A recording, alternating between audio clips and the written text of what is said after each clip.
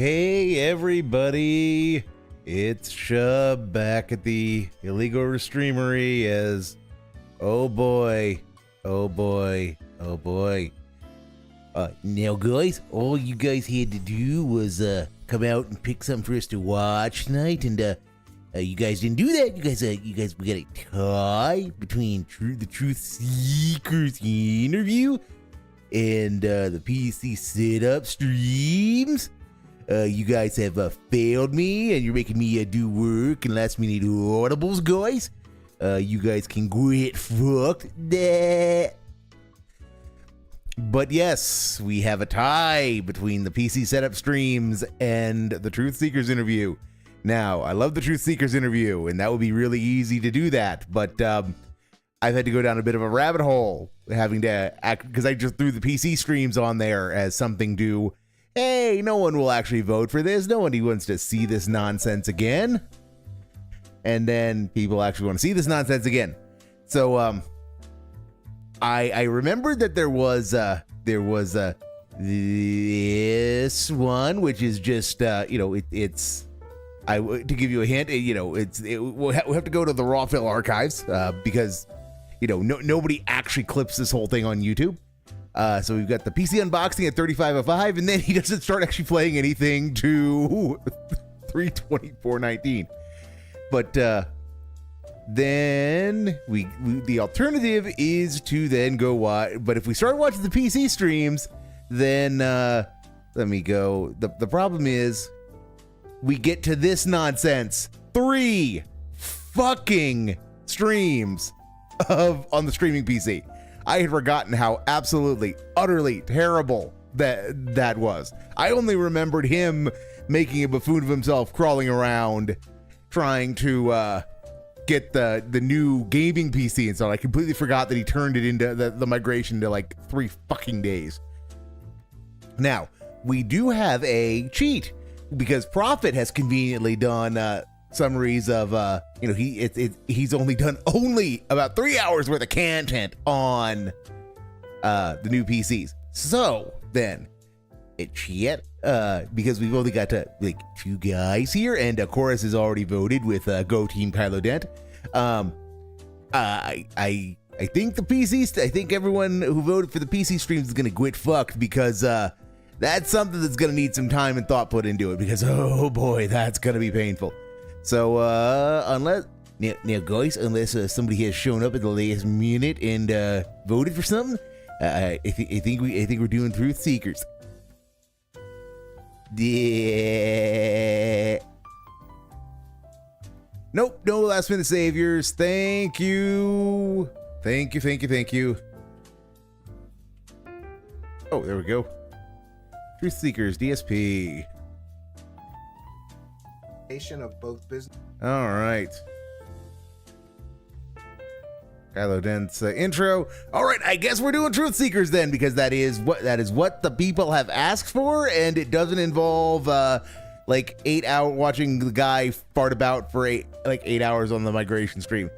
But the new PC setup stream is also hilarious, which will go back into the pot. The new PC stream will go back into the pot, because the new gaming PC is hilarious. Doing the streaming stuff is, that was just horrible.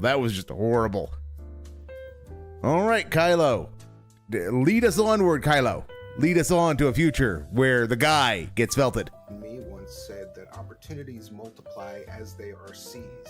Okay, so some time ago, I got an opportunity to be a guest on the Kino Casino, and I'm so glad I did that. But it was really kind of strange to me, because I've been in my own little genre for so long, and being on that show opened me up, honestly, to some of the craziest and most controversial topics and people on the internet. And I, for one, have always been a fan of like powerful, creative, artistic people, especially early adopters of certain things. Some people know as an early adopter. That's certainly a choice of artistic there, before most people knew. Kylo, certainly a choice of the word artistic. So I really have this tremendous respect for people who break new ground or use their creativity with technology in interesting ways. And tonight's guest, Darkside Phil, is one of those people. Now, to be honest, Darkside Phil is a hero to some and a villain to many others. He was. But is he the villain? That's what I want to know. Is he the villain? because DSP as the villain is fucking hilarious. Video game competitor before a lot of people. Can even you knew that there imagine the was guy game Hormaxing, competitions. But also, for example? He was an early pioneer and adopter of Let's Plays. That was an artifact on Kylo's end. And then the game that you're playing, and of course, video game streaming. And he's been at this for many years, which really has. What happens after Catwoman kisses Batman? The Dark Knight rises. And with puns like that, who needs enemies? But not wrong, not wrong. Controversial people on the internet. And as I said before, most people even realized like that you can make a full-time living playing video games. Darkside Phil was there doing it, and he's been doing it ever since. So badly. No one can deny that he deserves some credit for that. But it got me thinking, at what cost? What was the price of that? Because along with success of becoming a professional video game player, there came a great deal of trials, tribulations. Of course, we all know there's all these controversies about him, disputes, detractors, wins, losses, failures, some would say. So tonight we're going to try to go deep on all of this. And a note on support for tonight, since we have this guest here for a limited time, I do apologize if the audio is a little janky on Kylo. His audio is a little fucked. Kick, and we thank everybody, but I'll be doing that after the interview is completed. I just think it would be rude if we keep interrupting the guest to praise the cash every few minutes. But we do thank you for your generosity. Oh, there we go. That's what I was looking for. Proud it is, because before the show even began, there we go. Wacky Shuck gifted 10 free YouTube memberships, which is why you should subscribe right away, because if you subscribe, if you're a subscriber but not yet a YouTube channel member, and some kind and generous person gives memberships, you might win a free one. There we go. So I'm going to just run through his audio is a little less scuffed, at least. Shout out Ralphie Mail with a kind and generous $10. Big up, Steve. Love you. Can you ask DSP what he thinks of Basketball Americans? Yes, basketball style Americans. We have a lot of stuff to go through. I was just talking about this board I have next to me with all these post-it notes on it, but we're going to try to get through that. Ask him about the basketball Americans and why they're so stationary. I lost one. I have, yes, I have, Red. I'm gonna get spurgy when we hit about because I know this only lasts the actual good stuff only lasts 3-ish hours, and then the rest of it is just super chats and nonsense. Might be more 2.5 or than 3, but there's some good stuff, and I've got a point where I've got where they get into the bankruptcy is where I'm gonna get get a little spurgy, because I'm gonna go back to that 10-page script that I have, which clips heavily from this, because I got thoughts when we get into that one part, and I get spurgy a little bit. Mr. Feel Nothing sent a super chat saying, "Please don't let Phil lie to you. He lies a lot." I mean, he does. He does. Listen, can we be kind and respectful to the guest tonight at least? And creative deconstruction with a kind and generous $5 says, "Praise the cash, ack." Yeah. So after this point in time, and feel free to let me know if I've forgotten a super chat. Creative deconstructionism. Thank you very much. So. The support going forward, we're going to be reading after the interview. Like I said, I just think it's kind of rude, because I know there's going to be a lot of them, but I will read every single one. I'll give some additional commentary, and if we hit the goal tonight, maybe I'll eat some delicious RB sandwiches. I'll put a vest on, a hat on. I don't know. We have different goals. Usually I just do overtime. We don't have those interesting goals like Darkside Phil. Alas, we need vests. We need vests back in our lives. And I read every single one, so don't be shy about that. I'll be sticking around to interact with the live chat. I'm going to give some extra commentary on all of this, because this has been a crazy week of research and trying to figure this all out. Now, I'm sure that there's some supporters of him watching that want me to be very, very kind, and I'm going to do my best to do that. Be kind and gentle to him, somebody reminded me. And I'm going to try my best to be fair, but they should know that I've been investigating Phil's history for a couple of weeks now, and I found some things that I wouldn't be doing my job tonight unless I asked him some very hard questions about some of the controversies in his history and what my investigation uncovered. And conversely, I'm sure there's an awful lot of detractors, haters, trolls, call them what you will, that are watching and want me to humiliate him or even crucify him here. I mean, he deserves it, but no, our goal tonight is simple. Just talk about the bankruptcy with some financial literacy. That'll be enough to kill him. Controversial people on the internet. So we've got limited time. I will be monitoring the live chat. If we have time, maybe he'll do some viewer questions, but we're going to begin and welcome one of the most controversial people on the internet, Darkside Phil. Welcome. The camera's on. The camera's been on the whole time. Yeah. What's going on, man? Funny. I hope you weren't beating one off while we were waiting. I did a really quick cleanup job. Don't worry. I took care of it. I don't know. I heard the last time you did no cleanup, but we'll get to that. So Listen, Dark Side Phil. First of all, thanks for doing this because I know you have this huge following, and whether it's hate watchers or not, I don't know, but you got a big following. Yes, and, they are absolutely. We've got so many people already. We're called the Tractor Goobs. 700 people watching already. So wow, thank you for helping give a boost to my channel.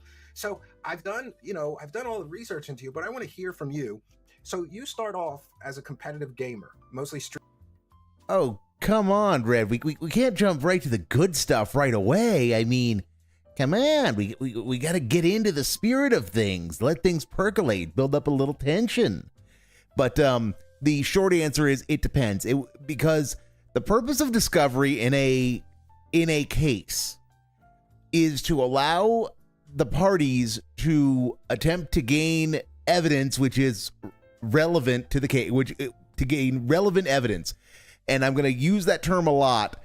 Relevant evidence in order. Oh, there's no need to be patient. I'm working my way there. But this does come up in the course of this. But a lot of detractors do wonder about discovery, and that's why I will try to tackle it. It's that the purpose of discovery is to produce relevant evidence for trial that is in the possession of the other party, that the party seeking that evidence does not otherwise have access to. And relevant evidence it's important to remember that relevant in this context is a legal term of art. It does not mean what it means in the vernacular. In the legal sense, relevant evidence is any evidence which makes a material fact in the case more or less likely to be true. And a material fact is one which is required to either establish or defeat an element of whatever the action is. Because every single lawsuit is based on a cause of action.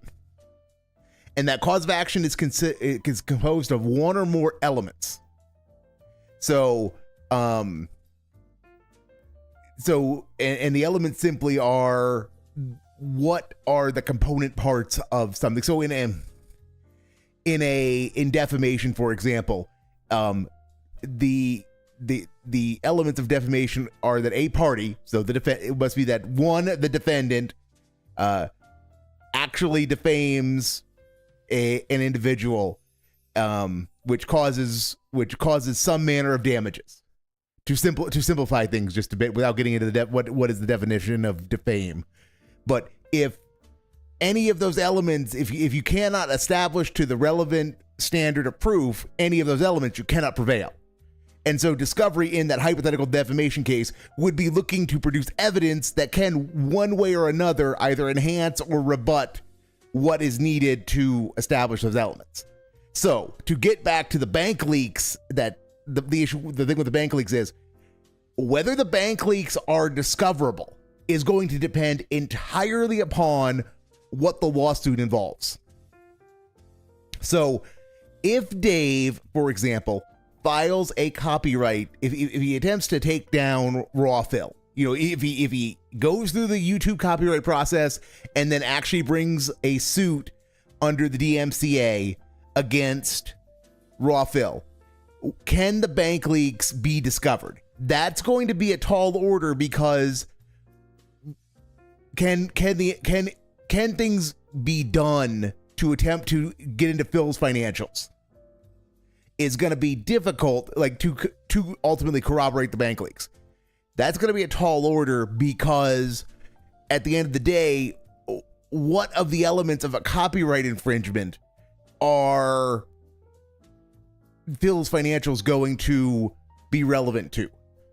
Because in order for any evidence to be usable in court, it must be relevant. That is the core. That's why it's always relevant evidence, is because evidence must be relevant in order to be admissible. If it's not relevant, it's not admissible. So in the context of like a copyright claim, assuming no one's getting too creative with their arguments, it is unlikely that trying to do a fishing expedition into Phil's finances would produce admissible evidence. would produce relevant evidence.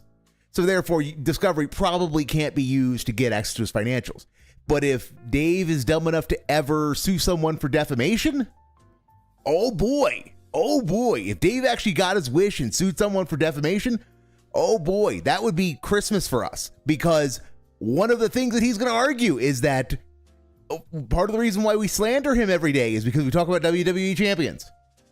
Well, his finances absolutely have to do with that, because the nature of the alleged defamation is that he spends money on mobile games and then begs and pretends to be poor in order to get money to keep spending on the mobile games. Yeah, and remember, truth is an absolute defense. Truth is an absolute defense in a defamation action. So if he sued me for defamation in that context, that because I'm saying he plays WWE champions because he begs and he pleads poor so that he can get money to do that, I can absolutely do discovery on his finances, because my legal theory of the case is he cannot prevail because truth is an absolute defense, and I'm telling the truth. So come on, Dave, let me see your finances so that I can determine whether or not my defense actually works in court. So yeah, so Red, the long and short of it is it absolutely depends on exactly what is Dave suing someone over, and whatever the defenses are and whatever their counterclaims are. So I tend to caution people to not to fall in love with the idea of what discovery might produce, simply because if it's not the right cause of action or not the right kinds of defenses, you're not going to get the kind of information that folks really want to use discovery to get, just because it's not going to be permitted, because it's not going to be reasonably calculated to produce admissible evidence. Street Fighter, right? And you went all over the country competing with all the best players, right? That's right. I grew up a fan of video games. I was actually introduced to video games by my uncle at a very young age. He was actually playing like a flight simulator on his computer in the 1980s when I was just visiting his house, and I was like, "What the heck is that?" And I remember those PC, those early ones, all blocky CGA and shit. All wireframe, not even anything rendered. Oh wow, see right through everything. And he saw that I liked the game, and he gifted me his Atari 7800 console, and I brought it home. I was like fascinated, right? He gave me you were spoiled. I started with Atari 2600. Phil, I showed my 8-year-old son who's a gamer Atari, and he was like, are you for real, Dad? He's like, it's like stick figures. You know why I showed him that? Because he was complaining about the graphics on some game of his not being good enough. Wow. And I was like, do you know what I had? Let me show you. We were using a lot of imagination when we were playing video games. And the box art looked nothing like the game back then. Yeah, remember? There'd always be some distorted. I'll slow it back down. I'll slow it back down when we actually get to the good stuff, like, when we actually get to, right? not the initial glazing. glazing. Game, and it just looks terrible. So then, but after that, you sort of, I hate to rush, but we got so much to get through. So after that, you figured out that you could just broadcast yourself before anybody was doing this. Really, you figured out that you could just broadcast yourself playing games. And this was pretty crude when you started. I know you get a lot of shit about this because you kept the crude setup for too long, right? You just put a webcam on a TV and just played like that, right? Not even that sophisticated. It was actually a super old digital camera that I had from like the early 2000s. It didn't even do HD. It was like a 480p camera. Only did a small 4:3 aspect ratio. So I had to actually angle it to fit my widescreen TV into the shot because it wasn't the proper aspect ratio. And for me, when I started doing it, I started actually doing videos every day in 2008. And I was inspired by guys like the Angry Video Game Nerd or the Nostalgia. Oh, I like that guy. I like that guy. These were guys who they had absolutely no production budget, right? They didn't have a lot of money to sink into these projects, but the thing is that James Rolfe did have a little bit of a production budget, and more importantly, he knew what to do with it. As James Rolfe's success actually makes a hell of a lot of sense if you actually ever watch. He did a really early, like, how do I make an AVGN video, and he just explained his process, and it's like, okay, he has a background in this. That's why he can make this work, is because he had a background in doing commercials, in working in the filming and editing of commercials. So it's reassuring in a way that it just wasn't some rando that found success doing it, but he actually had some knowledge, as opposed to the guy just saw the character and he thought, I can do that, and then never learned anything, didn't bring anything to it other than, being a salty asshole. They were funny, they could film well. Oh, Angry Video Game Nerd, his early videos were like incredible. And what a concept. Like, I'm gonna play Nintendo games and yell about them. But it took off. He got so successful. He still Mhm. is. He's So still I'm looking solid. at this, and see, I had been into competitive Street Fighter, but I got a really bad lower back injury. I had a severely herniated disc, so I couldn't travel anymore to play Street Fighter. Yeah, it's a shame that we never got that. Steve never got into the Healing Seattle Air, because that would have been fun. The Healing Kylo Dent talking about the Healing Seattle Air would have been pretty fun. I was like, I want to get back into games, but I see guys like the AVGN, and I'm like, I wonder if I could do something more than just playing for myself. So one day, just on a whim, I just set up a tripod, I put this old-ass camera in front of the TV, I started recording, and just basically just saying whatever came to my mind. And it was, at first, just kind of observational, but as I started uploading videos and people started watching them, they were like, it's a teen audience, especially back then on YouTube. It's a bunch of teenagers. Yeah. So Well, okay, so we are getting some coping here. Even during the Kino, this is the latter half of the Kino Saga, so the coping is mounting, but we are getting coping about his audience here in what is thus far been a fairly friendly forum. But I had a point. Let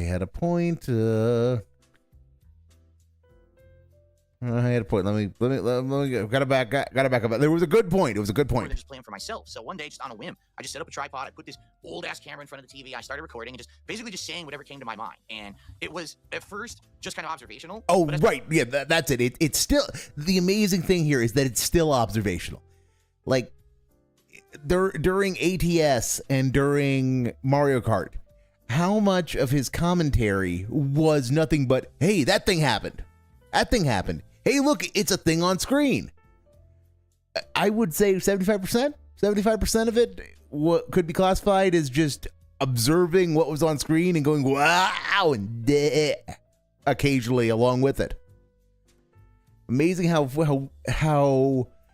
17 years have passed and his ability to actually offer commentary on what he's doing is still utter dog shit. I started uploading videos and people started watching them. They were like, it's a teen audience, especially back then on YouTube. It's a bunch of teenagers. Yeah. So what do they want to hear? They want to hear, like, swearing constantly, similar to what the AVGN would do. They want to hear sexual comments. They want to hear you talk shit to the people you're playing in video games and stuff like that. Oh, come on, Phil. Is this your excuse for saying a lot of wacky shit back then? Yes, it is. Crap. People find clips that are 15 years old of you saying something like about a girl or like. Back then, there was absolutely Isaac It was the Heimler. Wild West. It was the Wild exactly. West. There was Yeah. cancel culture. It was just like, say whatever you want and see what happens. And that's exactly how I treated it. And it took off. Like, I thought this was going to be something stupid and like 5 people would watch. And within like 2 months of me making these random clips, I was getting sometimes tens of thousands of views. What's the difference between your girlfriend and a job? Your job will still suck after 4 years. It would appear that Griffin Ivy is some kind of detractor who's got a fetish for sexualized content and thinks they're trying to entertain a teen audience. I'm the entertainer here. Me! Ree! Duh. But, no comment on the veracity of that particular joke. Per clip, and the clips were like a few minutes long. So my channel's taken off. I'm like, this is crazy. Like, why are people watching this? The quality's terrible and everything, right? But after people kind of egg me on and say, hey, we like your content, keep going, but can you improve it? So I bought an HD camera. I started doing a bigger variety of games. I started playing multiplayer games, and it just kind of grew and extrapolated from there. I did it for and I know this is 1.5 speed, and I know Dave doesn't do self-reflection, but if he stopped for just a minute and tried to answer that question, why did they watch it? So much of his early success would be explainable, and so much of his downfall or his diminished success as time has gone on would also be explainable. It's it's very simple what was going on, Dave. YouTube was a strange place back in the day. People were hungry for media of gameplay because it was something where at the time the only way you could experience a game was really to own it, because renting games by the time you were getting started was basically dead.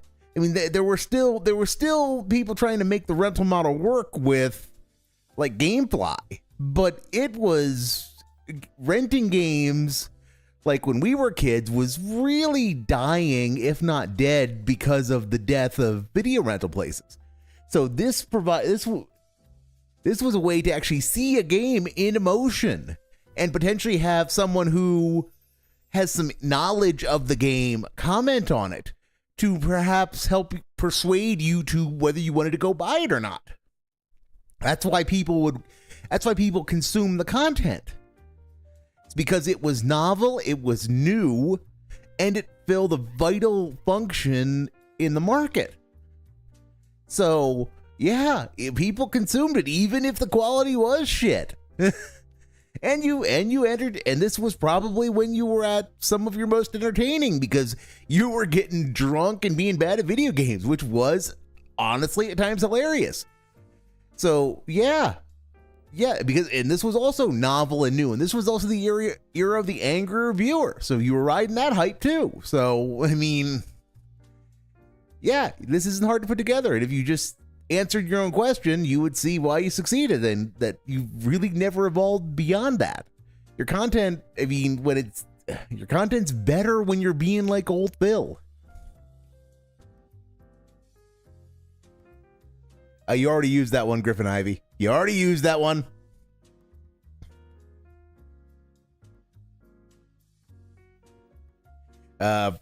Fucking extrapolate means predict the future. That pisses me off to an unreasonable. Yes, extrapolate is one of those words that he can pronounce correctly, but he has no fucking idea how to use. And he also has no fucking idea what exponential means, but he keeps using that as well and incorrectly too. Do you think Dave self-reflects? No more than absolutely necessary. I think everyone who is not a vegetable self-reflects on some level and in some way, but Dave doesn't do it much, and he only does it when he did some genuine reflecting, like during the bankruptcy. He did some reflection during the bankruptcy.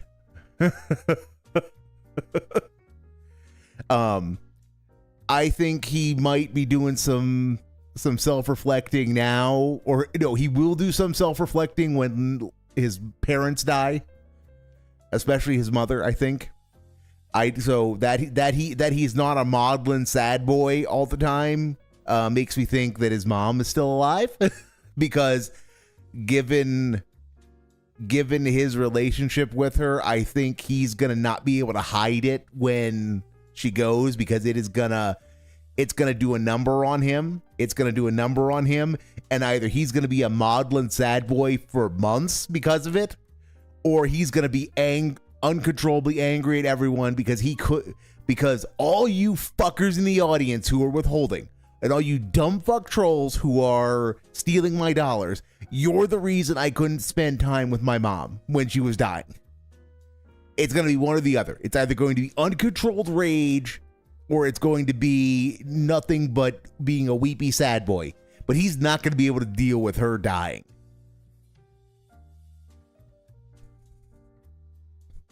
Stop extrapolating upon Dave's understanding of that word, please. God damn it, Koraz. God damn it. Phil killed my pet rabbit. He'll be devastated. Yes, he will. He unironically will, and he will not be able to control it. He will not be able to hide it. How torn up he is going to be about it, which is I was on team Linda is in trouble for a while, but that he's just come back in his business as usual at this point. No, I think she's still alive. Now, his delay might have been because of some kind of family emergency in Connecticut. I don't know about that, but I think his mom is fine. Also, Phil killed my pet rabbit. Thanks for coming out and hanging out with us tonight. And and Ivy's just gonna be making the risque jokes on my. All right. 2.5 years as a hobby. I had a full-time job. I worked in an office job, but then the company downsized and I got laid off. And I was like, what am I going to do now? I just bought a new place because I could live closer to this job for a smaller commute. And I was in a bad way. But luckily, I've been doing this YouTube thing for 2.5 years. And I said, I wonder if there's any way that I could make a living doing this. Well, gave it a few months of trials and tribulations. I got partnered with a company called Machinima. They started slapping ads on all my videos. I started making money. That didn't end well, though, did it? Well, took a while. If you followed my history. Yeah, you have this, but dude, it's peaks and valleys, right? That's exactly right. Just like somebody told me this when I was having a really tough time trying to. Don't let it be said that Belchan doesn't have a sense of humor. You're not going to have every show. Don't let it be said that Belchan does not have a sense of humor. So you got to be okay with those peaks and valleys. The I'm warming up to the box. What was it? There was the machinima deal, and then that went to shit, and then you got another deal with another company, but then one company kind of scammed you, and they pretended that they had the juice to give you what you needed, but then they didn't, and there was less money. Right? It's so crazy, like the whole ecosphere of YouTube and how there were these companies that were predatory. Ecosphere, guys. Did you know that YouTube was an ecosphere? Ecosystem. Dave, you know what? When you're in the spirit of things and you're feeling yourself and you're trying to put on a show so that you don't make a fool of yourself and you do something like that, it happens. It absolutely happens. Not that big a deal. Now, but if your brain's paying attention, it should realize, wait a second, I said the wrong thing. And then you should roll your eyes and say, oh yeah, no. An ecosphere is a sealed habitat where you film bad movies in Arizona, like Biodome. No. I meant an ecosystem. Mea culpa, and move on. But no. He's the guy. He's the guy. Never even registered. He said the wrong damn thing. Might not even know it was the wrong thing.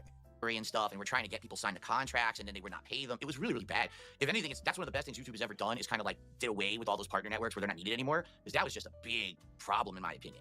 The only reason I ever cinema, YouTube back in the day would not let you put ads on video game footage. They thought that's too risque. Oh, they might get hit with a copyright strike because you're playing someone else's game. But if you partnered with a company risky, like Machinima, not risque, Machinima was kind of taking that responsibility. So if you get hit with a claim, they got to deal with it. They have to deal with it. Yeah. So then I got to monetize my gameplay, and that's where it took off, and I started making big bucks doing it.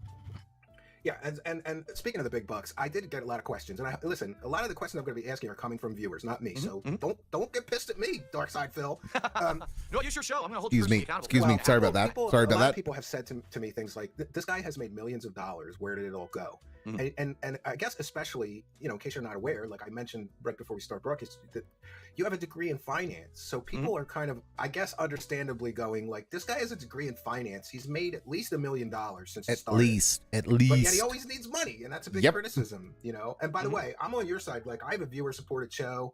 I hate asking for money, so I make a joke of it. Like, I get televangelists clips to ask for the money so I don't have to, and just I make a joke of it. Like, I understand that you're under the gun and you got to pay your bills, but people are pretty critical about like my you made $1 million. My salt, my precious salt. What happened to the money? The thing is, money, when you're a content creator, right? You're under a different eye of scrutiny. It really is true. Like anyone else who has a small business, they can make money. Because I did it on Wednesday, stupid. They can spend money however they want, but it's all kind of behind closed doors and no one really cares. But how are you doing this evening, Moo Buckaroo? But when you're someone who puts yourself in front of the public every day, all of a sudden, people start to say, well, it's funny because we know that he did really good, but why does he say he needs more? If he's made so-and-so amount, then why is he doing an event where he needs to raise money and yada, yada, yada? I've told my story many times. I will certainly tell it to you again here tonight of my very, very bad financial decisions that I made over the years that ran me into a bankruptcy and all that stuff. Luckily, I have recovered from that, thankfully, and I'm getting much better. Oh, that's good news. I'm glad for you. And, listen, I have a background in finance, too. Like, I worked in corporate accounting. Yeah. Sometimes... And here is where... And I really wish I would have prepped the Jaws music, because this is when I was watching this, when this was live, that's when the Jaws music started playing for me, because we have someone who's got a background in not just accounting but corporate accounting. This is someone who actually knows how to keep track of, who knows how to keep track of numbers and knows the games that can be played with them. So, this is where I started to get mildly optimistic, where this was going to be interesting, was because, we got a guy who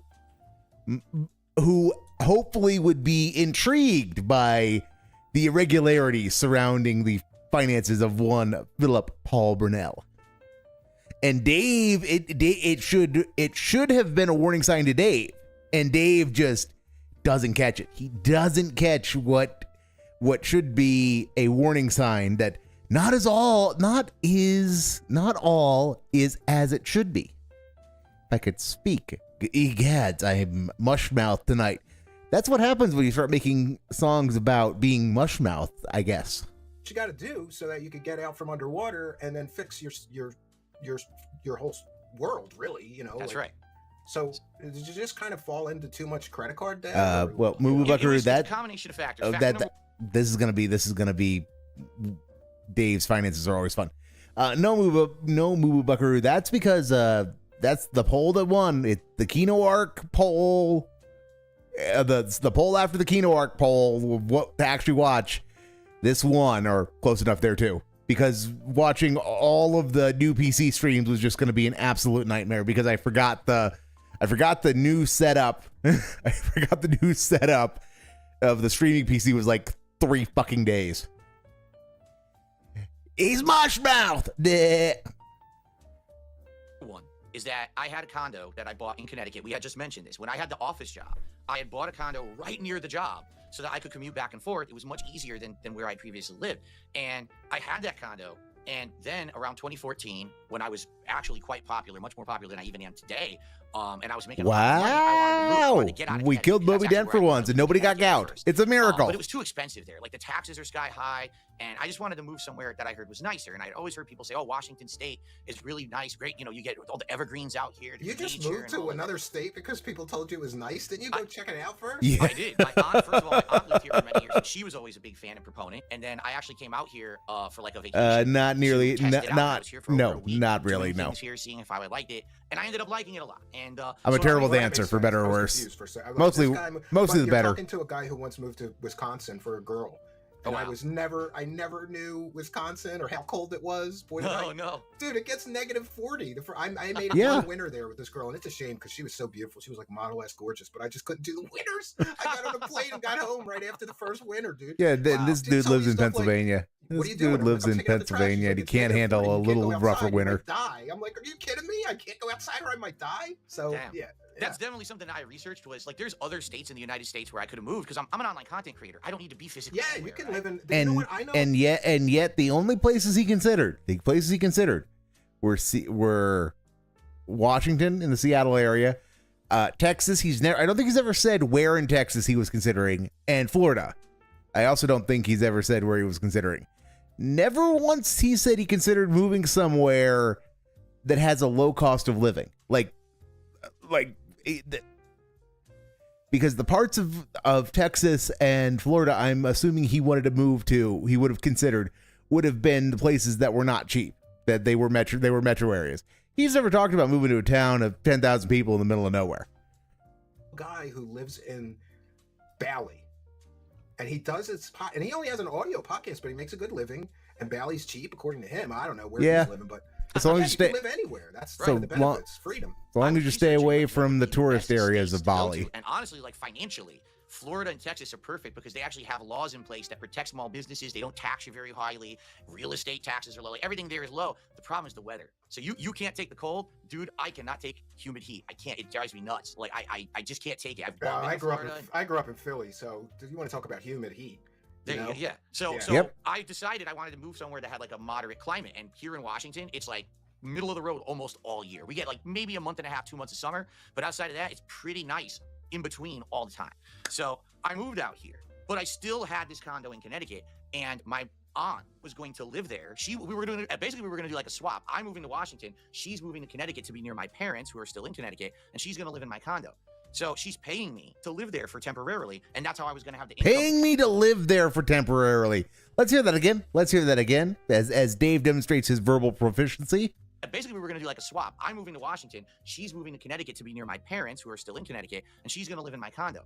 So she's paying me to live there for temporarily, and that's how I was To live for temporarily.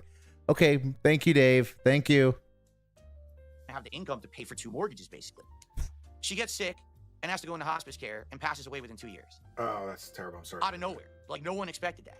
So And he gets Dave gets someone to give him a little sympathy. Says, I'm sorry, that's terrible. And he just keeps on going because he's got a story to tell, and he doesn't give a shit about what actually happened to his aunt.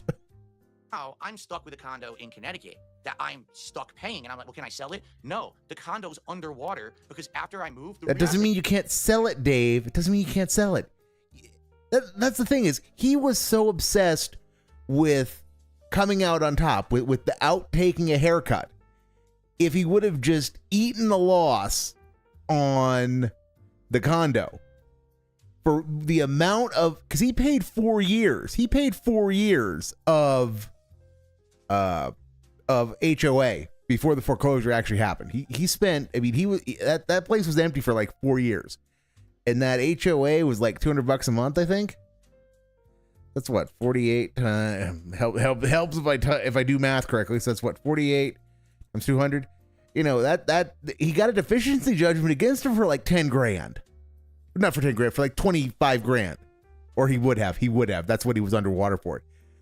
From what he paid the HOA alone just over those 4 years, that would have covered half of any deficiency judgment.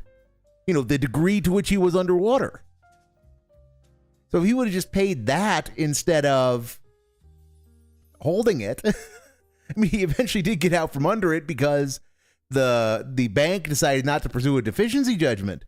But if he would have just sucked it up and, you know, dealt with it, you know, he would have had half the debt retired, and it would have been dischargeable in bankruptcy. Most importantly, it would have been dischargeable in bankruptcy. Market tanks. Yeah. So I can't sell it. I don't have tens of thousands of dollars to pay if the mortgage company that I owe more on the mortgage than the house is worth if I sell it. I tried doing a short sale. They denied it. They wouldn't let me do it. Like, I couldn't do anything, right? So I'm stuck in this financial situation. At the same time, all But that's you happening. weren't stuck, Dave. You could have just taken the haircut, which you don't want to do that. I get that. But sometimes it really is just best to get out from underneath the asset and move forward so that you can at least start getting out from underneath it, because you were never going to get out from underneath it so long as you had it by your own admission. I very much overextended myself out here when I first moved out here. Like, I paid a ton of money to move across the country. I got railroaded for that freaking move. They ended charging me almost $10,000 You need just to move an across the 18 country. wheel. But 10 grand is like not bad to move cross country, Dave. For the that's what I'm not getting about how he got railroaded here. It's because, yeah, he had a 1-bedroom apartment's worth of nonsense that needed moved. But, you know, for moving everything across country, that's no small feat. That's no small amount of transport involved. So yeah, would it have been better not to spend 10 grand to do it? Yeah, but Dave, what were you going to do? Were you going to run a U-Haul and drive yourself? Because you could have. It's not that hard. And if you did it in summer, you wouldn't have to worry about driving through the Rockies or anything like that. But, you know, this is Dave. That would have been, that would have been interesting content. Can you imagine Dave and Leanna piling up everything into the U-Haul and driving it across country and vlogging about it? That would have been absolutely insane content. That would have been insane. And it would have covered a decent chunk of the cost of the move, or at least some of it. At least the hotels and the overnight portions of it. But no, we can't do that. We can't do that because, you guys, the trolls might find me. But so yeah, Dave, if you're gonna pay somebody, you're gonna pay somebody. It's gonna cost what it costs. I don't understand how 10 grand was when you bought a house for 280 grand, how 10 grand was what broke your finances. Because you've not described anything that you did once you were in Seattle that should have broken your finances. Because you bought like 5 grand of furniture, which, okay, you bought 5 grand of furniture. That shouldn't break your finances either, given what you scraped together for that house. To go Well, condo. coast to coast, it's going to be expensive. And then I furnished the house from top to bottom, and I went from having money in the bank to spending all of it, and then going into big credit card debt and stuff like that. And I'm thinking in my head, it doesn't matter. I'm a big YouTuber, right? This gravy train's gonna last. Boy, I'm an idiot, right? What a moron. Because what happened was the bottom fell out, and the internet kind of turned their opinions on me, started not to like me, and next thing you know, my views are down, my revenue's down. Except Dave, by your own story, your numbers were already down because you moved a year after This Is How You Don't Play Metal Gear Solid 2 happened, Dave, which is when you say the internet turned its opinion against you and everything started to spiral. But keep making mistakes about your timeline. So I think Duty came across as E-Beggy in his video about buying a condo across from Phil. I'm not watching that because either it is nothing but clickbait in order to generate views, and it's just Duty doing his best to be a bad real estate agent and saying, "Oh, look at this condo. It's 108, it's a 580 grand, etc., and just pointing out that, hey, this condo is on the market." Or Duty is vaguely serious, at which point he's just touching the poo, which neither one of them is worth my time as far as I'm concerned. I mean, I can't exactly say I have better things to do when I spend my nights restreaming the guy, but you know what I mean. You know what I mean. It's both of those choices are highly dented, and I'm not going to have anything to do with either of them.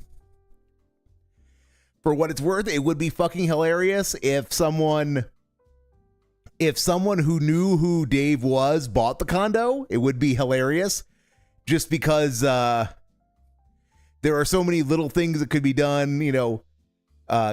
Whenever you see him outside, it's, "Hey neighbor, the camera's still on," that sort of thing. There's all kinds of stuff that you could do to let him know you know who he is. But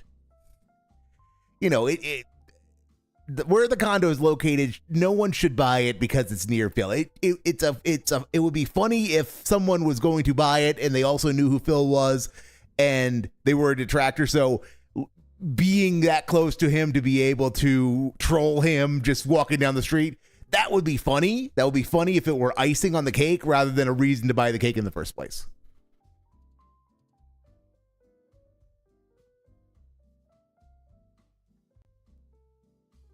Oh wow, live chat, and it's live chat is doing stuff and not updating. So thank you for that, YouTube. Thank you. We are in a dark timeline. No, we're not. This timeline's fine. Oh come on, it was just, which is fine. Which is fine, Koraz. If you're gonna razz the guy, razz the guy. It's reminiscent of poo touching. It's given how dented Duty is, it just flirts too much with poo touching for my sensibilities.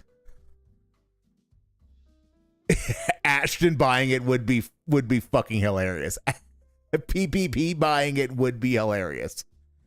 I will admit that. Yes, that would be a timeline I would like to see, just because of Dave's reaction. Dave's reaction. Hitting me with false copyright strikes on my channel that are completely illegal, but YouTube doesn't care. Oh, I went through that with a pirate. I had a copyright pirate that was copyright all this shit. It took me months to get over and write all the letters. The thing is, though, is that those copyright strike. I mean, there was a defective copyright strike arc, but then there were also the copyright claims that were legit. That the guy decided, yeah, you're not allowed to use my content anymore, and said, take it down.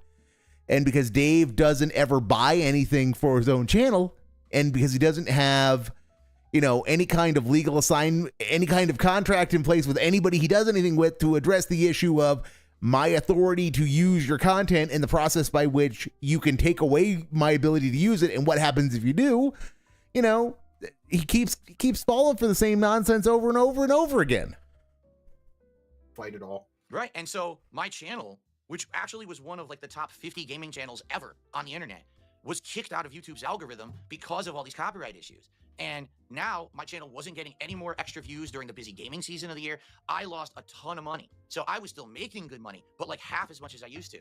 So now I'm paying 2 mortgages, not getting the income from my aunt anymore like I expected. I got credit card debt up to my eyeballs. I'm making minimum payments on all of it because I'm not making enough money to pay down anything anymore. And it just got me into this really bad financial situation that essentially had me change the kind of content I made and who I was on the internet. That's understandable because listen, I got a wife and 2 children and a household to take care of. It's tough enough to just. Well, see, that's your first problem, Kylo, is that you have human-style children. It's much better to have a furry son, because then you can have him declawed, and then you can use a spray bottle on him when he reveals the stupid WWE champions. One house, let alone 2. Yeah. I have this little cabin in the Poconos, but it's it's in the boondocks, and the taxes are a couple $100s a year, and we don't have a lot of utilities there. It's pretty off grid, so that I can afford. But 2 whole households where you got to pay the electric and all the bills, the mortgages, yeah, it's bad. All because he wouldn't take the write down. What happening was around 2017-ish, YouTube's ad revenue tanked because of the adpocalypse. So now on top of all this other stuff going on at the same time with me, now I got to like pivot. I'm like, I used to be a guy who only made on-demand videos. I did stream, but I didn't talk with my audience. Like you didn't do a live show, yeah. Now, because you were an idiot. Because you were an idiot. So interactive with our audiences today, and that's one of the great things. It's like having a relationship with the people who like you and your content. But back then, it was like I'm alone. I'm ignoring everyone who's watching me. I'm just going to make a video, right? But I had to change. So in 2017, I became a full-time live streamer. And then, you know, ad revenue had to go, not really be my source of income anymore. I had to start asking the audience for contributions. That was a huge change for me, a big change. You know, I tried my best for many years to try to maintain, but it got so bad. What it really was, as you had mentioned, it was the credit card debt. Because with those credit cards, even when you're paying minimum payments, they're not going down, and it got so unmanageable. And then on top of that, I basically got to the point where I couldn't even pay that mortgage in Connecticut anymore. And I'm like, what am I going to do? If I stop paying, they're going to foreclose. So I had to go through a bankruptcy. And that's really where the turnaround was. Once I went through that and got all that revolving debt gone and that extra mortgage gone. Well, you know, this is Phil. This is a source of a lot of the criticism about you is your financial choices, and I think that's largely due to the fact that you ask your audience, you know, for money for bills and things. But when it comes to the bankruptcy, you know, people are very critical. Let me try to get that big. People are very critical. So you had a, and I'm going to be, you know, listen. I had a job in corporate finance where I had to look at people's information like this all the time. Again, I was a credit analyst. A credit analyst. The Jaws theme should be intensifying for the guy, and you can kind of see it a little bit. That he's starting to realize maybe this isn't gonna work. Maybe this silly UFO guy. Maybe he's gonna make my day unpleasant. And so, I kind of know probably what happened here, but you're people that are very critical of you, you know, they say things like, I got a lot of messages like this, like, he spent $131,000 in unsecured credit. Like, what did he buy? That's like a house almost. Do you know what all this 131,000 comprised of? Or bills, stupid. It all started when when I moved out here, it was furnishing the house, buying all my new equipment, all of that. So you're talking, you know, tens of thousands of dollars to start. And then it just ballooned. And the reason it ballooned is because I didn't have the income anymore to pay for anything. So, you know, Dave, that again begs the question of, Dave, what the stories you've told of the stuff you actually bought, like of what you've actually described going and shopping for, does not exceed $5,000 to $6,000 at 2014-ish prices. So if you spent tens of thousands of dollars out furnishing the Snort Fort, where'd the money go? I mean, unironically, where did the money go? I mean, and what did you bring with you from, what did you have shipped across country then? If you didn't bring, for example, if you got rid of your bed, if you got a new bed, that'll run up a little bit, and the, you know, new box spring will run up a little bit, you know, couches and whatnot, those you've talked about, but you brought your couch from Connecticut, if I recall correctly. You were still sitting on that for a while yet. On the love seat in your studio. So I mean, you have never explained that. And also, Dave, just to be that guy, you know, that guy should not be confused with the guy. So why did you have to furnish everything today? You only needed to furnish a living room and a bedroom. And, you know, you could have, in Leanna's office, she could have put in there her bare necessities, and I suppose you also needed to furnish your office. That's what needed to be furnished for the household to function. So why did you have to furnish the whole house top to bottom with new stuff? Why couldn't you wait? Could it be that you struggle with resisting instant gratification?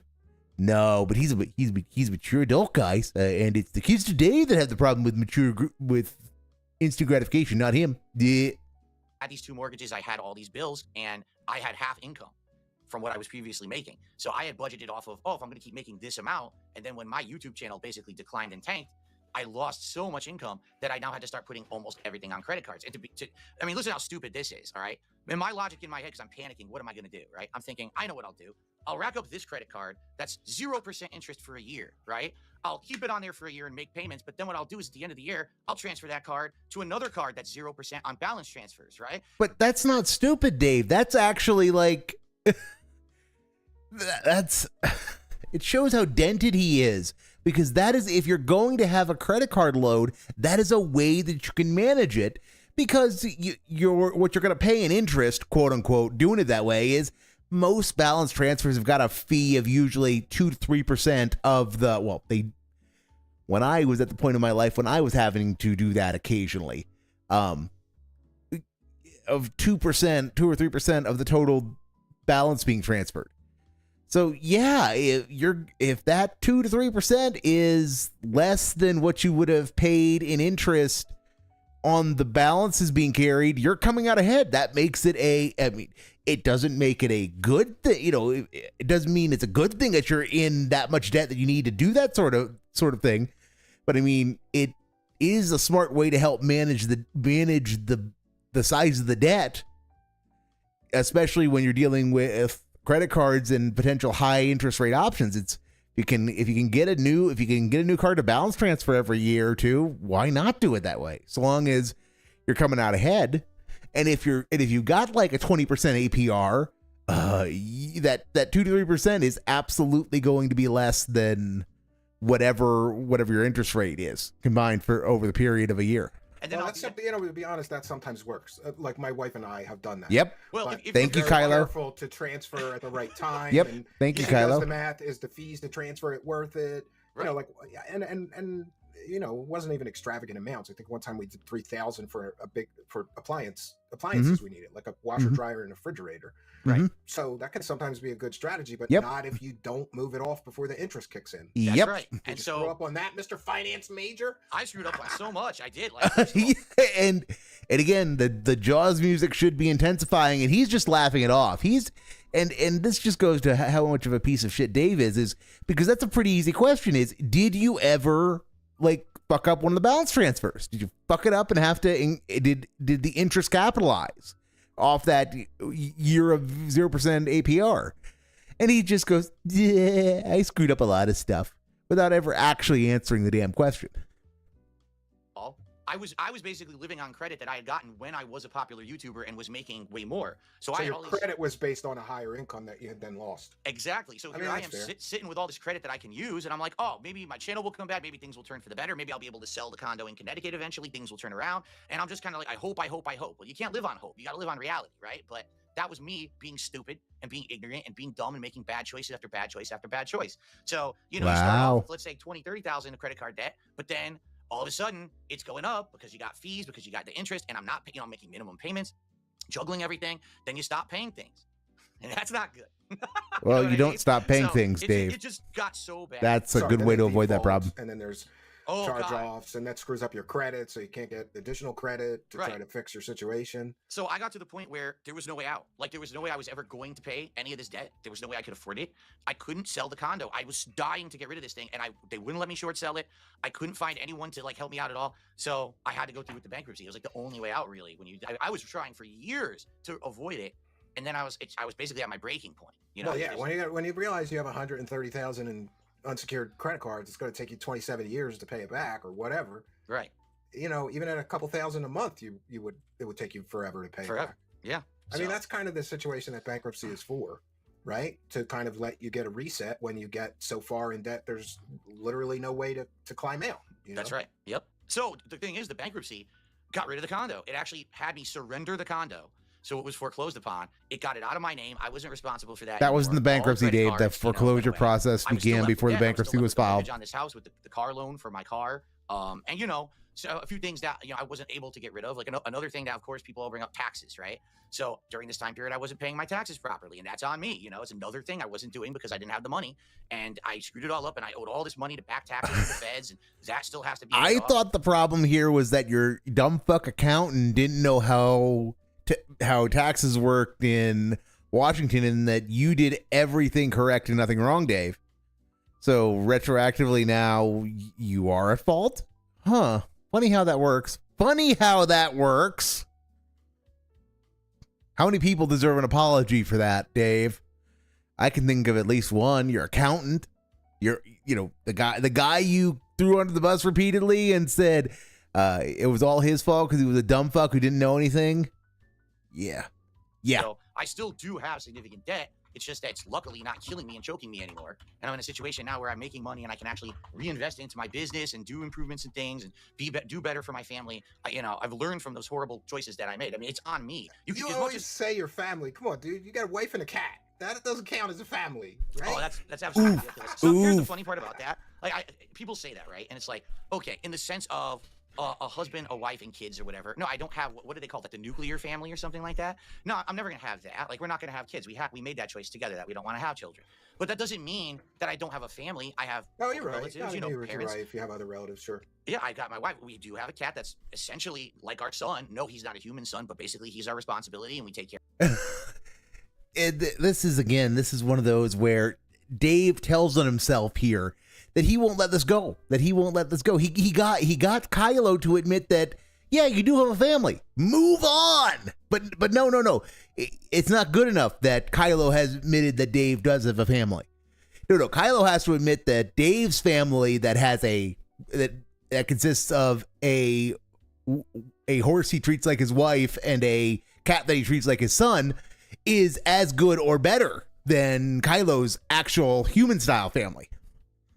And that's just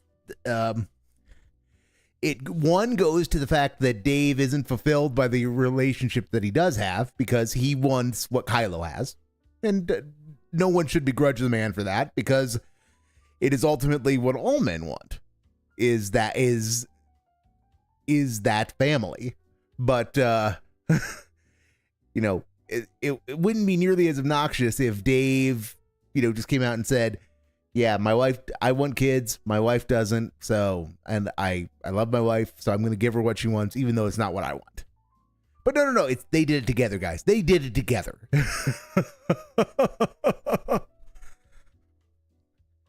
When we spend a heck of a lot of time with them, It's that, son. Yeah. So Yep. And so Kylo is correct. Kylo's 100% correct. One of the people who gives me shit for that is Review Tech USA. He's another YouTuber, and he rags on me saying, "Oh, Phil says he has a family. He doesn't have familiar. Isn't this the guy that just made his ex-wife shave him or some shit? It was just on Kino last night. The guy whose name is Review Tech, but he doesn't know how to build a PC live on his own show. It's pretty funny, right? So like you do, Dave. Like you do. Ragging on me saying I don't have a family, yet this guy also has insane problems with his own family situation that he puts forward publicly in his content all the time. Mm-hmm. So why would you try to criticize someone else? I think it's just semantics. It's not, because it's easy, Dave. You do it all the time. You criticize people about things you have no fucking idea how they work or why they're occurring, but because they're trending on Twitter, you want to try to chase a little clout, so you'll say your piece. You had a little dust up over your little you had a little dust up over your long weekend with LTG, for example. Why are you getting into LTG and his child support payments and their payment status? Whether they're current or not. I thought you didn't care about drama. But no, you have to get in on a guy who you can score your hits on, right, Dave? Right, so that's why you are saying, guys, we would have if we did a match, it would break Evo. We get so many views, guys, but he's a stupid dumb fuck who demands money from me. But well, ain't it funny that he has to pay child support? Think someone has a family because they don't have kids. I guess you can argue that if you want to, but if you look it up in a dictionary, it doesn't say you have to have kids to have a family. So it's all semantics. It's all semantics. So here's my semantic side Phil argument. Oh yeah, I mean, I understand it. You got a lot of disputes with those kind of people, right? Like Review Tech and Keemstar and a lot of PPP other content creators you seem to be battling with, and they kind of take shots at you and you take shots at them. Well, yes and no. I don't really take shots at them. What it is again, see literally yesterday the tweet regarding LTG and LTG's finances. I'd say about 10 years ago, it probably happened about the time I moved out of Connecticut to Washington State. It became a viral movement on the internet to essentially make fun of Darkside Phil, because before then, those years of 2008 to 2014, I was actually seen as one of the biggest gaming YouTubers, and people respected me. People reached out to me with opportunities. Like I said, I partnered with Machinima. I'm going to E3 and covering these big events. But at one point, public opinion turned, And there's many reasons for it. If you want to get into them, that's up to you, because I know you have many questions to ask me tonight. No, But yeah, let's try to move forward. Okay, a field trip. We're going on a little bit of a field trip because field trips are fun around these parts. We get to see things, and we get to see things, and good things always come from going on field trips, right? Right? All right, so turn that on. This is the guy. This is the guy's Twitter. So we'll just LTG does not deserve 5K just to play me. He should only get it if he wins, which he can't. That's why he endlessly dodges me, despite all his empty shit talking. Instead of you watching boring ass Evo again this weekend, and he's still streaming from the ghetto. World's biggest bitch. But this is actually not the one that started it. No, this is not the one that started it. Let me see if I can find the one that started it. I cannot. Did he delete that? I think he did. He did. He's such a little bitch. But he picked a fight with LTG, so because you know that he's just the guy, guys. One of the best episodes ever. Oh, here we go. Reminder, if LTG would play me in Street Fighter, the stream would beat Evo in views this weekend. But he demands 5K to play. We now know this is due to his big monthly child support payments and why he moved into such a crappy, quote, new place, unquote, with a roommate. What a broke bum. And this was something that was last edited at 1:47 a.m. yesterday. That's 1:47 a.m. Mountain Time. So that's 12:47 a.m. Pacific Time. So this is Jin tweet territory. Why is Dave picking a fight with LTG? I don't fucking know. I don't fucking know. But this comes out of nowhere. Yesterday in the wee hours of the morning, probably after the guy has been drinking. So, and then he adds, then that's where we get LTG does not deserve 5K. And that's from 3:30 a.m. my time this morning. So 2:30 a.m. Pacific time this morning. He is he is putting this out. But again, guys, he's just a normal dude. He's just a chill streamer who doesn't do drama. Doing midnight tweets about the black version of himself. And then, of course, we get this one that just went up maybe a couple hours ago. That went up 6:05 my time, so that's 5:05 p.m. Pacific. So if LTG says I'm Burt Reynolds, then I guess that makes him Gary Coleman. Well, we're going to keep this going, and I'm going to go find some appropriate Avenue Q to play. Actually, I told you I had this whole board here next to me with Post-it notes. I don't want to miss anything. So, listen, the next question I'm going to ask you may be considered like private medical information, and if you don't want to answer this, then I understand. But it depends. Let's see what it is. But let me explain this to you. Okay. I have a son who is autistic, nonverbal. In fact, he doesn't speak. But I've been around a lot of autistic people because of raising my son. He's 12 now, and one of the big twist the knife, Kylo. Is you're constantly asking for support, constantly asking for money. And I don't know, I've been observing some of this. So I wanted to ask you, have you ever been diagnosed with being on the spectrum or having Asperger's? When I was growing up, that stuff, no one ever talked about any of that stuff at all. I doubt that a single doctor would have ever even like done a test or measured anything like that when I was growing up. Unless you were like showing overt signs outward of stuff like that. No one ever talked about that stuff. You know what I mean? So no, I've never had a test. I don't know. You know, who knows? Maybe there is and maybe there isn't. I wouldn't know. Well, I think, you know, and I could be wrong. I mean, I'm just an observer here, an outsider looking in, but it seems to me that you have a little bit of trouble, like comprehending social norms. Like, for example, like, do you have a perception of like how many times during an average stream that you ask for support or money? Because that's one of the big criticisms too. Like, do I count? No, I do not, because it's actually can it's it take a directly guest? Can it it's take a directly guest? proportionate to how much support I got during that stream. You know what I All mean? right. So if you don't get support, you ask for it more. Is That's what right. you're saying. Ask and you shall receive.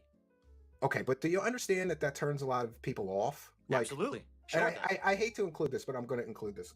You know, I'm not a big gamer, but my son is. In fact, though, we're having a real problem with him with screen time. I just got him a new game today for his Nintendo, and we're trying to cut him down on screen time because it seems to me he's 8 years old. He's a big gamer. PlayStation VR, Wow. Switch, and he watches video game streamers. He watches Ninja and he watches Hassan and who's the XQC he watches. And I asked him out of the blue, I'm like, do you ever watch Dark Side Phil? He goes, no. I go, do you know who that is? He goes, yeah. And I go, well, you watch these other guys, don't you like his show? And he goes, I watch them sometimes, but he asks for money all the time. And I almost was going to put the video of him talking about this, but I said, I'm not going to hit you with that. But like, there is a perception, even among people, and I swear I didn't coach him. I didn't know he knew who you were, but he's always either playing a video game or watching a streamer. So I thought maybe he knows who you are. He did know who you are. And by the way, he told me to tell you that he could beat you at what is it, Friday Night Freddy? He could beat you at any of those games. Five Nights at Freddy's. So what, Street Fighter? Like what no, Friday Night at Freddy's, I guess. Oh, Five Nights at Freddy's. Five Nights at Freddy's, yeah. I hate those games. I suck ass. I would never. Well, I heard you're going to be doing a marathon. He's always playing them, but like... They're good. Yeah, we might but what I'm saying, Phil, is that there's this perception that you...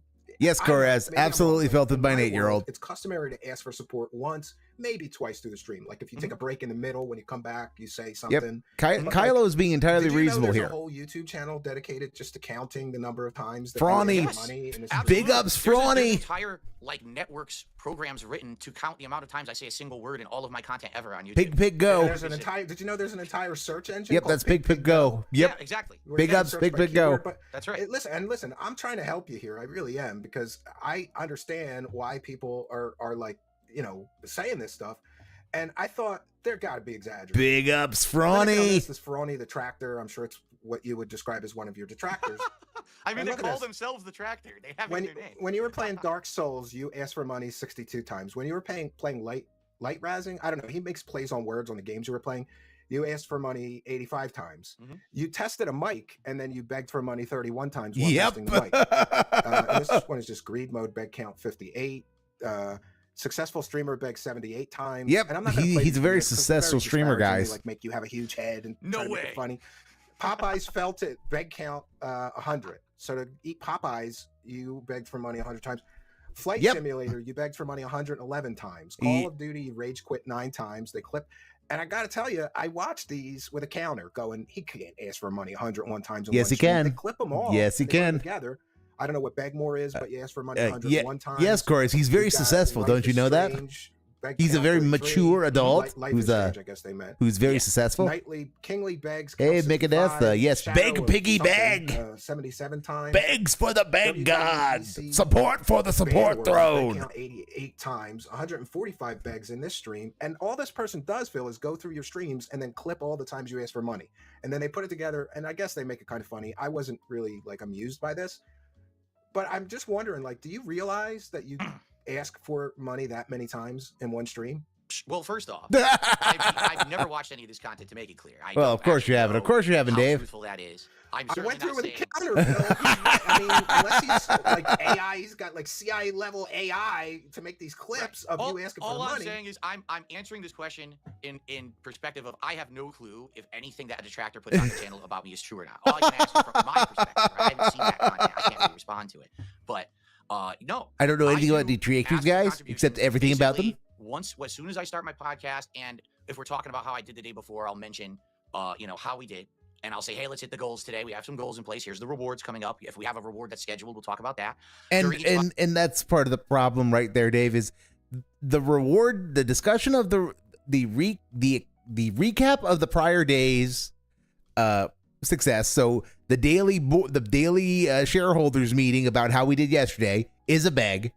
And then there's the beg about how, guys, please give me money. That is the just the beg. And then there's the, if you give me money, you will get these things, so you should give me the money segment. So the reward, the discussion of the rewards for hitting the goal is a separate beg. Dave, that you don't realize this is part of the problem. Podcast, I'll mention it several times for sure.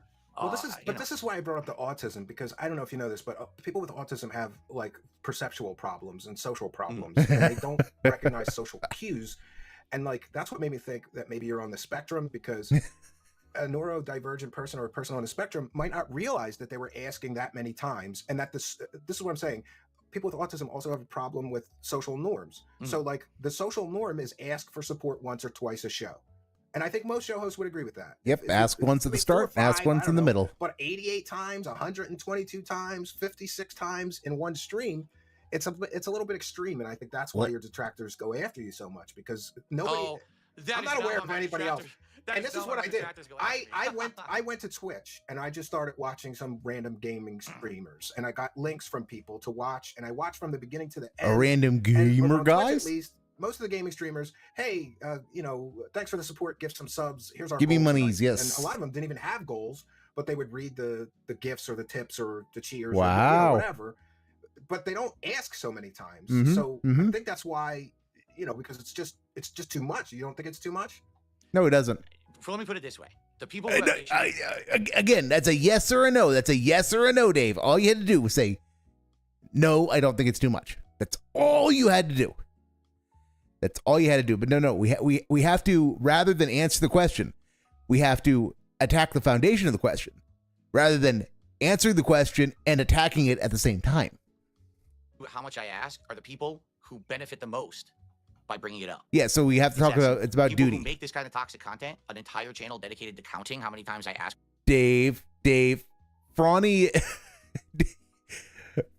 stuff is harmless. It's not toxic at all. The toxicity comes entirely from you, because it's doing nothing but counting the number of times you beg for donations. I agree. That's a little obsessive to count and to clip all. But it's not toxic. That's the thing. Together. But I have to say, Phil, regardless of whether you call them a detractor, they're factually accurate. Okay, yes. And that's the problem. They're factually accurate. You do here's the thing.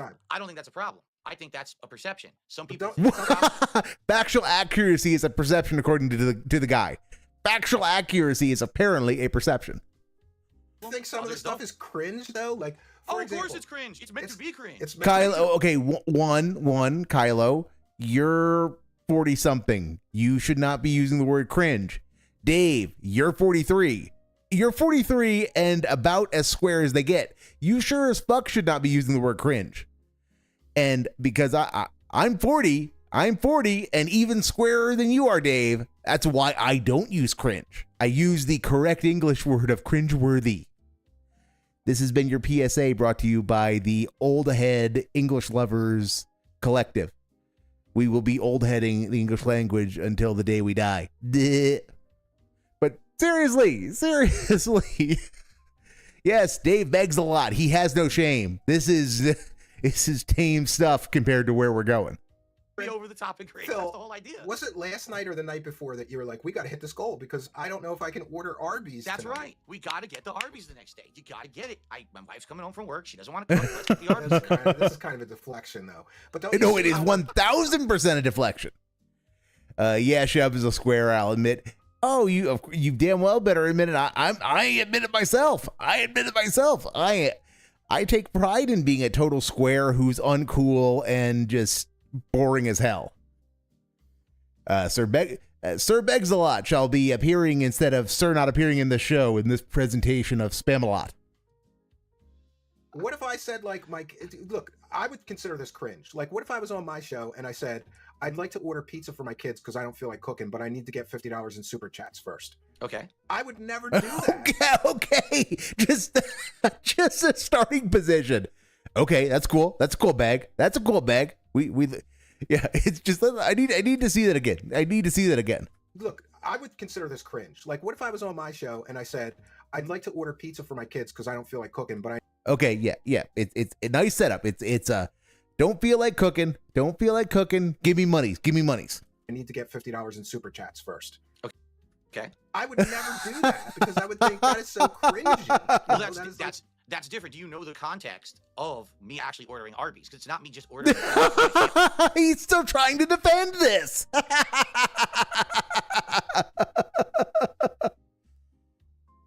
from the kingdom of spams Jabalot. Yes, Cora. Yes, Coraz. Exactly. Yes.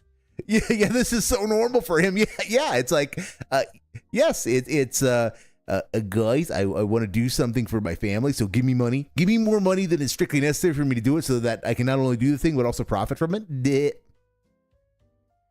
When he makes it big, he'll forget about us. Only we'll read the super chats. Oh yes, I'm going to make it big off of detracting from Dave. Yep, that's a surefire way to make all the big bucks. I mean, Dave has said as much. You know, detractors have made millions off of him. That's actually not what it is. No, then you do the review of 3 sandwiches. Come Mm-hmm. on. Yeah. Yep. Which is an ongoing series I've been doing over a decade. And I actually canceled the series, and people gave me so much crap for like 5 years. These people were like, dude, good job, why Scott. are you not doing the show anymore? We love the Good franchise. slip up, So I said, whoever okay, allowed you know that to what? happen. I'm doing well. We'll bring it back if we hit. I think that could be popular. Who's that? There's a real nerdy guy that does food reviews. Review, on brah. YouTube, and he's Review of the week. Review of the week. That of Review, dude's bro. fun. Yeah. He's fun. He's nerdy as shit, but all he does is eat Taco Bell and Burger King and McDonald's and Chick-fil-A and whatever. I was doing that way Pizza? before he was. I just never blew up for it. But I was Pioneer. And Yeah. Dave, Let's go Dave back, tries to take though, credit for. before I forget, because I Okay, we are reaching. We need a little. We need a. I'm sorry, I don't know about the rest of you, but I need a little palate cleanser. You know, as we reach a segment.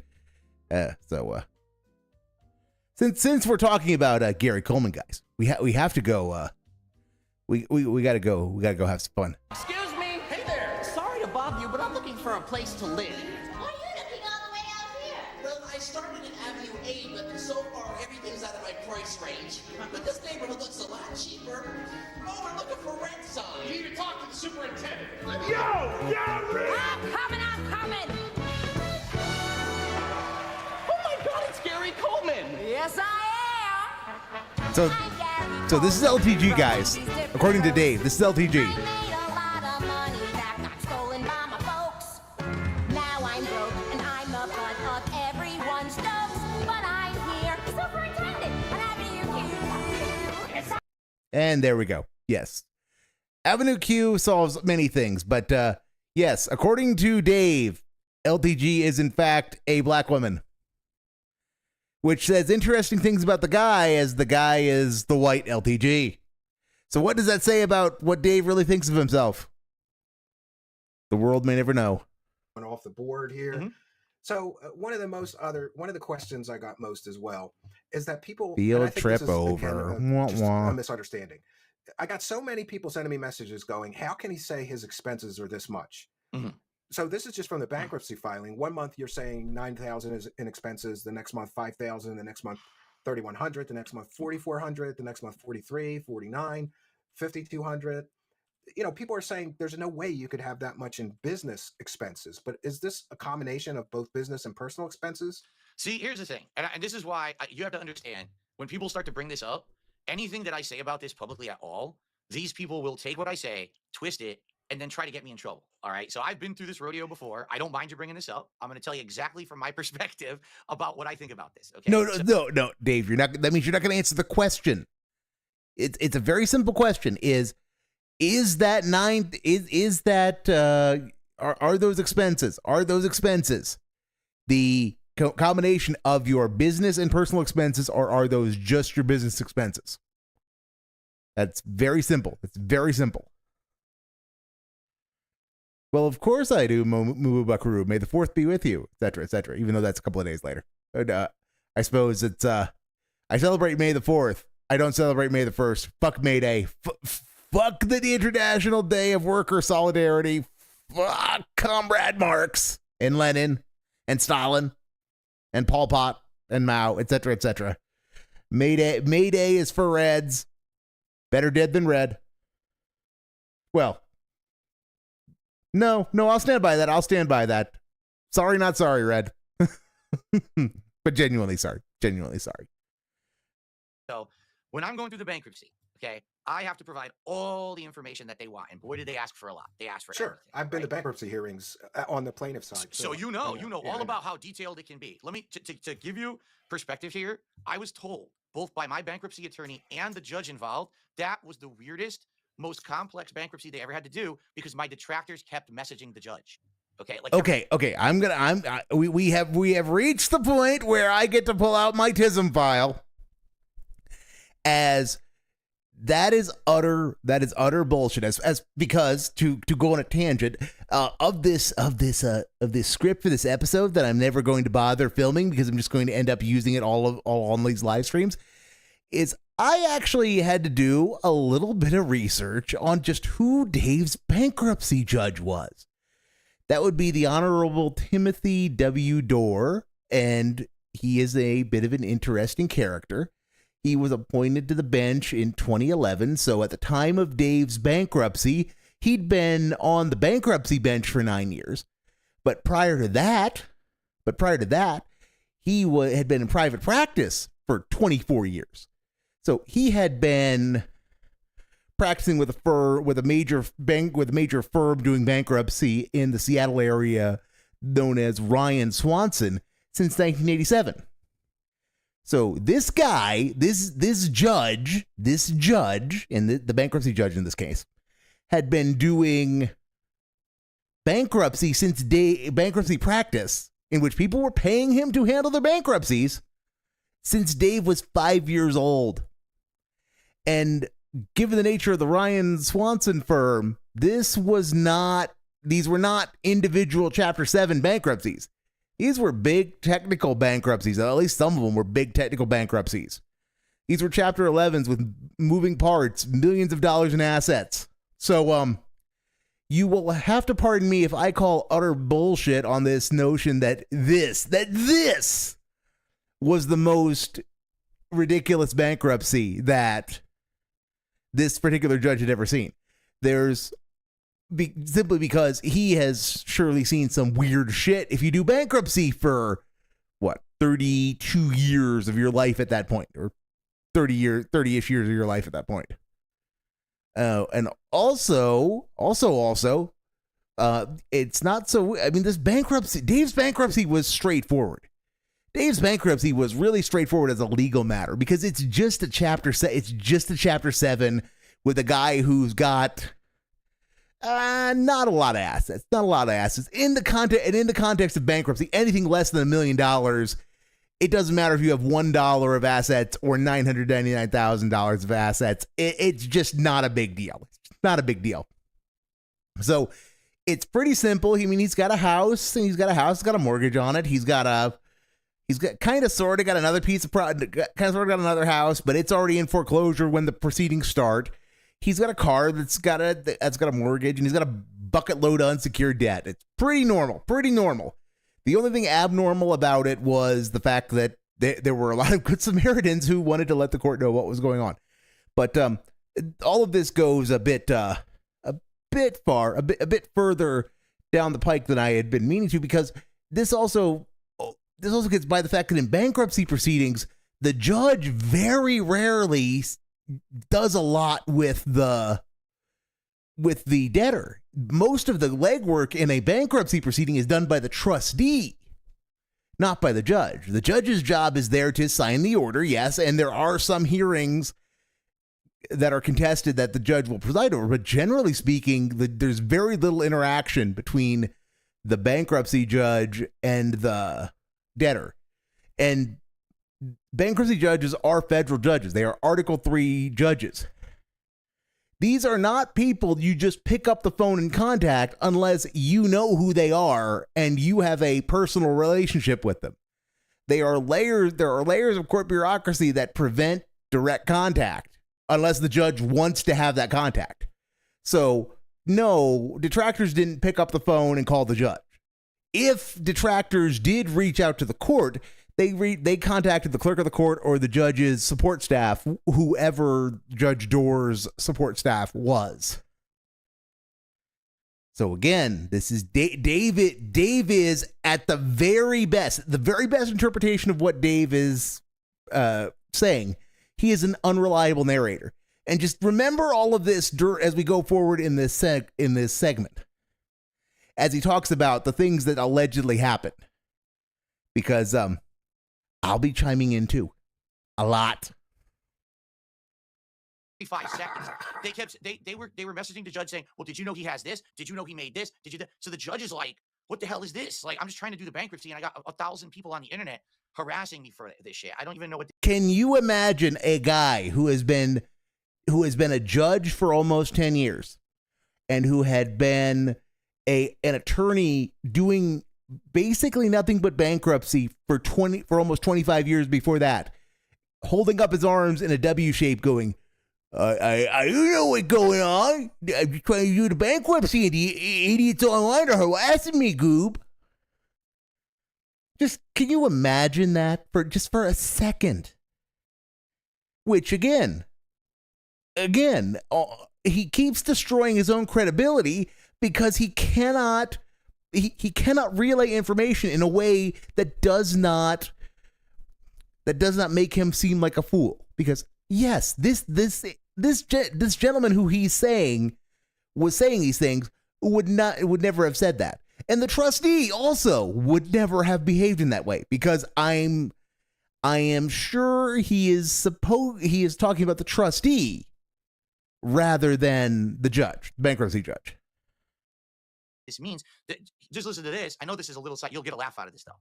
So when you do the bankruptcy, this has to be online. So this is public information. What you're seeing right here, you can find this online. One of the things that happened was that the initial filing didn't list my cat Jasper as a financial asset. Okay. Why? Because my bankruptcy attorney didn't do it. Okay. It's that simple.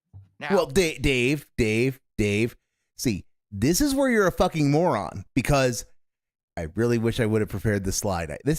Now, guys, this is all your fault, because I let you do a poll and you guys didn't decisively choose the option that I wanted. So I don't have all the slides that I should have had. So give me monies. But I really wish I had handy a copy of the actual bankruptcy pleadings, because I would have some tism pointing out that at the end of the bankruptcy petition, there is a portion that says that I swear under penalty of perjury that the following is true and accurate to the best of my knowledge. So, perjury is perjury. That is an alternative to swearing in front of a notary. It's called a self-verifying affidavit in most jurisdictions that allow it, and the federal courts are one of the jurisdictions that allow it. And when you do a self-verifying affidavit, that's no different than holding up your right hand and swearing to tell the truth, the whole truth, and nothing but the truth, so help you. And perjury is a felony. So, Dave, that you didn't read the damn petition before signing it doesn't back up. Whenever you're dealing with, as an attorney, whenever you are dealing with a document that requires your client to swear under penalty of perjury that it is true and accurate to the best of their ability, to the best of their knowledge, every single attorney will have the client review it before signing it. Now, some attorneys will do a whole dog and pony show where they will bring you into the office and go line by line over it with you. And some attorneys will just say, here it is, please review it, and if you have any questions, please let me know. And if you don't have any questions, then execute.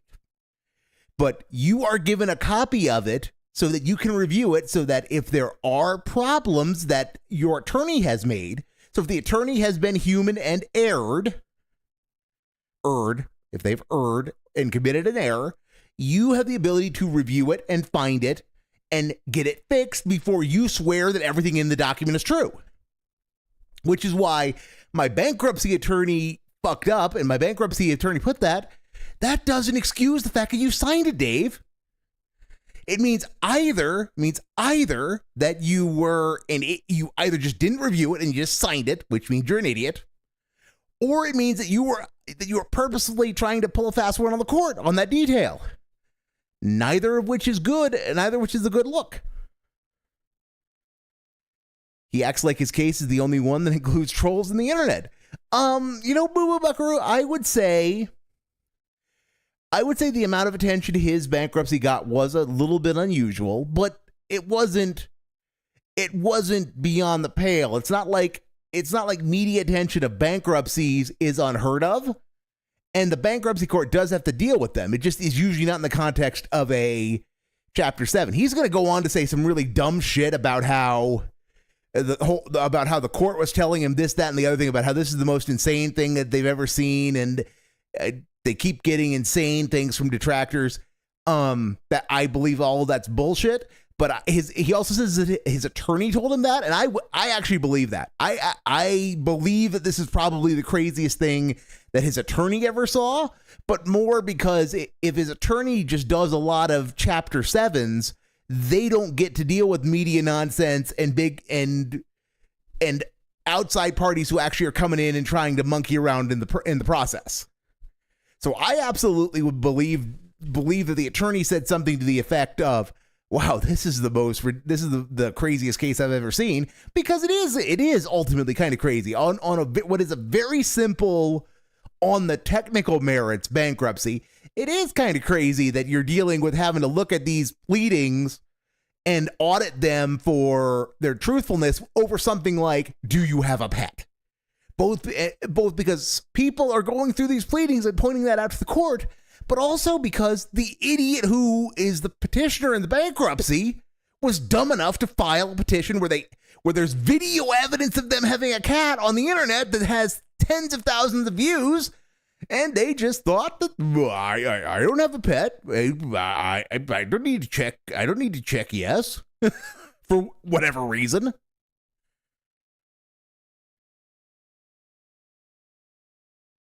Normally, in any bankruptcy proceeding, no one would give two shits. But my detractors mass messaged the judge saying, Phil is lying to you and committing fraud. Still not the judge. Probably the trustee. And he didn't tell you. So well, that's kind of petty. And the judge had to. But see, here's the thing, Kylo. Here's the thing. All of these bankruptcy pleadings are based on the petitioner's sworn statement. So if Dave fucked up a very simple and very provable thing like, do you have a pet? That creates a credibility problem for him. And it creates a credibility problem no matter why he didn't disclose Jasper. If Dave is an idiot, if we assume Occam's razor, and Occam's razor is do not assume deception when stupidity suffices. If we apply Occam's razor and Dave just signed it because his attorney said to sign it without reviewing it, well, okay, that there is no malice there, which is a good thing. No malice is a good thing, and no attempt to deceive the court's a good thing. But he has also cast a light on everything else in the document. Because if he just signed it because his attorney told him to, who knows what other technical errors could be in there that he didn't catch because he just signed it, because he didn't review it. While, on the other hand, is if he did purposely try to omit Jasper by not disclosing him to the attorney, well, that's another credibility issue, because if he's trying to run ops and hide that from the court, what else is he trying to hide from the court? So it's petty, but it does create a problem for him, because why would he not get that right? Because it's so easy to get right, and it's so weird when there's all the visual evidence in the world that if you don't disclose it, why do you not include it? And if it's harmless, and if it's error, and if it's just negligence, if it's just, a scrivener's error, well, okay, how many other scrivener's errors could there be? Which is why the court would not be out of line in conducting a more detailed inquiry into the nature of Dave's finances in the bankruptcy, because he has created for himself a credibility problem. Special meeting with myself and my attorney asking us why we didn't do this. Are we trying to scam them? So when this happened. Okay, I'm going to stop it right here and say this did not happen the way he is describing.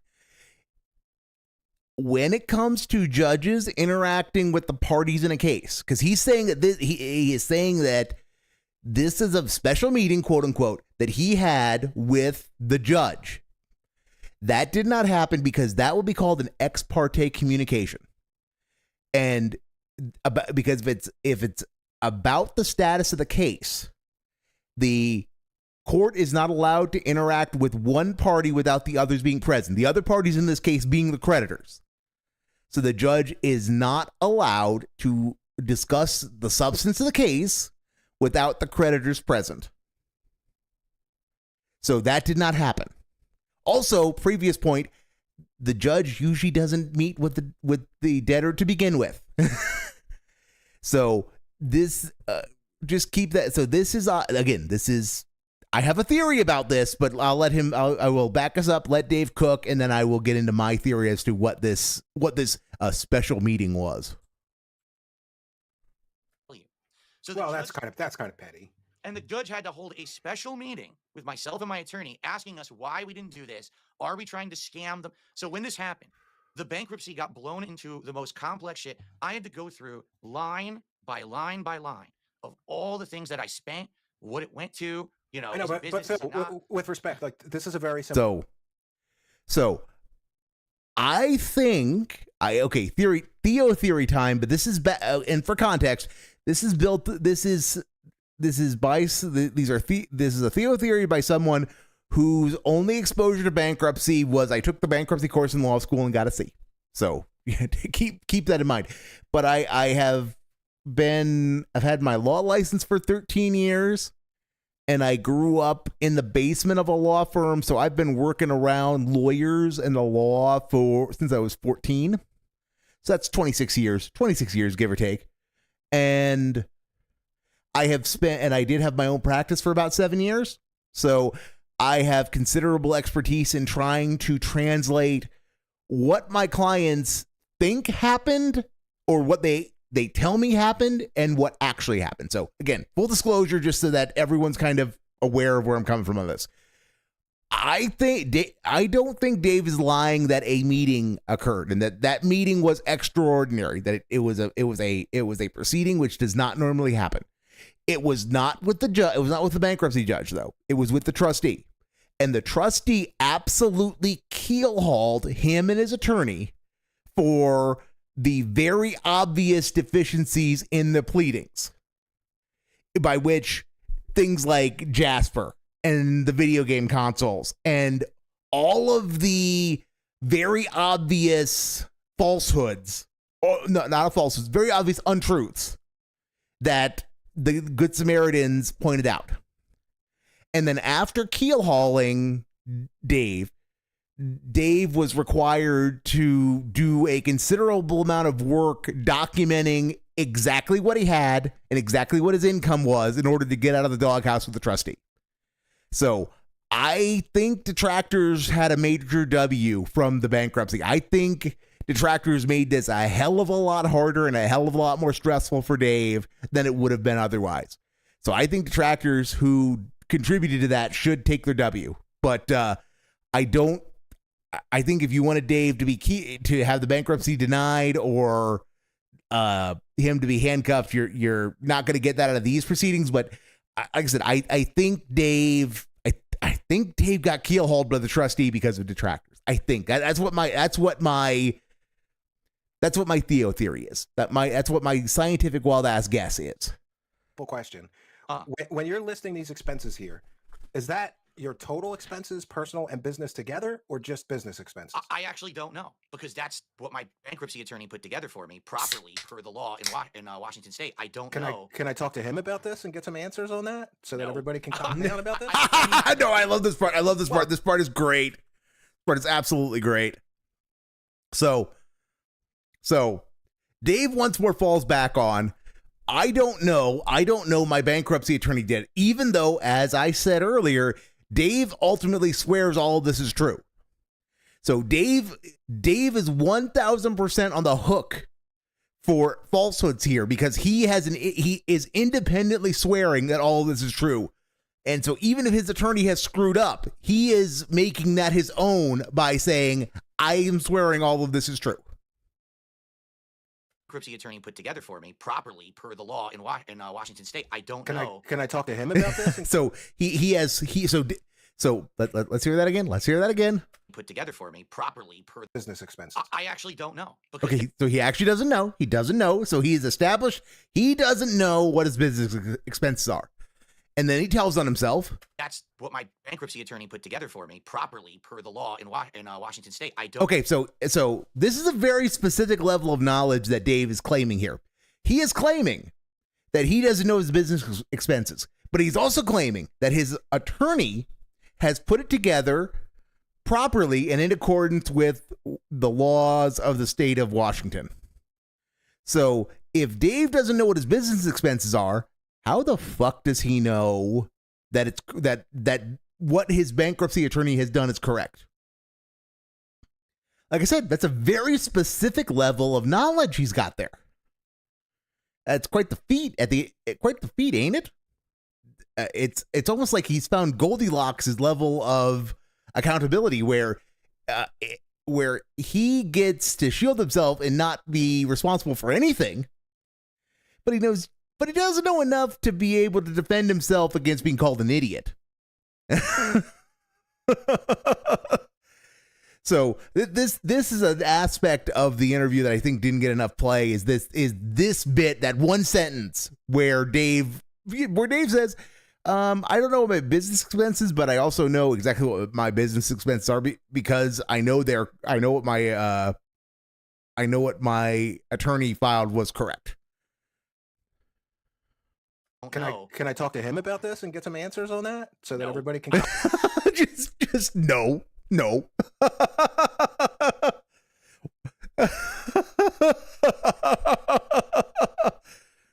It's like a no, fuck you, no, seriously, fuck you, no.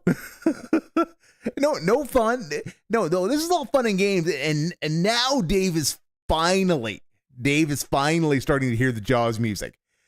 Far too late. He is the beast is well and truly about to eat him, and is the process of eating him when he finally realizes that maybe that music is not a good thing. I'm down about this. I mean, I doubt it, but if you give your permission, he can talk to me. Let me put it this way: everyone involved in this bankruptcy was already mass harassed by a zillion people, and everyone involved was harassed by a zillion people.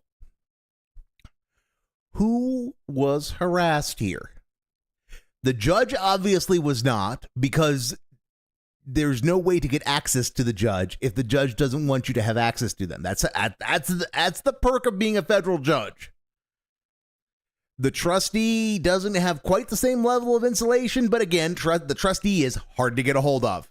And again, this requires that people running gay ops are willing to risk getting on the wrong side of the U.S. Marshals, because the U.S. Marshals do not take harassment of court personnel lying down. They take it very seriously, as security for courthouses is provided by the Marshal Service. And yeah, if court personnel were in fact being harassed, especially a federal judge, whoever was doing it would have been run down. There would have been a concerted effort to make a literal federal case out of it. So, because again, they don't take judicial security lightly. And because I don't believe that has ever happened, and Dave certainly has never crowed about it, because Dave would have crowed about it until the end of time if detractors tried to run gay ops on a judge in his bankruptcy and got caught and were being criminally prosecuted. So I don't believe I don't believe anything was done to the judge. I don't believe anything was done to the trustee. There might have been an attempt to run ops on the clerks of the court, but ultimately the clerks of the federal court deal with way worse people on a daily basis than detractors. And if they can't handle a couple of detractors trying to stir the pot and stir the shit regarding the guy, they have bigger issues with professionalism in their office than, their inability to deal with a couple of detractors. His attorney might have caught some shit. I wouldn't put it past some people to run gay ops on his attorney, to try to, say, call his attorney and say, is the camera still on? But, that's that. If the attorney can't deal with it, that says more about the attorney's character than anything else. Because, attorneys aren't made of glass. They're not built like the guy. We handle dealing with insane clients every day most of the time. So, I'm not going to harass anybody. I'm going to ask him that very simple question that I asked you.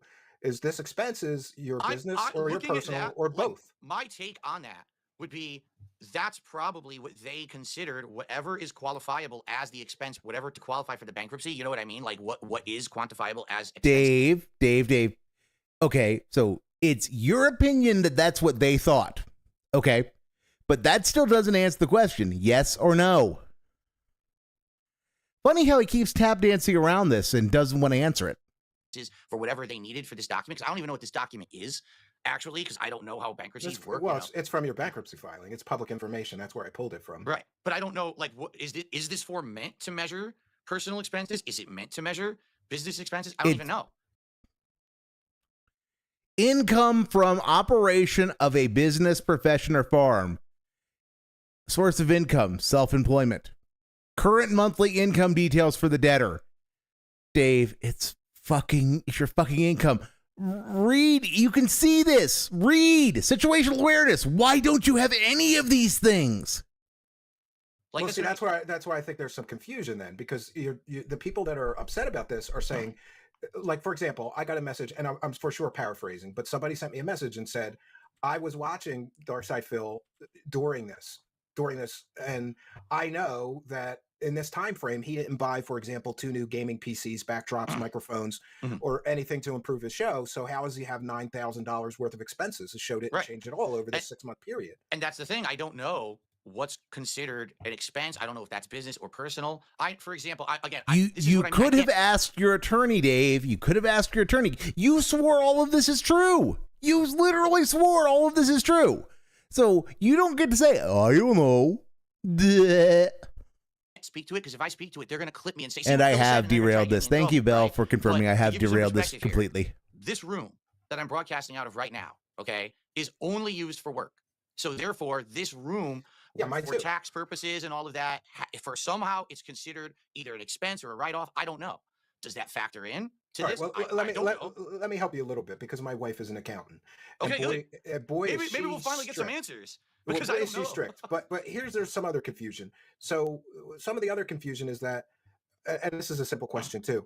Are you writing off like your whole mortgage payment as a business expense? Are you writing off? I don't think so. All that's of your not utilities. Possible. It would to my knowledge.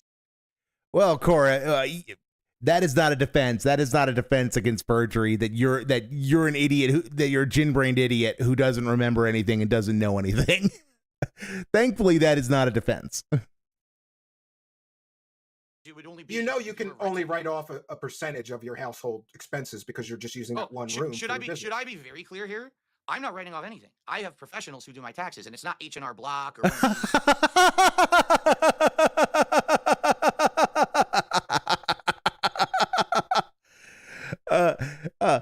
Now, guys, let me be very clear. I'm not one of those fucking poors. I have people who do these things for me. Stupid. Yeah. Did you see how quickly the hackles got up on him when he thought he was being insulted? Let's watch that again.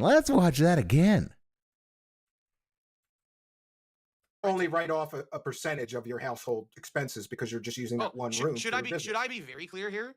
I'm not writing off anything. He's not writing off anything, which means he does not understand one iota about what is going on here. He doesn't understand how his business income is handled for tax purposes. Contemplate that for a moment. Just think about that. Mr. I'm a mature adult with a finance degree. Mr. I'm a successful businessman. Mr. I'm a big shot who's been a content creator for 17 years. Doesn't understand the basics of how his own business works for tax purposes. Mr. I've had tax problems for the last decade. Hasn't learned by osmosis the most basic aspects of how businesses are treated for tax purposes. What does that tell you about him? What is he saying about himself with that? Just that line, just that sentence.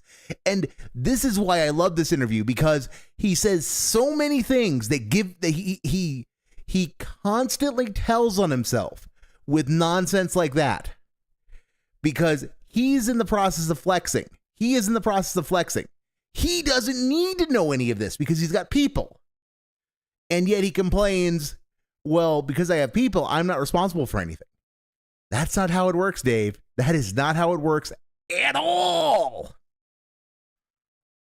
I have professionals who do my taxes, and it's not H&R Block or one of these, fly-by-night bullshit companies. It's a real tax attorney firm. Oh, I know. They're on the bank. Dave, okay. Again, disclose, as I make a stream about me, guys, who's the real star of the show. I took a fair amount of tax law in law school. I took probably you got to do 90 hours in order to graduate law school. I probably did 10 hours of tax law. And my favorite tax professor had a saying. It's that if you are a tax attorney, you don't file your own taxes. So with the point being that tax attorneys do not perform the same function as CPAs. Attorneys are, generally speaking, not accountants. If you're looking to have a tax return prepared, you take it to an accountant. If you have a tax problem and you're looking for a solution, you take it to a tax attorney. And Dave's chronic inability to keep straight his terms. He keeps talking about his tax attorney who files his taxes. He does not have a tax attorney. He has an accountant. But then he keeps swearing, no, guys, I have a tax attorney. When every piece of evidence that's provided says, no, you don't. But I can't rule it out because he keeps saying he's got a tax attorney, but he's an unreliable narrator, so who the fuck knows? But I know from my own experience, I would press X to gout. So tangent over. That really pisses me off when he constantly talks about having a tax attorney when he really means I have an accountant. I check them out. I pay tons of money for them to do my taxes every year, and they do them right, 100% up and down, left and right. They do a great job. So how do you know? How do you fucking know? How do you fucking know that, Dave? If you don't know what your business expenses are, how do you know that your tax preparer is doing them correctly? Seriously. This is I unironically want to know his logic here. I want to know what his of how he reconciles this.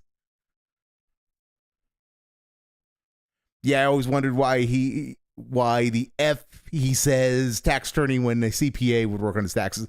I mean, Cora, a tax attorney could do the work. A tax attorney certainly has the knowledge of how to prepare the tax form. They just usually don't have the accounting knowledge. But I mean, I had a couple of people in my law school class who were going to be JD CPA, who were going to be attorneys who had their CPAs. So, I mean, you can do that, but it's one of those where if you are someone who has their JD, has passed the bar, and you're a CPA, you're not going to be taking Dave's money because you're going to be charging him he spends like $1,200 or $2,000, between $1,200 and $2,000 a year to have his taxes prepared. If you are someone with a JD and a CPA and you're doing tax preparation, no, you're adding a zero to that. You're dealing with people who have way more complicated issues who need a tax preparer who is also a tax attorney. So that's not the guy. The guy's taxes are really straightforward. He's a small businessman with who wants to write off as much as possible. I mean, it's not hard. It's not hard. I could do Dave's tax. Hell, fuck, Pop when he was streaming regularly, I want to say it was 2023. Yeah, the first year of the tips tracker. He did a goddamn tax preparation stream where prepared a tax return for the guy. It's not hard. It's not hard given what he does and what his expenses are. What's not? I don't know. I can't answer those questions. Get to another one of these. So the asking for support, we'll go back to that because, one of the other criticisms, I guess, is, that you ask for support too much. And I think that maybe I can help you understand some of this. Wow. Because in some of this stuff, it's kind of, like I said, it's cringy, right? Like, wow. Like, sure. Purposefully so. Yes. No. Yeah, see, this is Dave doing I'm just playing a character, guys. I'm not really a beggar who can't help but panhandle constantly because I get a dopamine hit whenever I get money. No, those are just trickster lies. It's all a character, guys. Yeah. Well, as the King Snake Eating demonstrates, how much of a character is it really? I mean, So if it is all a character, then Dave, while in character, ran a gay op for 8 months to belt PPP and Andy so that he could make a bunch of money. But the character of Darkside Phil isn't a greedy fuck, so get banned, you stupid troll. There might just be some logical contradictions to Dave's story. No, I guess that's just me being a mindless, nutting distractor, guys, for not being able to see the brilliance of his master plan. That's got to be what it is. He can't possibly just be an idiot. You make yes, it cringy absolutely. on purpose? It's hammed up. It's hammed up on purpose. I'm not. Do you really think it's a big deal if I had Arby's on Wednesday or Thursday or Friday? Does it matter? It's just yes, you it does, up, Dave. You make people get motivated to do it. That way we get it, right? As opposed to if everything's never a big deal and you don't hype anything up, then who's going to have incentive to ever care about it? You know, I'm a crowdfunded individual. So you got to hype up these events. We're going to do a DSP Tries It. We're going to do a marathon. Well, Today, some people say that you have this like bloated sense of self-importance, like the money's just yours. You earn, you deserve it. 1,000%. 1,000%. You don't think that this is too much? If you like my content, and if you can support the streams today, please do. In particular, I absolutely need help with tips. Yes, lunch meat sandwiches. And I hit the goals today, I'm in a good position for tomorrow. If I stream today and I hit none of the goals, I'm fucked. And essentially, he's gonna quit. Fuck, guys. Eat a lunch meat sandwich, you know, for our day off. I can't even have a meal out or nothing because, you know, this is the situation I'm in. And so many acts. So many acts. That was some good old fashioned acting right there. No, to me that's too much. No, it's not. Understand that some people. All right, so if your position is that you're doing this on purpose to make it cringy and you're laughing about it's a joke, but some people in your live chat really don't know that you're joking, and they might think that no. Phil, you basically say this is great. It's such a grift, but it's grifty. You basically say like, if I don't get tips, I can't buy groceries, and I may be subjected to have to eat a lunch meat sandwich on my day off. I won't even be able to get takeout food. And who wants to do that on their day off? But you're putting that on the audience. You're putting it on the audience. First off, I'm trying to remember that specific situation because I don't actually remember what the heck that situation was. You were begging for groceries. Tips. It's because tips I get immediately, so I could actually spend it on something right away. And he just launches right into the canned. Yes, I talk about tips because I get them right away without engaging the question. I mean, it's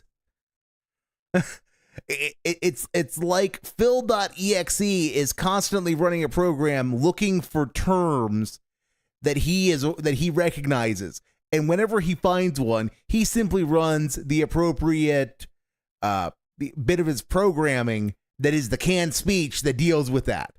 It's so tips are mentioned, so he is required to talk about how tips are important, guys, because I get tips immediately. Well, you're getting a ridiculous amount of super chats, but as you know, you don't get those right now. You got to wait like a month and a half before you get anything. No, I got to wait until the 21st, and I don't live paycheck to paycheck. And that's right. This is, and also, in your defense, we talked about this a little bit off air. My show doesn't pay any of my house bills. I have other sources of income. And, you know, and speaking of that, we'll get into that next because there's some other stuff there. I took another one off, and this one is about abusing users and taking advantage of users. And yeah, you know, there's some people that are like, why the stuff that he says. Let me share my screen again. And before he shares the screen, what has been, like I said, I came into this knowing that there was a bit that I was really kind of fluent with, that I had a bunch of ranting to do about, because I was been working intermittently on a video about that particular point. What has amazed me about this is that this whole thing is 6 months old. This whole thing is 6 months old and was an absolute disaster for Dave when it happened. And yet here we are. How many of these criticisms still apply today, if not more so? It's almost all of them. Almost all of the stuff Kylo is bringing up is still a problem today. It's still stuff that's going on. We got another one to share with you here. And I want you to react to this one and tell me, you know, is this too much or is this okay? Because let's hear this in context. I've never heard this before. In context, What does in context mean in this context, Dave? As the context gets fractal. Context all the way down. You often say that people take things out of context. So I'll play it, and then Okay. you can explain it, and you can put it in context for me. Sure. Thanks for the money. Thank you, Kylo. Because that's exactly what you fucking are. A bunch of fucking empty-headed idiots who paid me money to get absolutely nothing out of it. Thanks. And remember, we had a say the line Bart instance with "Thanks for the money, dummy." Just this last week. Oh, I know exactly what that is then.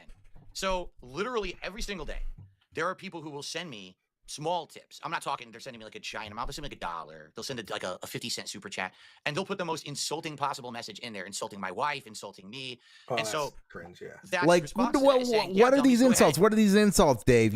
Since you never reveal what these insults are, it's hard to tell how serious they are.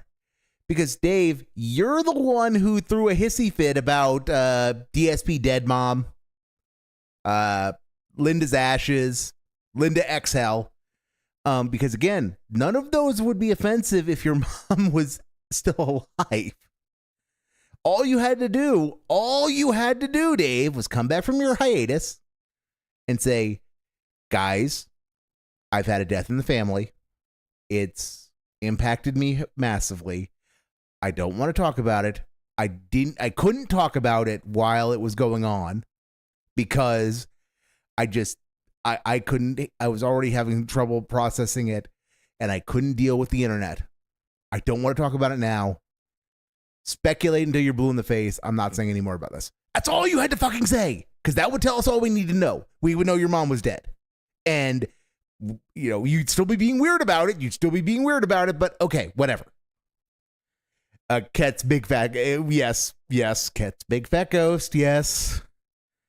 Yeah, and Dave, you just could have come out and said, guys, I'm sorry I had to go last week. My mother has died. I could not deal with the internet during this time between what I knew detractors would say and my own inconsolable grief. I just needed space. And that's all you had to say. If that's what happened. But the same applies to anything else, is if you had a genuine emergency, if you had a genuine bad thing going on, you just had to say, guys, basic synopsis of the bad thing. I couldn't deal with the internet and the fact that my detractors are going to laugh at me. And now that it's taken care of, I can move on positively. That's all you had to fucking say. But no, we have to do this. You'll never know what happened because I'm not telling you. Nothing you can do to me will make me tell you. Now, guys, it's been hard. Now give me monies. And ain't it funny how his hiatus has turned into a begging tool? Keep sending it to me because you get nothing out of it. Because if I remember this in context, they were expecting me to read every message. And I said, I don't have any obligation to read any messages at all. Technically you do, Dave, because that is if you want to avoid chargebacks or the like, because that's the deal you're offering. That's the contract you're entering into, Dave, is they send you a message, you shout it out. They send you money, you shout it out. And it's implied, at least, that the shout out also includes reading the message or displaying it. If not reading it, then displaying it. But, no one's going to actually litigate the point as far as whether there is an implied contract there. So, an implied warranty rather than not an implied contract, implied warranty. So, fine, have your fun. But yeah, no, Dave, your problem is you don't shout out people who give you money. You just say, well, I got a troll here. The troll can get fucked. So, thanks for the money, dummy. How are they supposed to know it's their shout out when you won't say their name? When the name itself is often the thing that you have an issue with. This wouldn't be a problem if you just say the damn name. Be insulting. The moment that you cross that line, I'm just going to ignore you. So go right ahead. Send me tips. Send me super chats. Thanks for the money, dummies. Now you wasted your time because I'm keeping it and I'm not reading your message. Smug mode engaged. All right. Well, Smug I mode guess I engaged. can see that that's fair, but and maybe that's taken out of context. But from a public relations standpoint, it's really not. Do you agree that maybe it's really not good to have that clip out there on the internet because it isn't good. But there are 5 zillion clips of me out there, and they will never stop. So at this point, they will never. Dave, has it ever occurred to you that maybe the easiest way to make people stop clipping you is to stop doing things that are clip worthy? You'll never be able to stop doing that because your gameplay is absolute trash. and so there always will be something to clip so long as you're playing video games. But I mean, so many of your own problems are things that you've done to yourself. And Koraz is getting scammed by Belchan. Saying do anything, it doesn't matter. Just to be quite frank with you, the things that they've said and done about me over the years, that, you know, there's so much vile stuff out there that it's just white noise at this point. You know what I mean? Like, I just don't give a shit what they clip. I really don't. It doesn't bother Or do me at you, all. Dave? Do you really All right, care? and I got another one on the same sort of thing about this is you asking for support. Mhm. And I don't. Let's get your reaction. It's to going some to be of great if you this. can support the stream tonight in any way. It's going to be critical that you guys support the content in whatever way that you can. Really, if I don't get support on these streams, it sucks because that means that, you know, I'm not making anything on the video. Yes. If you'd like to support my DSP final stream versus this the week, internet in any way, I would give you a was shout out. indeed a Last scam. chance, if you'd like to support the stream in any way, I would appreciate it. Guys, thanks for being here. It would be great if you could support the stream in some way. But outside of that, any support would be appreciated. It'd be great if you could support tonight's stream. You've been asking me non-stop for variety. So I'm giving you variety. I'm giving you what you want tonight. I'm sorry, I didn't realize this is like 12 minutes of you asking for money straight. You Let's. need to pay at least 3 to 4 people bill today. We're really Yeah, but here, here's a perfect example. You're saying like, oh, I got to pay bills, so you guys have to pay up. stresses me out. 50 here we being a go. loss Now, is now, definitely a now, scam. now, now, That's hard-coded, Koraz. I can't do Really, anything I'm about almost no that. support at all. Guys, it would be really great if you could support the stream today. Not that I We would have if I had a very could, slow support because, stream, you I know, don't lie. Belchan is a I harsh don't is a think harsh this game is mistress. my lowest supported stream, being honest. It's such a great game. You guys have asked for it for years. I wanted to play it for years. It kind of sucks to know that this is sadly a game that people aren't really digging. I don't know. We have another hour left, okay? I'm just going to be doing story, as you can see.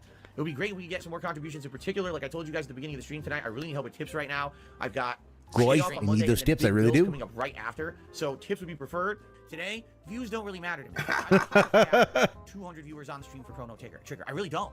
It's not a big deal. Chrono Trigger, guys. did Do you not guys get want to play support Chrono last time. Trigger? I'm nervous. I kinda that wanna if see this a happens, this Chrono game Trigger. ends up being the slow game, and it doesn't get support. And what if there's a day when also the other stream I'm doing doesn't get support? That's going to be a concern.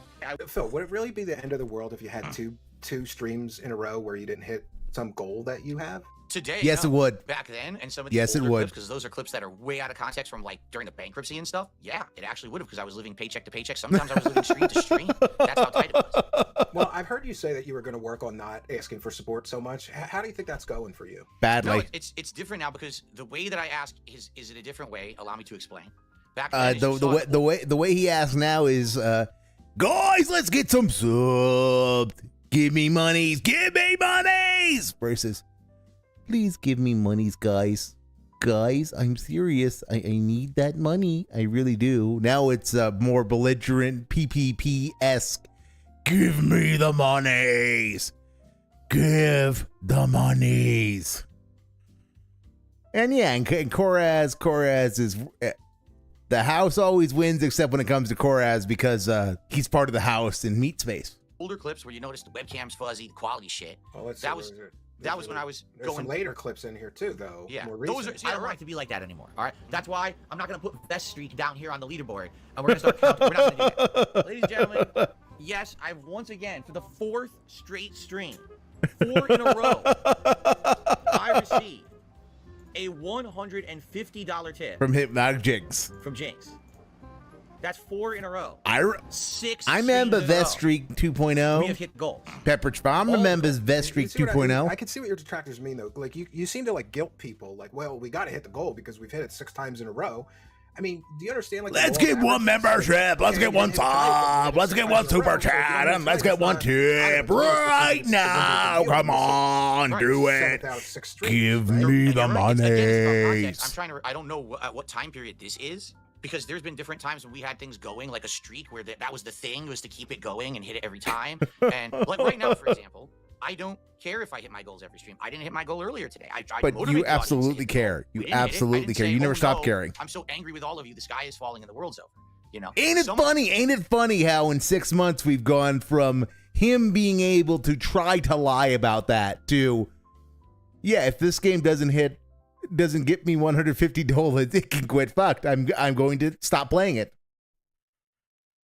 I love how he never says money. He just uses thinly veiled euphemisms like support. Yes.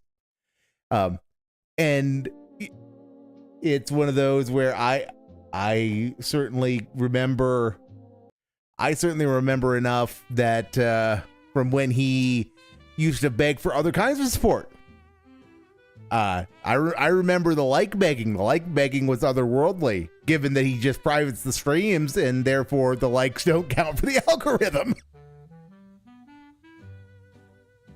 These clips where you hear me say things such as, well, if I don't have enough tips, I can't go grocery shopping or whatever. It's because it was true. It's because that was years and years ago at a time when things were much, much worse for me. But Phil, you just said that you couldn't order Arby's like 2 days ago. Yep. Right, and that's different. That's a joke. That's because No, it's not. That's the thing. It's really not. All right, listen, if I go to Phil, with respect, if I go to Pig Go right now and I put in the keyword term groceries, how long ago is the last time that you said if I don't hit the goal, I can't hit groceries? Oh my God! Actual saying that I can't afford my Red groceries? needs that money. He really does for the internet bill, the electric bill, the Hogan bill, most of all. It definitely hasn't happened since Red's just like the guy actually, in that he's a degenerate gotcha player. The fact that you need those guys to class you up is pretty funny to me, but okay. Like, really? The casino guys said don't ask for grocery money anymore, Phil? Oh, no. What I'm saying is when I appeared on the casino, all right, for the first time in over a decade, people saw me in a completely different light. No, they didn't. Well, I think Ashton is trying to run your redemption arc. That's what I think. Yeah, Ashton was trying to run his redemption arc and make some money along the way. But some of the things that I've been through when investigating you is really scary. Like, I just want to ask you about the incentives and benefits. Like, do you really think that it's a benefit for your audience to see you put on a vest or put on a hat or eat a sandwich? Like, that's what you're rewarding them with? I don't get it. By the way, I'm the outsider looking in. Maybe that's normal. Did you know that I don't do that stuff anymore? Not the sandwich, because we've already talked about this. Are you aware those goals don't exist anymore? They were phased out. Phil, how long did you have them though? Show this week, you made people give you money so that you could eat snacks on stream. Yep. That's another one of those. No, I didn't make them. That's a reward for us hitting a support level. That has nothing to do with made them do it, so that they didn't do it because of that. But you understand, it's the same as asking for grocery money almost. Like, send me money and I'll eat a snack. All right, here's the deal. So, no, but here's my point. I understand your point. Let me respond. You understand, but you're not going to do anything about it, okay? What you'll notice, by the way, I don't know if you know we're tiny. I don't know if you know that. But here, I'll fix it. There's a distinct difference between years ago when I was actually financially distraught, legitimately financially distraught, okay? And I'm on my stream and I'm saying, please support the stream today. I literally need tips. I even said things like, don't send me super chats. Don't become a member. Where are they? Tips today, because I need the money for tomorrow to do something. Tips, where are they? That's a lot different than anything I'm doing today, where today it's a positive reinforcement and an incentive. Positive. A lot of joking and razz. I've actually kind of learned a lot from the casino since I've been on there and I've watched them, how they do. They positively incentivize their audience, right? Instead of saying it's a negative unless you support, you say, if you support me enough, I'll give you a positive. That's except you don't give your audience anything, Dave, other than getting to watch you eat fast food. And you and you did develop a routine where you did give your audience something resembling a little bit of entertainment because you were never happy eating fast food. You always were ranting about something, usually something stupid, and usually attributable to your own laziness and the fact that you had the DoorDash everything. And then you went and ruined that by doing whatever the fuck you did the other day, where you were probably getting paid or at least got the food for free. So, oh my God. Nothing has changed. 6 months have passed and he's not moved 1 inch. kind of reinforcement that I'm learning and I've instituted in my content. So every time we hit 10 goals, we all talk on streams about what is it you want me to do. Just this morning on my Kick Chat, someone said, I want Phil to try the Shamrock Shake from McDonald's because he shit talks it all the time. But when was the last time he actually had one? And I was like, you know, it's true. I don't even remember. Probably 15, 20 years ago. And I hated it. So people want to see me do that as a reward. So that's a positive incentive. We hit a certain amount of goals. I'll get it. We'll do a taste test video. And I know another thing that you're thinking, because you're probably thinking, well, how is Phil eating something a reward for his viewers, right? Good question. There you go. See, I'll play devil's advocate to myself here, right? Like, how? That's not devil's advocate to yourself, Dave. That is the logical question being asked. No, Dave. Playing devil's advocate in this context would be saying my detractors are correct. It is not a reward because of etc., etc., etc. That's what devil's advocate would. To be the devil's advocate is to argue against your own position. So unless you're going to argue against the position. Your own position. So if you're gonna say unless you're gonna operate from the position for the next little bit, the detractors are right and that it's not a reward, you're not being a devil's advocate. Here's the thing: if I were to say every time that we hit a support goal, I don't know, I'm gonna raffle off something. I'll raffle off a portal coaster. We'll do this or that. Okay, you could do that. You could do that. You've done that in the past. You could absolutely do that again. Okay, so we've established that. So what if you did a thing that you've done in the past? Bill, so you guys have to pay up. Okay, hold on. Let's put it in context, shall we? Because it's not in context. Today, we really have almost no support at all. Guys, it would be Okay, that got fucked up somehow. Way to my cabin. The only thing I've ever want to try the. Thank There you go. Yeah, 50 super chats, any amount. To get a reward. It's since I've been on the casino. Sorry. Something positive. It's a positive reinforcement. Sorry. Fuck that up. Me asking for something to buy something. Or And by the way, I'm learning from you. So I didn't start a goal tonight. So I just setting the goal now. We want 50 super chats, any amount. There you go. And I will eat Arby's for that. Thank There you. you go. Yeah, and What are you gonna get? What are you gonna the get? goal. I don't know. I think I want to try the burgers because I saw what you did and you're right. I drive by an Arby's on the way to my cabin. The only thing I've ever liked from Arby's is curly fries. My wife likes some of the old sandwiches, but they stopped making some of them. I don't know. Yeah. I'll get a burger. I'll eat Arby's if I think you'll like 50 super chats. But I I think don't you'll like believe in burger. DoorDash, so they have to Run wait the until I scam, actually Kyla, just run the go to scam. sandwich. There you I go. don't believe in. Oh, that's another criticism. Do you do DoorDash like twice a week or how Yes. much do you do? Yes, he DoorDash? does. I do. I usually, if I'm not going out on my day off, I will DoorDash one meal that my wife and I share as like a dinner, so we don't have to cook because we literally cook every other day at home. Or if I'm doing one of these big rewards after hitting 10 or so goals, we'll DoorDash the meal to show up so I can do the video live because no one wants to sit around while I'm going out to get the meal and come back. They want the food to be here on time during the stream, so that way it saves that downtime. But no, I don't DoorDash every other meal.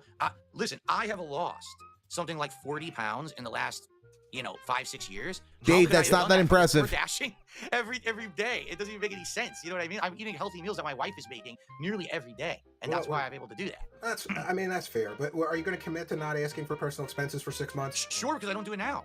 Again, Yes, you do. I'm going to hold you to that. I'll be checking Pig Go every week. You will. Now, here's the thing I do, Keywords, though. I wonder if groceries, Kyla did that. mortgage, Day off. That's fine. You can't ask for money for your day off either. I wonder You if can't ask Kyla for money did for your that. day off, I wonder 'cause if Kyla that's did not that.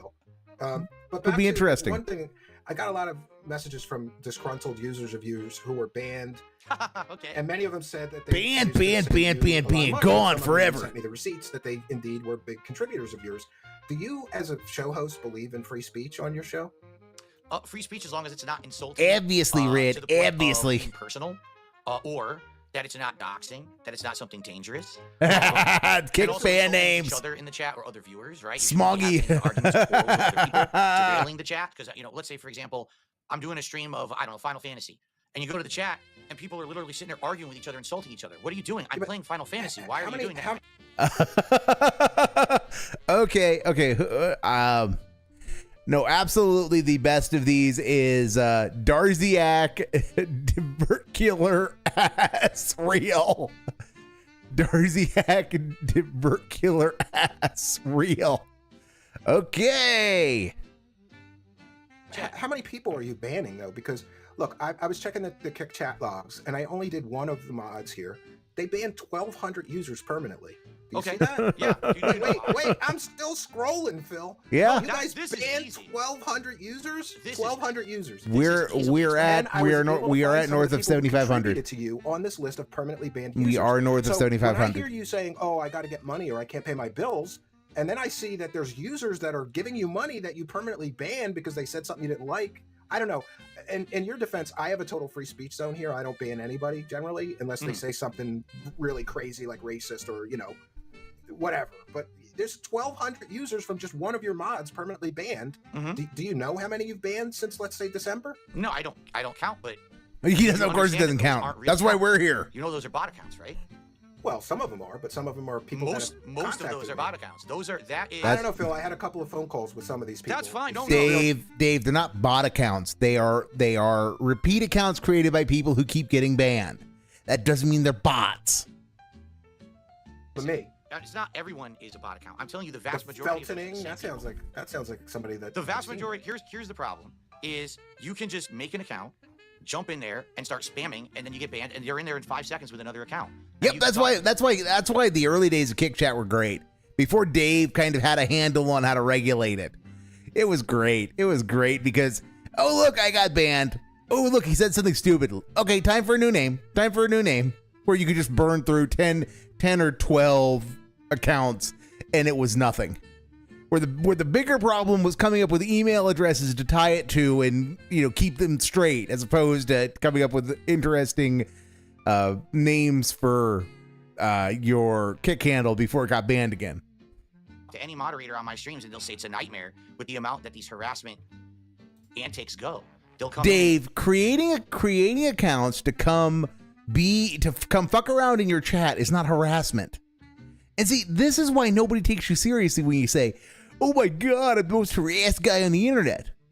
It's because to you, harassment means, it doesn't mean harassment. It means somebody coming in and doing something I don't like. Which, yeah, these people are fucking with you, Dave. They are absolutely fucking with you. That doesn't mean it's harassment. It means that they're fucking with you. Again, if you had a problem with it, you could have locked down chat, and you eventually did. So, okay, are people in Kick Chat harassing you today? Because you let Kick Chat live. It's utterly overrun with LARPers because you can't tell the LARPers from your own fans at this point, which is well done, King, well done. But you want to define your terms? You would think, oh no normal person would do that. These people are not normal. These people go in there some days with 50 accounts. You ban one, next one. Some of them, like, I'll give you an example right now. Yeah, it was fun. Oh, here we go. Those were fun times.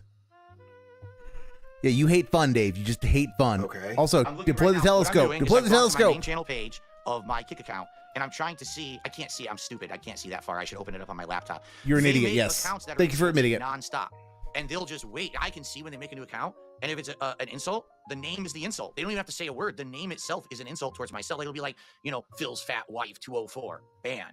Phil, the IRS is going to arrest Phil. Ban. But 1,200? 1,200? Why is the IRS are going to arrest Phil an insult?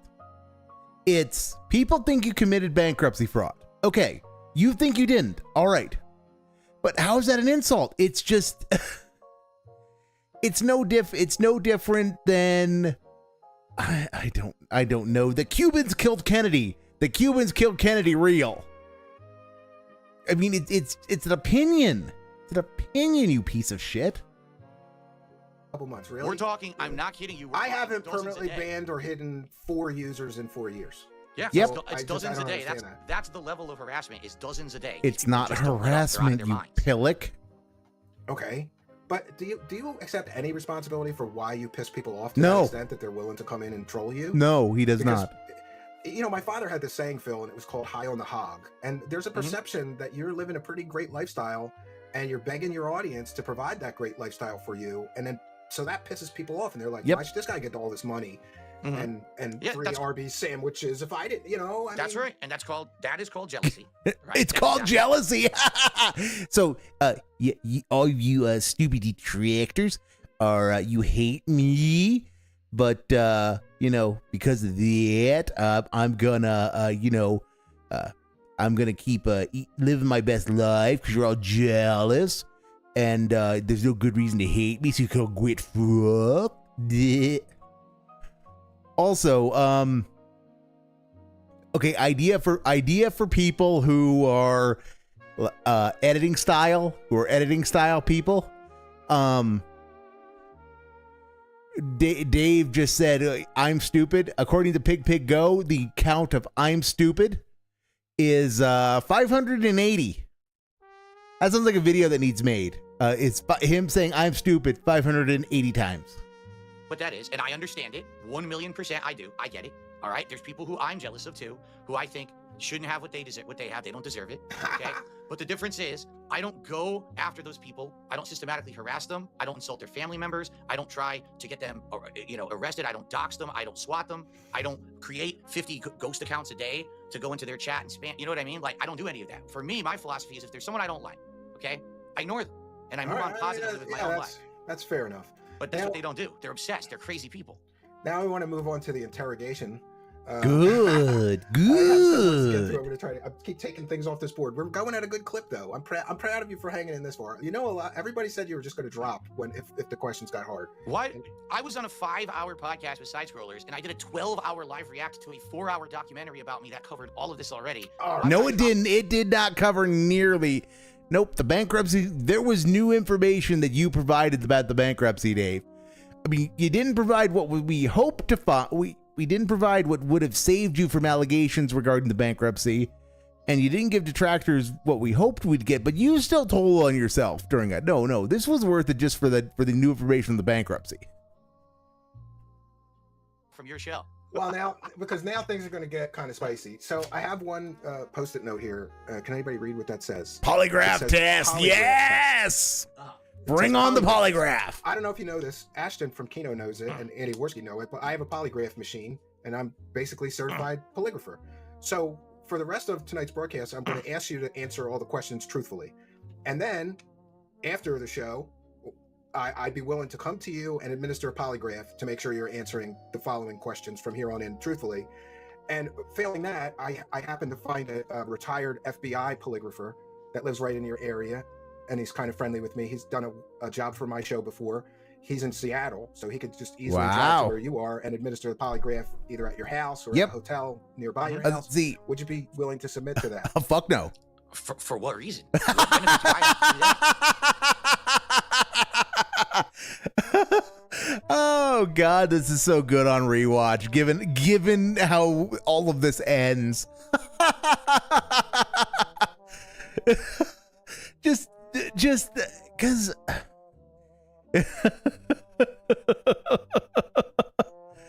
it's so good because Dave doesn't know how to respond. He doesn't know how to respond. So he just goes with what his first instinct is, which is, that's fucking stupid. It's just fucking stupid. Which, yeah, Dave, that's the wrong attitude. That's the wrong attitude. Let's hear that again. Would you be willing to submit to that? For what reason? Yeah, for what reason? Because everybody thinks you lie. Because at the very best, you're an unreliable narrator. That the stories that you tell that you think make you look great, make you look terrible because of how much of a liar you look like, even when you're telling the truth. Because it could be used as ammunition for your own cause in your eternal war against the detractors who are taking you to context. Any of these. Imagine if DSP sues and he has to take a polygraph. Well, Red, I hate to ruin your fun, because it is fun to imagine. Don't get me wrong, it is fun to imagine. But that's not how it works. Polygraphs are generally considered inadmissible for evidentiary purposes because their reliability has not been established sufficiently in most jurisdictions to allow for their admission. What benefit do I have to do that? Because so that you could clear your name, like everybody keeps. Listen, Phil. Everybody keeps saying you're lying about a lot of stuff that we're going to get into next. So here's what I'm here for: Ashton from Kino and Andy Worski, who want you to have the redemption arc. And I thought, what better way of redemption than passing a lie detector test? Yeah. Also, that's a hell of a freeze frame on Kylo. As Kylo takes the invisible dong right in the face, Dave's saying, no, I don't need that. But yes, this is okay. This is one of the things that, again, I don't understand about Dave is he is adamant. He's adamant that he cannot win the PR war. He cannot win the hearts and minds of the internet. He cannot improve his reputation. His reputation cannot be saved. So why bother doing anything to help? Why bother doing anything to try to generate some good PR for himself? Because his reputation cannot be saved, because no matter what he does, it will be misconstrued and used against him. But yet he constantly whines about how he has a bad reputation and he, through no fault of his own, and how it's everyone else's fault. I mean, you can't have it both ways, Dave. Either your reputation is unsalvageable and you don't give a shit, which is why you don't do anything to try to salvage it, or you've been wronged and you need to do something about it. They're not. It's one or the other. It can only be one or the other. prove all these evil detractors wrong. I've got a Allow me- polygraph. I've got a polygraph set up and a chair, Mhm. right? It goes in a briefcase. I could take it on a plane. I could be at your house in a couple of days. I need a little bit of time to, get the plane ticket and figure it out. But like, Phil, what better way to shut up all your detractors forever? Yeah. You say those bank leaks aren't yours, right? We'll put you on a polygraph and ask you that question again and verify that you've been telling the truth this entire time. Yep. And you haven't lied about Not it. hard. Mhm. Not hard. I think this is a great idea. It is. And if you don't agree to this, it Mhm. doesn't look good for you, because Okay. it kind of looks like No, Red, he would not have. He would not have. He would not have, because he's not wrong at what's the benefit for him. What's the benefit for him? He is not wrong in that, because he is not going to be able to pass the polygraph test to begin with. He's not going to be able to pass it because, well, as the June documentary established, Dave has absolutely no problem lying to his audience if it is convenient for him. That it is convenient for him and he thinks it makes his life easier is a reason for him to lie in his own mind. So he did that. Because that's the big thing that comes out of the June react is he says, yes, guys, I was down from the rafters. You got me. Darn detractors, golly gee willikers, shucks. I was down for the rafters, but I sold the account, Goob. I sold the account. And I just kept saying I wasn't down from the rafters because it was easier to do that than explain what happened. So so when he comes out and says, yeah, I lied to you because it's easier for me that way and I'm going to keep doing it, who knows what other shit he's lying about?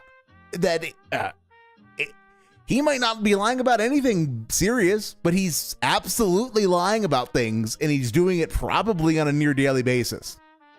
Because he lies because he thinks it makes his life easier. If he thinks it makes life easier, he's going to choose to be less than truthful with you about it. So he's not going to pass the polygraph to begin with. And even if he does pass the polygraph, he's not going to pass it spotlessly. There's going to be instances where he fucks up. And he's going to fuck up because he's bush-mouthed. He's going to fuck up because he's going to get excited and his heart's going to pick up and it's going to be, is he lying? Is he lying? And even if he comes back with a squeak clean polygraph, there are going to be detractors who are going to say, well, there's a reason why polygraphs are not admissible in court. It's because they're not reliable. So, I mean, he's not wrong that it doesn't help him, but he could have made some great content out of this, and he could have moved the needle in the court of public opinion doing this. If he could pass it, and he can't, because again, he does have a problem being a bit of a pathological liar. But this going through this process could have moved the needle and made him more credible with people who are not in the Snortex. And most people are not in the Snortex. And even with the people who are, there's a continuum of detracting. There are what you might call persuadable detractors, people who don't like him and think he's a piece of shit, but don't hate him as a matter of principle, who don't, again, they are detractors, but they can be persuaded that perhaps he has gotten a bad rap. Perhaps he's not really that bad, etc., etc. Those people do exist. I'm not sure how many of them that there actually are, but they do absolutely exist. He could have moved the needle with them too if he did this kind of stuff. But that gets back to he's the guy, so he won't. you're avoiding Let me fully respond. responsibility. Shall Okay. I? Shall I fully All right. respond? Okay. There you go. And by the way, that's 2 offers. And here's what I would do to make it completely fair. If you agreed to it, I'll do a polygraph, and the FBI retired polygrapher, he's an expert and he's a member of the American Polygraphers Association. He's a world recognized expert. He's worked on tons of criminal cases. Is it worked for a lot relevant of as far as the guy is high-profile lawyers on the concerned? West Coast. I'll get us both to do a polygraph. So you have 2 shots, and then we'll both tell what our results are. Because I haven't been doing it for 25 years like this retired FBI guy. So in fairness to you, we'll do 2 of them, and most likely we will concur on the results. So that would mean it would be impossible for you to pass 2 of them if you were lying, in my opinion. Okay. So, Can I respond? It would be impossible for you to pass 2 of them if you were lying. Dumb fuck, I'm making a point about why you're wrong, stupid. Okay. So anyway, it all started when I worked at the helicopter company. Just the way he was so annoyed. He was so annoyed. He didn't listen at all to what was told to him. He's just like, okay, you done so that I can go back to telling you what a dumb fuck you are? Okay, so first off, what you have to understand is very simple, all right? What you're proposing to me is an opportunity to prove my detractors wrong, okay? Yes, that is important to you. That is important to you. The Snortex lives rent-free in your noggin, Dave. That detractors get W's. Giving the detractors an L should be something that is very important to you, given how much you refuse to give the detractors a W. Making them take the L should be something that is very important to you. So, Kylo is appealing to something that you, in theory, should want based upon your behavior. That's exactly what this is, all right? Yeah, it's a great opportunity. I'm giving it to you. And by the way, yeah, it is a great opportunity. I'm going to pay for the other polygrapher. I'm Allow going me to pay for the flight, the hotel. I'll pay for my meals. You don't have to pay for anything. I'm going to Allow pay me for it to all. respond, because you're not letting me respond. Oh, Allow me go to ahead, respond go ahead. properly to it, okay? All right. My viewers, my supporters, the people who actually like me, who are on my streams every day, who watch my content, who support me via all these contributions, right? Don't give 2 flaming shits about anything that my detractors have issue with me. They don't. They know all about all the controversy. Dave, you're forgetting all the Kino tourists. At this time, he was getting a lot of money from Kino tourists. He still had a fair number of Kino tourists. Do you have any idea how much money he would have made from the Kino tourists if he did this? He would have been able to get a couple of weeks of good press and a lot of money from the Dr. Lexuses of the Kino sphere. But we're getting back to, I mean, he doesn't want to do it for whatever reason, whether it's because he's lying, whether because he thinks it's stupid, whether because he doesn't want to let somebody into his house, whatever it is. He has decided he doesn't want to do it. And it doesn't matter what you tell him. You could give him a winning lottery ticket that's going to win $1 billion, and he still wouldn't do it because he has decided he's not going to do it. That's his ODD. As his ODD kicks up. The Kino are Truth Seekers was the beginning of the end of the Kino Saga. I mean, the Kino Saga had been teetering for a while.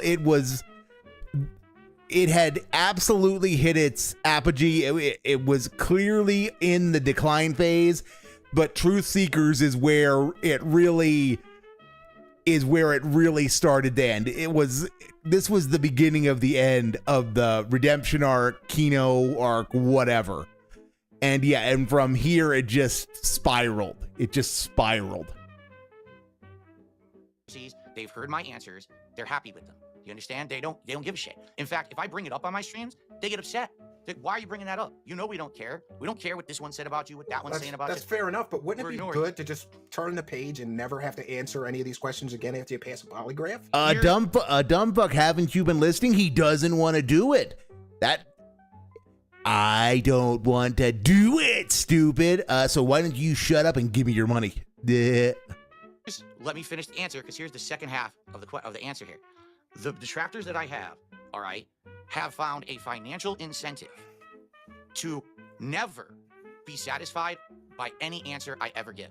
By anything. Even if you pass a polygraph? Even if I passed a polygraph, even if right now I opened up my bank account to show you all the information, even if I showed you every possible thing to clear up anything they've ever said about me, they wouldn't care, because they'd immediately pivot to the next thing they don't like, the next thing they can over dramatize, the next thing they can make drama out of. But don't you think the people that are in your corner would say, like, look, he passed a polygraph. Those bank leaks weren't his spending. One would think, but you can quit fuck. In my corner, and Kylo, you can like just I said, quit they fuck. literally don't want to talk about this shit ever again. They're done with it. This stuff is the bankruptcy stuff is 5 years in the past. Listen, you Or want to talk is about it, criticizing Dave? and how I Or passed is it? contributions Dun, dun, today? dun. Fine, I will accept that, sure. But we're talking about stuff that's done. That's been rehashed, done. It's done with. The reason my detractors keep bringing it up is because it makes them money. They can monetize this cult-like mentality of idiots who don't like. Dave, again, you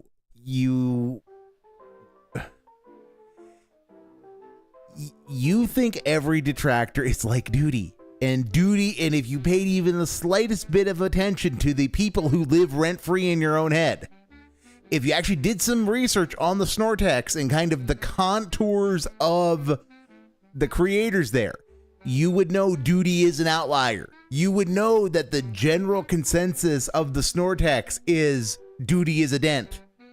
It doesn't mean he doesn't have his fans, and it doesn't mean that he doesn't provide a service that is valuable within the community. But that doesn't, they're not mutually exclusive with being a dent. So, yeah, not everyone is Duty. Very few people think like Duty, Dave. So, you know, and what about the legions of people who are not monetized? What are people who are just people who are doing it, I don't know, on a Friday night at 10:18 p.m. Central Time on one of your long weekends because it's fun. It's fun to laugh at you. It's fun. There's a community here of people who will just come out, hang out, work on building up 1 billion milligrams of salt by engaging in a crude gambling mini game, and just kind of enjoy hanging out. I mean, you just happen to be the content that brings people together, Dave. But again, money doesn't need to have a place. And that you don't understand that it says a great deal about you, Dave, at the end of the day. It says a great deal about you that you are so money motivated, you cannot comprehend that people would come together to enjoy the content. Because they're not enjoying it in the way that they're supposed to. They're supposed to worship you and tell you how awesome you are and how good of a boy you are, and also give you all of the money. And you just don't like it that people get together to enjoy the content and do basically the exact opposite of all of those things. Like me, and they make tons of bank on it. You've seen it yourself researching me. There is a network of these people who are making insane amounts of money, more than me, if you add them all together. So they're never going to be satiated. If right now you were here and you asked me the questions and I answered every one and you said, oh my God, you said the truth on every single answer. Yeah, but they wouldn't care. Let me be very honest with you, Phil. I don't think that you'll pass either polygraph, and that's why you won't take it. I don't think you can pass a polygraph hold on. based on the evidence that I found, and we're gonna show it to the audience tonight. Did I say no? You can't. Well, let's go. Did I say no yet? Make the decision. I'm explaining. Shit or get off the pot. There's a road to redemption right here. Right here, I'm giving you the road to redemption. Kylo. You could piss it away, and people are going to shit on you forever for passing up this road to redemption, or you could take the high road here and prove everybody wrong once and for all. It's not the high road. That's bullshit. It's not Kylo out here spitting facts, and yes, Kylo Dent should not be called Kylo Dent. I do it with love because again, segments like this, Hey, look at him. Look at him. He looks like Kylo Ren. It just, and you know, and we already have too many Steves. We have too many Steves in this Snortex. So yeah, he's Kylo Dent. But yes, I mean, Kylo is out here just doing God's work and holding the pig roach's feet to the fire. And Dave's exasperation is beginning to tell because. It's beginning to tell, and it's beginning to tattle on him because that's not the high road. The whole point of the redemption arc was to stop doing what you were doing because what you were doing wasn't getting you where you wanted to go, Dave. This is something where the whole point is this doesn't need to be content. Now, if this was like a Kino idea, if this was Kino driving this, Kino would want to film everything. But none of this needs to be filmed. Dave, that's a logistical matter. This can absolutely be the high road. You can submit to the polygraphs. There be no cameras. You just submit to the polygraph, and then you get together on hell. They'll get together on your show. Make that the condition. Is you do the reveal on your show so that you get the views. You get the views and the money, and then you just do it, and then you move on. And then when they say, yeah, he's lying, you do what like you did with Craig, and you say, dumb fuck, quit fucked, and then hang up on them. That's what you should have done, Dave. I mean, if you were running the kink snakening, if the kink snakening was real, if you were running a gay op, you should have done that. You should have said, yes, I will do it. You should have made Kylo Dent pay a couple of $1,000 to come do the polygraph thing, do the reveal on your show, and then when he and the other guy, the FBI polygrapher said, yeah, Dave was lying about everything, you say, no, stupid, and then ban them and hang up, and then do the reveal that, ha-ha, the king snake triumphs again. But, I mean, that you didn't do that is, a question of why didn't you? I mean, the king snake is always 3 moves ahead, right, Dave? The king snakening totally isn't a giant cope and retcon to try to justify how you thought you had a genuine friendship with the guys over at Kino and it ended horribly for you, right? Right? Because the people who care about me don't care about any of this. They don't. They're coming to my streams every day to enjoy games and to hang out. They don't care about any of this. Don't you think that trash your shit at supporters would like knowing that you didn't blow No, they thousands don't of care. dollars on a mobile game? I already told them They I were did. giving you money the whole I've already time? told- You don't think I've they would already- benefit from that? I've already fessed up that I did. I already cleared all that up. It's already happened. Well, You that's haven't in fessed fairness, up though, Dave. You right. really haven't. But So here's the definitive answer, okay? Okay. The only way I will do it is if it actually benefits me. And it just proving my detractors does not benefit me in any way. So How many assuring- views, again, how much money would he have made from Dr. Lexus alone? He'd have made $1,000. He'd have made $1,000 off of just the Kino whales for a couple of streams of this. Just from like the 2 or 3 like big Kino whales who kind of were still hanging around but hadn't left yet. But they mostly left, but they were still kind of coming back. And they when the pot needed stirring, they might show up for a little bit. They would have been back, and their wallets would have been open because this would have been great TV for them. But no, money apparently isn't reason enough for some reason. Except money's always the reason for everything else. Your supporters that you didn't rip everybody off while you were spending tens of thousands of dollars on a mobile game would go a long way towards healing the, maybe some of your old supporters. Didn't you lose supporters over the bank leaks? Didn't people walk away from your show and never give you money again? Wouldn't they come back and say, I was wrong about No, DSP? they would not come back. That's ludicrous. They would never come back. Those kind of people, if you're already going down this crazy cult-like hate-filled rabbit hole about someone, it doesn't matter anymore. You're already got your mind made up and nothing's ever good enough. I know because I've gone through this over a decade now where I've had opportunities. I have proven some of this stuff wrong.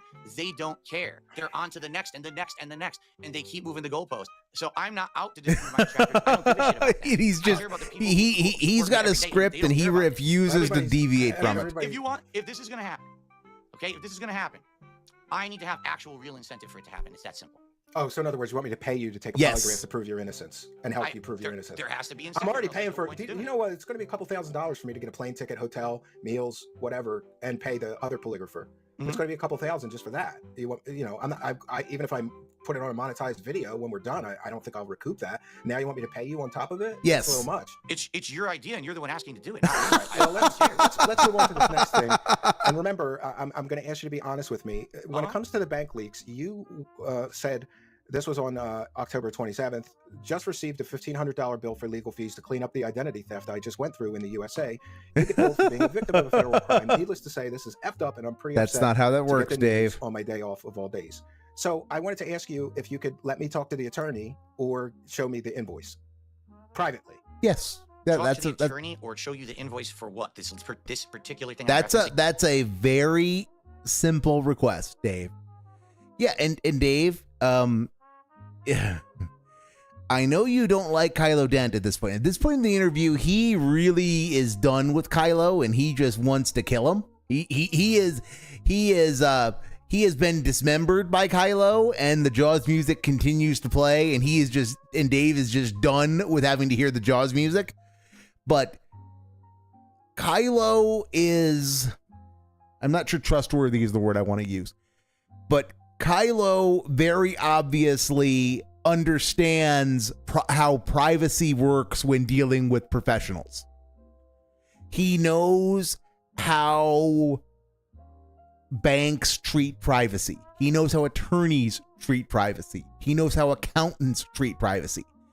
He is an individual who, because he understands these things, that if you disclose something to him confidentially, with it being the understanding that this is private, that this is a disclosure that is made off the record, it is made to you to, in the hopes that you will be able to assist me, but if you cannot assist me, this will go no further than this, that he can be trusted to not further disclose it. He is not a guy who's going to turn around and give this to Duty. He's not going to turn around and give that invoice to Duty, because that is just not how, even in the little bits in the hour or so of content here, it's plainly obvious that's not how Kylo Dent works.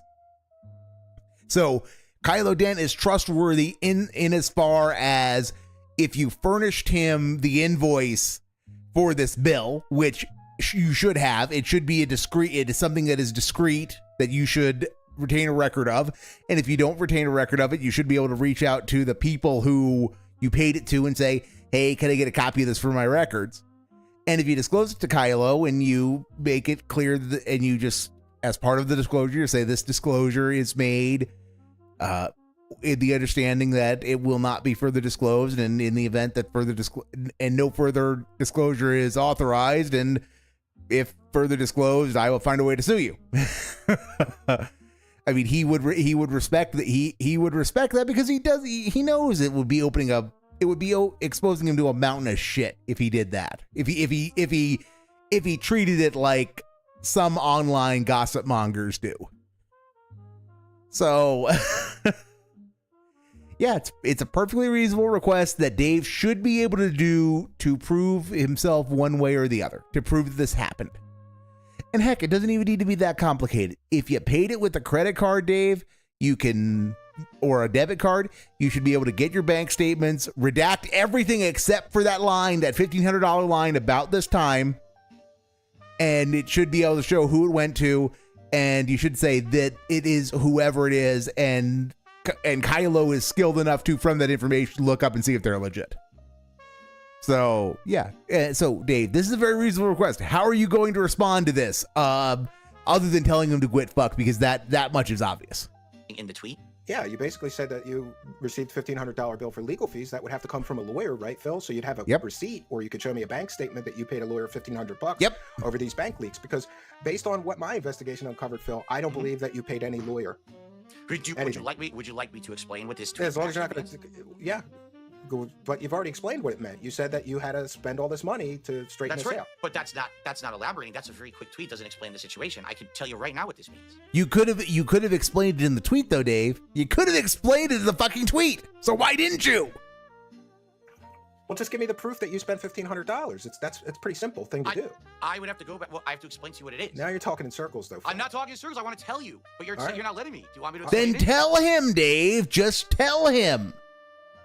I had to pay Carbon Vault 1,500 dolans because I'm an idiot who confuses account recovery software with legal fees. That's all you had. That would explain it, and that's all you'd have to say.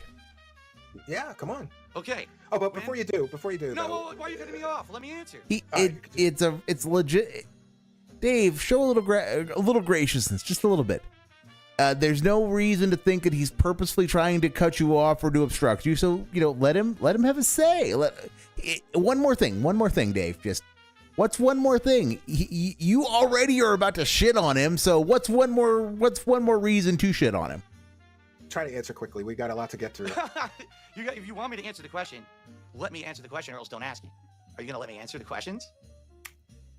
Explain the $1,500 legal bills that you can't show proof of. Go ahead. The legal bill is my tax people having to clean up the situation. Here's what happened. Because so you paid an accountant. I paid my tax attorney. Okay. You don't have my brain. So does he have a tax attorney or does he have an accountant? Because he is very clearly here saying, I do not have an accountant, I have a tax attorney. And I just refuse to believe that. I refuse to believe that because it is so against what I know of tax attorneys from my interactions with them. Where that legal bill came Yeah, from. that's what I say see it's the a- invoice. I see it's a legal bill. It's my tax attorney billed me for his time to clean this up because I was already on back payment. Can you show me the invoice?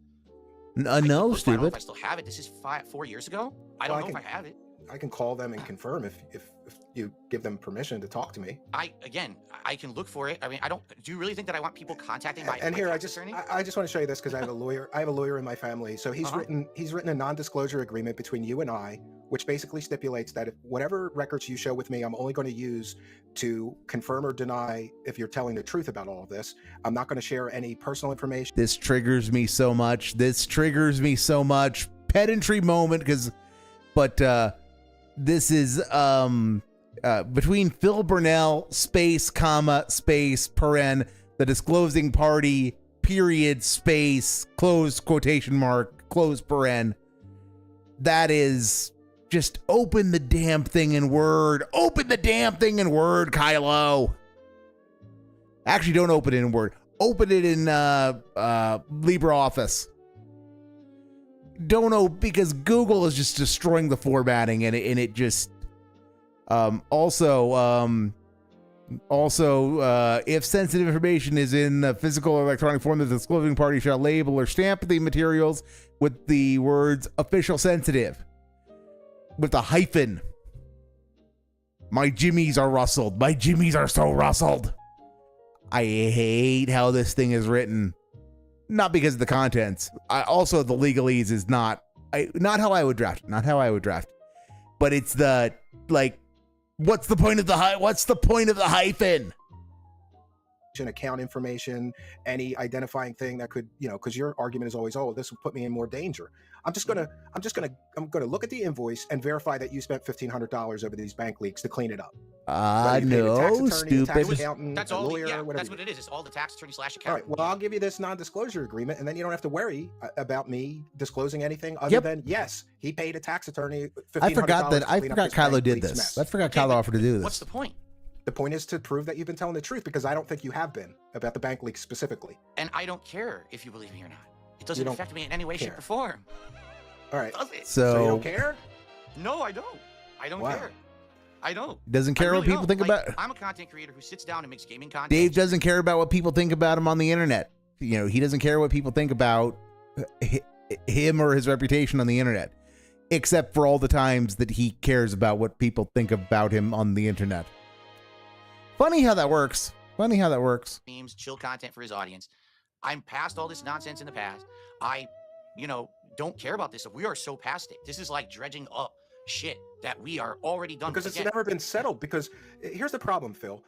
You talk a lot of shit about your detractors, but they have receipts, and you never showed receipts. What receipts do they have exactly?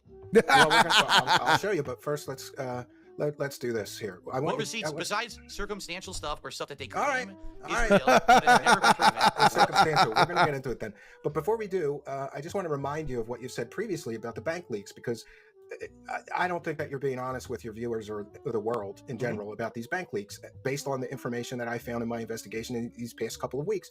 The entire thing, bank leak stuff, is fake. There was no bank leaks that ever happened to me. That whole thing was fabricated by my detractors. I don't even know what information they got or who they got it from, but it wasn't me. Like, they'd be like, what about the bank leaks and what about this and that? Like, what about them? Did you analyze them? Can you show them on stream? Can you prove that those are real? And just so you're aware, Phil, I did analyze them, and I can show them on stream right now. Please do. I forgot about this part. About the bank leaks, I think you lied about a lot of that. I forgot about this it's in your part. benefit to lie. You don't want your detractors to know how much you've been spending on gin and wine and DoorDash and a WWE game. Why would it matter? Or let's get to the bank leaks. You say they're fake. Why would it matter? Now, guys, why would it matter how much money I'm spending every week on a DoorDash, Hogan Pulls, and gin? Yeah, and that's what his response is. That's what his response is the serious charge is leveled. It's not to deny it. It's not to deflect. It's who cares? Which, again, Dave, you're telling on yourself. hold on. Why Phil, would it in matter? order for them to be fake, the person that faked them would have to know what kind of car you drive, who your internet service provider is, who Okay. your electric company was, All who of your which is garbage company knowable. was, Okay. what their monthly charge was at the time of the bank leaks for people living in your area at the time of those Mm-hmm. leaks. They'd have to know what restaurants you eat at and when you ate at them. They'd have to know when and where your wife gets haircuts. They'd have to know what your local water company was and what you Mhm. pay them every month. They'd have to know when you go to Burger King. They'd have to know when you go out to eat, when you do DoorDash, when and where you go grocery shopping, how much your back tax payments are, what your mortgage company is and how much you pay that every month, how much you're making on YouTube. They'd have to know how much you're making on Twitch, what accounting firm you use, and what they're charging you. The odds of somebody knowing all that information, it's like it would take a 007 CIA operative to fake these. Phil, you don't see that. Do you understand that there's direct correlation? You say I went to Mhm. Burger King and the Burger King charge is there on that day or the day before. You say I'm getting a haircut. 8 times somebody caught you saying you're getting a haircut, and those haircuts are on the bank leaks. And do you understand that the person that did that is a retired police officer? The person that found that information is a retired police officer. I think he's called Broside Phil. Oh, They'd I have- don't know. They'd I don't know have what to you're talking know. They'd have to know all of this information in order to fake them. It would take like a team of people. And Yep. Here's the other thing. Okay. Do you understand that like people can track things down? So Sure. you know where those leaks came from, right? They came from an audio recording of somebody who socially engineered on their telephone basically calling an online teller at your Mhm. bank and listing off all of the charges for that whole 18-month period. And Yep. here's what I found out in the course of my investigation. Let's just take a On listen. September 13th, a pre-authorized payment of $120.27 from Comcast. On September 13th, a pre-authorized payment of $112.28 from Apple iTunes. On September 13th. All right, so it's enough to say that somebody sat on a telephone pre-authorized for 5 hours. Now, I payment went through the first from 5 hours of it. It matches PayPal the bank for leaks 1651. 100%. And I also contacted the bank. This is the online teller at the time. That's the voice they use. So for somebody to fake this, they would have to have the software development kit for the telephony for this bank software and the text-to-speech that's used in this. They'd need the software development kit. Do you know what that costs? No, I don't know what that It costs. costs tens of thousands of dollars. Somebody would have had to spend tens of thousands of dollars to fake this 5-hour phone call with your online bank teller, Phil. You don't think that sounds like overwhelming evidence that they're real? It's mean to just tell me- over. It's to Dave. It's just evidence of how fucked up his detractors are, Goop, because he did nothing wrong. He did everything correct. So you can quit. Fuck that. Yeah, one of your detractors spent Are 10 you- grand on a software development kit. Are you going to let me respond now? Okay, let's Okay. hear it. So you're saying that you heard this clip, this 5-hour clip that supposedly someone recorded off of some phone line, and this Yes. is 100% indisputable evidence that it's true. That's what you're saying. No, I'm saying that I went through and somebody really did sit on this online teller and then transcribe every charge to a spreadsheet. It matches this 5-hour recording.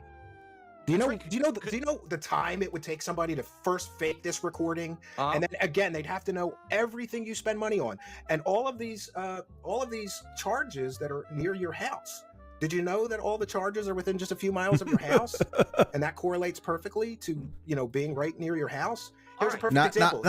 Not to interrupt Kylo here, but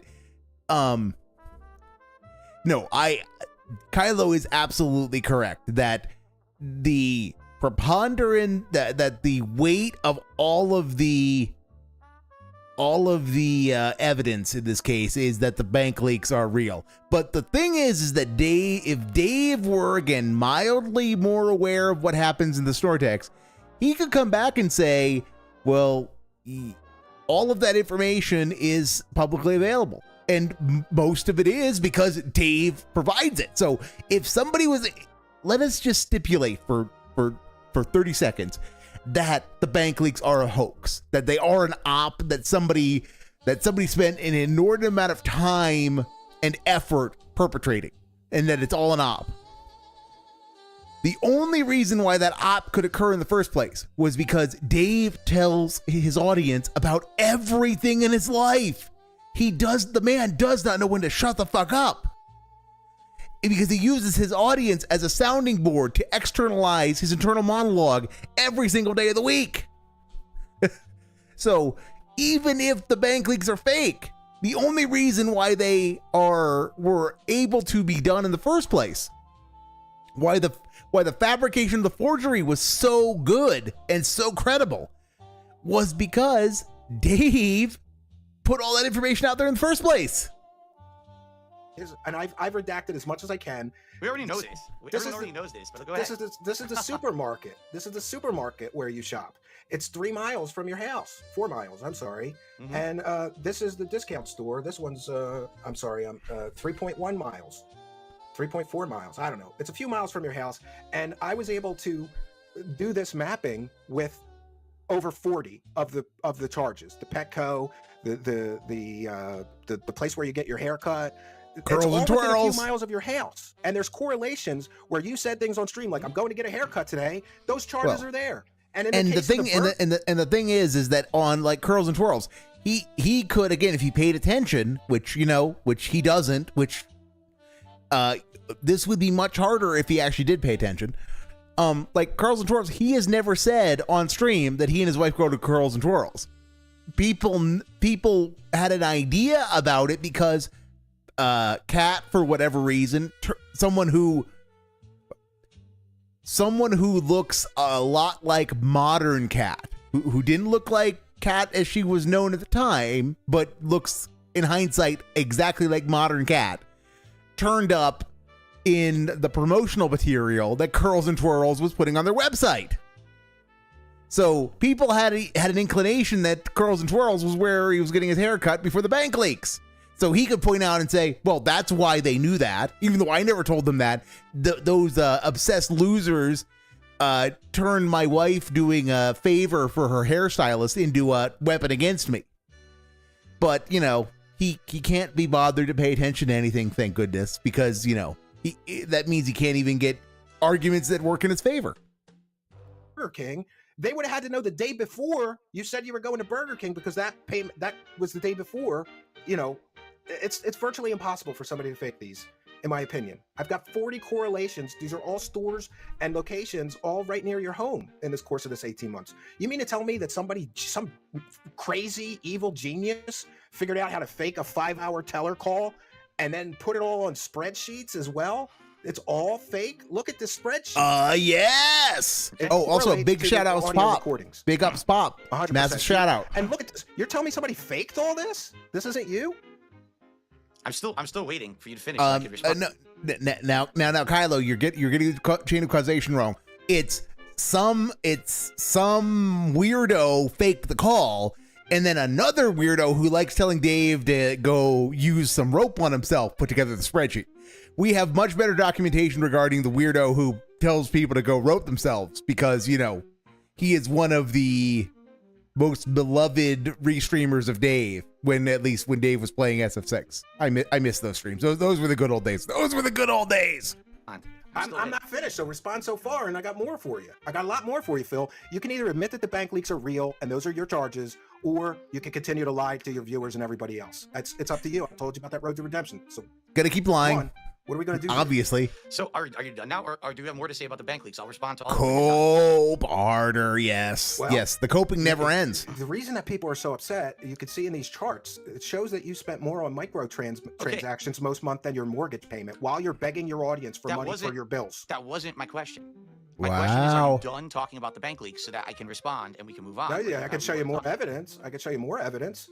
I mean, All right. No, I was waiting for you to be stupid. done, and then I'll respond because there's no. All right, point I'll in show you. responding. All right, then fine. I'll show you some more evidence, and you can try to explain all of this away. The Obviously, haircuts. Goob. The haircuts, Phil. The haircuts. Mhm.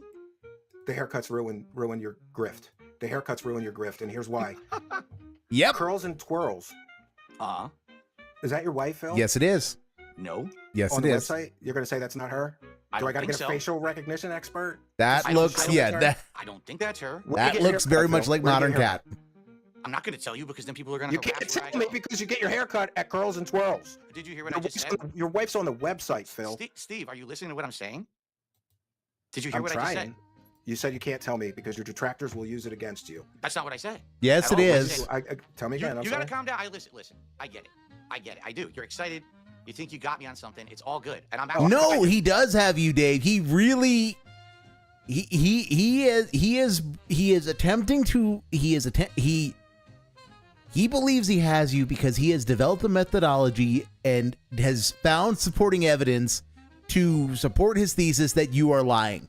And he is laying out the pieces that he has discovered. And your response to that is, I'm rubbering your glue, stupid. And you're trying to glad hand him right here with, chill out, Goob. Look, if you just give me all your monies, everything will be fine. It feels so good, right? Fall for the pignosis. You are getting sleepy. You are taking your wallet from your pocket. You are unvelcroing it. My wallet has no Velcro. Right, shit. Sorry, force of habit. You are opening your wallet, sans the Velcro, to give me all of the monies.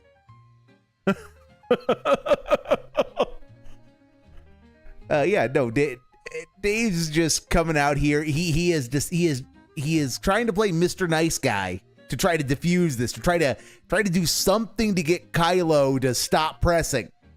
And he has, again, because he has so little ability to read the room and understand the situation, as he is now, to continue the Jaws analogy, he is now very much in Jaws' stomach, and he can still dimly hear the Jaws music going on, as somehow the Jaws music is emanating from within Jaws itself.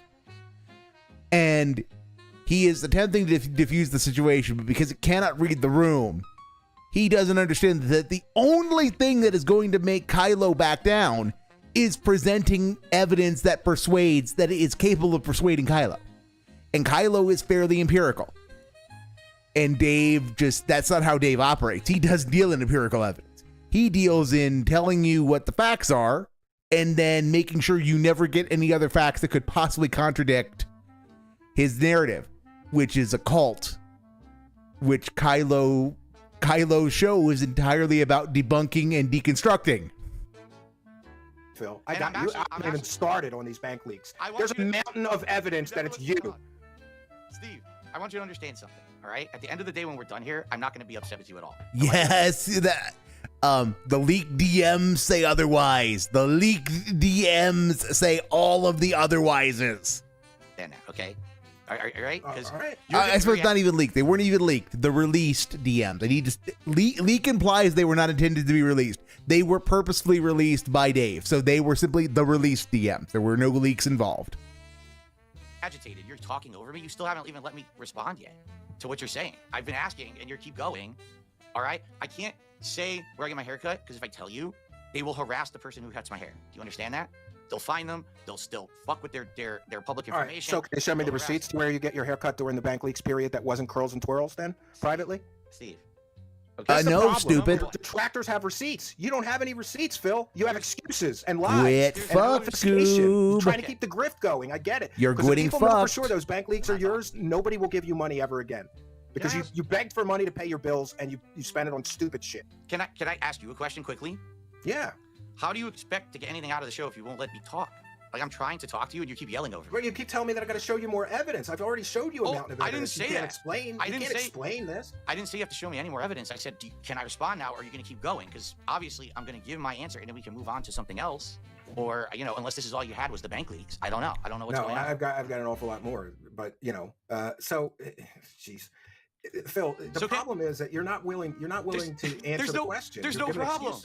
You haven't even let me say a word yet. You kept yelling. I'm trying to answer. Can I give my response? Yeah. Because Go. Why are the bank leaks fake? Explain it to me. And why are there all the correlations? Let me say this.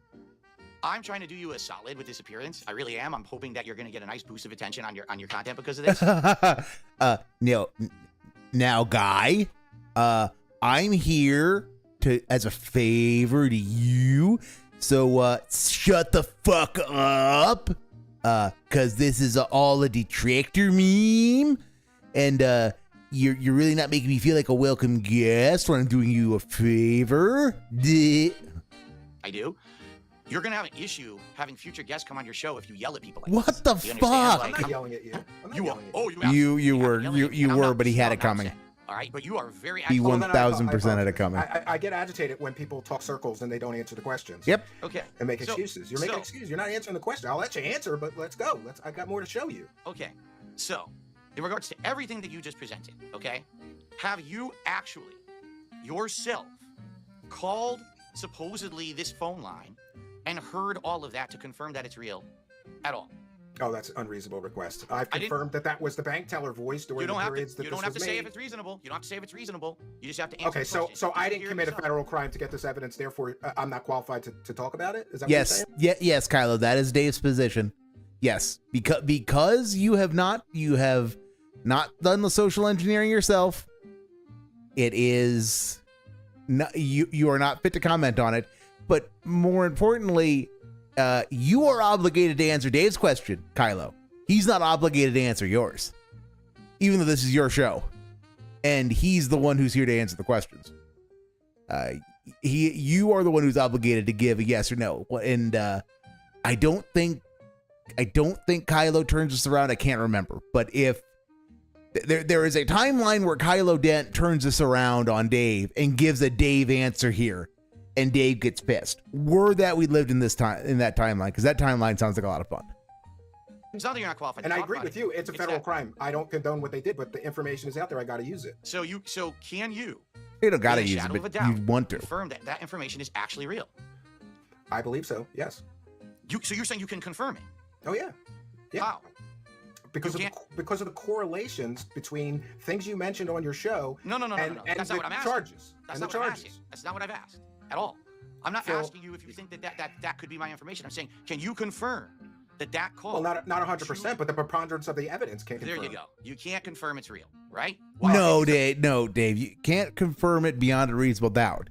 But Dave, by that logic, we can't confirm that you're not Dave. You came out and you said, I was down from the rafters, but I sold it. Well, where's your evidence that you sold it? You know, how can we confirm that you sold it other than you saying, I sold the goo? So by this logic, if we cannot confirm it, if we cannot confirm that you sold it beyond a reasonable doubt, and you refuse to show receipts, why should we believe you when you say that you sold it? Why should we think that you are not down from the rafters? We have no evidence that you sold it other than your claim that you did. And again, by saying ignore all of the preponderance of the evidence, but ignore all inferences that might be drawn, ignore everything but what you can actually confirm with your own eyes and ears. Well, why should we believe you that you're not down from the rafters, Dave? I think there's an old saying about gooses and ganders that's really appropriate at this point. Confirm it because it was obtained through a federal crime. You understand that? So you don't know if it's real or not. So why do you think? No, I have a reasonable suspicion based on available evidence that it's real. That's Here fair enough. you are crying about Burger King. No, we're not done yet. Here you are crying about Burger King, and there's a Burger King charge at the same time on the bank leaks. Is that a coincidence? I'm trying to answer you, and you're already moving on and talking over me. Do you understand why you're gonna have a hard time getting guests moving forward if you act? I don't have a hard time getting guests because I don't really. Yeah, I do most of my shows solo. I don't care if I have a hard time getting guests. I'm trying to be reasonable with you. You came here tonight to clear some things up. I thought I'm trying to help. Yep, you. and he's not. And you're just obfuscating, and you're. That's not what I'm here for at all. I'm here because you asked me to come on the show, and you said that you wanted to talk about my past as a creator. You wanted to bring up some of the things that my detractors have said, and you said it would be about 90 minutes to about 2 hours, and I agreed, and that was it. Right? Are you gonna run already? Come on. I'm not. What are you talking about? Who's Yeah, running? he is. He is, if I recall correctly. He is. Well, I'm gonna ask you to respond to this. in the bank. I'm gonna ask you to But respond to this. But we're not done yet. I'm still. I'm still showing you the overwhelming evidence. There's overwhelming evidence that the bank leaks are real, and you say you want to address it. So let's go through this video, and you tell me where it's wrong. Okay, Wow. Why do we have to beauty can you please / pause the personal video so I hygiene. can respond? Yeah. I want to talk, but you still haven't let me even finish a single answer yet. Okay? So let me follow what I have to say, and then you can do whatever you want. All right? You just admitted you cannot actually verify that call is real. You have great reason and suspicion to accept it or think that it's real, but you can't 100% prove it. I believe a judge and jury would agree with me. That's in a fine. court of law. But you Jury- can't prove it, correct? Yeah, jury. I- Well nothing presented can jury. prove Well, yeah. 100%. You're right, but the Okay. correlations. Now, Phil, eight No, no, no, times no, no, no. on your show you talked about getting a haircut, and the charges are there at the appropriate dates. That's a coincidence? That's all a coincidence. dude, you're doing it again. You're talking and screaming over the guest instead of having a conversation. You're not All- answering the questions. You're talking in circles and making excuses. I'm giving my answer. You still haven't let me finish. Okay? You still haven't let me finish. I've given my side of the story of what it is. I don't know if your viewers are actually interested in what my side of the story is or not, because as you can tell, we're not really even talking about what I said. It's just you're just 100% convinced that it's real. So I don't based think on that anything, based on an exhaustive investigation, yes. Right. And one of the reasons that I'm sure that some of your detractors are right is because they, number one, they bring receipts, and number two, the hallmark of a great researcher is that somebody could go after that researcher and find the same information and say, okay, that researcher did a good job. Because Can I've you done the finish? same thing. I know, I went to this stupid. researcher on Pig Go, and they're 100% right. You talk about getting a haircut, it's on the bank leaks. How do these people know every time you talked about getting a haircut in an 18-month period, 8 times? Because of Pig 8 Go. for 8. It's on the bank leaks when you talked about it on your show. Because of Getting a Pig haircut. Go. Okay. Are you done? Can I keep responding with my answer now? Yes. I'm trying to get you to answer. Yeah. I'm trying to answer, but you keep yelling over me every time I try. All right. Just let me say what I have to say then. You cannot confirm it's real, but you believe it is real based on all the circumstantial evidence. Fair I enough. believe everybody that doesn't have a mental deficiency would believe it's real. Yeah. Fair enough. So So fair everyone's enough. up I for can't change my Dave's mind. audience. There's no reason to argue with anything, right? Why would I sit here and say, well, here's what it really is? There's no point. No matter what I do, I'm not going to convince you otherwise, correct? Now, I will say this. Whether or not it's real or not, doesn't matter. If it is real, all it means is that I was an idiot who spent a lot of money like a moron, very frivolously, and I made lots of mistakes, right? But Don't you think it'd be better to just admit that and move on than this let me keep coming continue. up? You gotta let me finish. You gotta stop talking over the guest. So I We're can having a finish my conversation. statement. I'm not Yeah, it was a conversation, I'm Dave. trying- Yeah. I'm just trying to yeah. finish my statement. I lose track of my It's thought a when you interrupt me like this. It's a You know, you get- statement. Oh my God. No, Dave. You just. Dave is unable to multitask. His inability to multitask is kind of amazing. And it's all on display right here. It's, guys, I stop interrupting me because when you interrupt me, then I can't finish my thoughts. Well, then focus. Focus, dingus. Focus. I'm not angry. I get it. But please let me finish my train of thought here, okay? All right. So, even if every single thing in those bank leaks are absolutely positively true, all it means is that I was very irresponsible with my money. I was in a bad financial situation. No, it would mean you committed fraud. Sorry to interrupt you again. That's what it would Okay. mean. All right. All it would mean is That I you was committed very- fraud. In what way? Because In what way?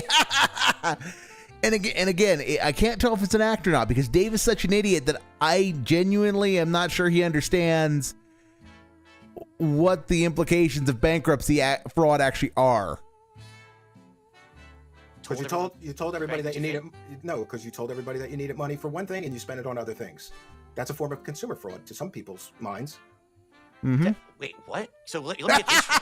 You think that if someone is on a stream and says, contribute to my stream because I need money To pay my tomorrow to mortgage. Okay. And then they actually Spent spend some of the money- $40,000 on a mobile game. Yeah. Okay, but that's not what happened. Even if the bank leaks are real, that's not what happened at all. Kind of is. Right? Kind I of will tell is. you this, Steve. Anytime that I went out of my way and I said, hey, I really need help with something, it actually was truthful. Okay? Were there times, like I got caught out on this during my documentary by June the King, where he outright said, now wait a minute, I have a stream where you said you needed money for this, but are you admitting that you spent money on something else at the same time? And I said, yes, I'm admitting that. But the money always went to what it had to go to first, and then it would go to other things as well. All right? I'm not going to tell you. I said, hey guys, I need money to pay my mortgage tomorrow. Can you help me out? And I got that money. That I didn't also buy a sandwich. You know what I mean? Like that's ridiculous. Dave, that's Now, you're saying oh my $40,000 God. spent again. Who even knows? Where they get these numbers from? I don't know what. Dave. And the best part about this is Dave genuinely doesn't know because he can't do the math. The math at work in the WWE champions computations, trying to figure out how much has somebody actually spent. That math is too complicated for him. He genuinely cannot understand them because his brain just cannot do that level of math. Even means, if that means in a year, if that means forever. Have I spent money on mobile games? Yes, I've admitted that publicly. I've spent thousands upon thousands of dollars on mobile games. All right, I've very carelessly treated my money over the years. That's why I ended up in the bankruptcy. That's why I was living paycheck to paycheck, stream to stream. Okay, But I never outright came on a stream and said, I need this, raised it, and then ran and spent it on something else directly. What you're implying Directly. is that I'm like some kind of a Stop telling on degenerate yourself, gambler Dave. who like would say, I need the money, and then I would go Well, bet a lot it. of people You are know what I'm addicted to saying? games. It's not something to be ashamed of. You Oh, should I help know. for it. God, Steve, I've talked about this, about my past. That actually before this WWE Champions thing, I was actually way more addicted to a different game called WWE Supercard and Dragon Ball Z Dokkan Battle. That those two I was actually spending way more on than I ever spent on WWE Champions. Okay, so I know all about the addictive nature of overspending and all of that. And I Wow. publicly admitted I've Wow, done it. Goob. Okay? Phil, can we go through the haircut evidence and then you tell me what you think of it? Steve, Can we do that? Can we you- just go through now, how about I just finish my answer? Or Okay. not, You've been finishing your stupid. answer. Yeah. It doesn't matter if the blank leaks are real or not. The I'm blank telling you my leaks, perspective. guys, I've already Do you the said it. understand blank it matters leaks. to your audience? It matters to the internet. Steve, I've explained this to you already. Phil, None if of you're this begging matters. for money constantly and you spent 40 grand on a mobile game, that matters. You're telling people you don't have money to buy food and you spent 40 grand on a mobile game, that matters. It goes directly to your integrity. What are you talking about? You literally, so here's the problem. You are completely extrapolating the situation. You're acting like on one stream I said I need money for groceries, and then immediately I took all that money and spent it on a mobile game. That never happened. Never. If I asked for money for something, I spent it on what I needed it for, and then maybe I spent money on other stuff as well. That has nothing to do with, oh, he blew it all on a mobile game, that's why he needed more money. No, that's ridiculous. Well, Yes, mobile game, DoorDash, gin, there you wine. go. So what you're implying then is anyone who ever asks for support on a stream can only directly spend it on responsible things. Yes. And you have to be police what the person spends the money on. Yes. That is so false. That is such a fallacy. It So is. you Yes, don't the wanna address the extrapolation of correlation. extrapolating, There's 20, 30 of them. extrapolation. So you talk about something Extrapolation. and it's on the bank leaks. Extra It's on the extrapolation bank for leaks. everybody. You You can't talk verify about- they're Bleh. real. You talked about 8 haircuts and 8 times it's on the bank leaks. Let's get into this. Which Since we we can't have a verify control, are real. that being Phil's hair, we can see if Phil got a trim around the times in which beauty and personal hygiene were logged. Steve, The oldest entry you're- is October 14th. Big ups, you're bro wasting your side. time. If you're unfamiliar with the banking industry, I guess I am, sometimes because a you charge want will to tell the post can truth. clear the same day, or it may take 1 to 3 days. So, anyway, using PigPigGo, I found this from October 12th. Oh my At the goodness. same time, I gotta go grocery shopping. We have appointments we have to get to. I'll enjoy the haircut. I'm gonna get a haircut. Oh, I'm gonna get a haircut. Just starting to get long. On the This implies the day off was tomorrow, October 13th, and the charge cleared October 14th. We have a total of 8 haircuts in the leaks. So far, we're 1 of 8. The next cut is logged December 9th, and here's Phil on December 7th. That's right, and I'm getting a haircut. You're absolutely right, Salvano Face, remember. I'm getting a haircut. He's as been well done tomorrow, for a so super while. busy day for me. Even at this point, he's been done for a while. 6 to But go. this is really, yeah, nail in the coffin. 2021. Steve, we Here's get Phil the point. on January We don't have to 18th. see the other 6. Grocery shopping, Steve, pet we shopping. get the point. But this is what I'm talking about, Oh, receipts. trying to get my haircut Here's, tomorrow. here's receipts. Logged March 3rd, It's a bank and Phil leaks. on March Public 3rd. statements I guess match the zoomed bank out. leaks, Phil. I did get a haircut. It's much closer now than it was, like much closer to the head. Because it's spring, I decided to get a much shorter haircut. Logged April 8th, and here's Phil on April 5th. Oh, Are we and gonna by talk the about way, anything else, the 7th, or- that's Wednesday. But yeah, the thing is, it's Wednesday. It's only we a got few some things minutes. We're doing It's like only we're 2 doing- we're minutes. getting haircuts. We're halfway through. Logged May 11th, Phil on May 9th. My wife and I are going to probably go grab some food, but then we have to get haircuts. Oh, Logged yeah. July 15th, Phil on the exact same date. Now that the headphones are off, you probably can't see it that well. I got a very close haircut all around the sides and the back. The top's still kind of long. And lastly, August 18th, and here is Phil on August 18th. A lot of people are noticing my shorter haircut, which is very comfy, by the way. There's another one. Very, Matches the bank very leaks. comfy haircut. So hot. Quality Canton Based at on its this data, finest. From a logical standpoint, it appears that those beauty charges coincide with every day that Phil got his haircut. This now changes our question or challenges our previous outcome. What used to be the transactions on the recording were Phil's, the transactions on the recording were fabricated, or the transactions on the recording belonged to somebody else, must now become 1. The transactions on the recording were Phil's, which coincide with the data found in the bank leaks. 2. The transactions on the recording were fabricated, and the person who fabricated it either accurately guessed when Phil was going to get a haircut or knew when he got a haircut. Or 3. The transactions on the recording are from an account which the person who leaked the transactions knew would be utilized by a person getting their haircut at the same time as Phil. Of the 3, which 2 can Occam's razor cut out? But there's more to it than that. In the restaurant's transaction, there's an entry for Maggie's on Meeker. This is not a chain restaurant. and The is only restaurant located visits in match the bank Washington, leaks. which They're just so public happens statements. to be 6.6 miles from Phil's residence. Match the bank This leaks. means that if the transactions are fraudulent, the person creating the fraudulent logs knew to include a restaurant that DSP had frequented in the past, and if they are of another person, that person must live within the same confines or general area as Phil. Yeah. So, you know, come on, Phil. 8 Uh, out of 8 times they accurately guessed No, when you were getting a stupid. haircut and put it on those bank leaks, and they made the fake recording of the teller talking about the haircuts. Yes. Yes. Not that, but they already know 'cause they talk about it publicly on every stream. That's what I mean. Like, what you're seeing is all stuff that was public. You understand that? Like, everything that's in those leaks is public information because I'm on a stream. So every day. somebody like what logs everything that you say and then put it all in the bank leaks. Like when you say you're getting a haircut, when you say you're that going is to his DoorDash, position. when you Yes, say you're going to Burger King, when you say you're going out to eat, when you say you're going grocery shopping, they knew 100%. And by the way, I said the hallmark of a good researcher is when somebody goes after him. I checked the clips. He's accurate. This person is accurate, and he's a retired law enforcement officer. and yet, because of Dave's own pig ignorance, not piss. Well, he is piss ignorant about a great many things, but he's also an ignorant piggy too. This is where that denial of curls and twirls, that photo that was very obviously modern cat, being in curls and twirls, comes back to bite him, because if he had just admitted, yeah, that's my wife, he can come back and say, that's public information. I never talked about it, but that's public information because these people are obsessed losers who stalk me. That's how they found this. So yeah, he could try to sell this lie if he really tried. I mean, he could really try to make this work, but he is too dumb and unable to think long term enough to really try to sell it. By Broside Phil. This guy's a retired cop. He's not qualified to investigate this and come to a conclusion that the bank leaks are accurate? Who said that? I didn't say that. So how did somebody get this all so right? All those bank leaks so right? Because it's all and they faked a 5-hour bank teller call and they made these spreadsheets. They did all that. Hold on. By the way, The spreadsheet is the work of Pop, that which came later. You know what the story is? That this is the person. But let me just get this out. The person, the lore that I got is that the person who did this, and I don't condone somebody committing a crime to so-called get you or prove that you're lying about money or spending money on stupid shit. I don't condone that, but the information is there. But the lore is that this person used to be a supporter of yours. They got tired of all the lies, stupid. And they wanted to check you, and that's why they did this. Okay. Did you also know that? Did you also know that you were caught lying a great deal about the police investigation and all of that stuff? You were caught lying. The police investigation of what? You lied about when you talked to the police, because people did the same. Retired law enforcement officer did FOIA requests, which prove you lied in that Side Scrollers interview. 100% proves you lied about all of this bank leak stuff. I have no idea what you're talking about. You 100%. Well, I got a video, but joining us to talk about this is our retired law enforcement officer friend whose work I checked. Cameo alert! And spoke to the local police to verify what he did was accurate. Can we press pause for a second so we can talk about stuff? Like, you're just throwing insane amounts of stuff out here, right? It's called evidence. You don't have any. We have lots to get through. Enter the villain. Stage left. Please listen to me.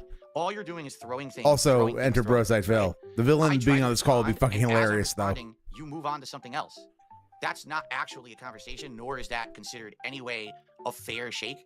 I would like to respond, but every time I'm trying, you yell over me and you move on and you play a 2-minute video and there's nothing here that I can do because you won't actually talk. You're already moving on to something else. I'm like, wait, what police investigation? Because you haven't adequately explained the correlations. Yeah, you're right. But you lied about when you said that you talked to them previously and they said they would only investigate human trafficking. You lied about that. Our retired law enforcement officer friend here, he's here. And wait a minute. That's not. What are you talking about? He spoke to the detective that you talked to. You said in the Side Scrollers interview that sometime prior to the bank leaks, you didn't file a Phil police was so report. scared. Yes, he was. Yes, he was. Did you know my wife? I mentioned she was an accountant. Do you know what she did? She worked in the fraud department at Beneficial Savings Bank for 20 years, and she told me that you Phil said that these people got access to multiple of your accounts. The bank itself is required by federal law and banking regulations to file a police report. Our retired law enforcement officer friend filed the FOIAs. The bank didn't file any fraud reports. They're required by law to do so. Broside, indeed. So if you talk to the Let's bank, go. If you talk to the bank and said somebody got access to my account illegally, they would have filed the appropriate police reports, talked to the detectives, and followed up on that. They didn't. And you lied. You lied about when you said the police only investigate human trafficking or something. No, hold on. We've got another video for that. We've got another video for the FOIAs proving you lied. Wait. So yeah, I will. Unfortunately, Beg is not a respect.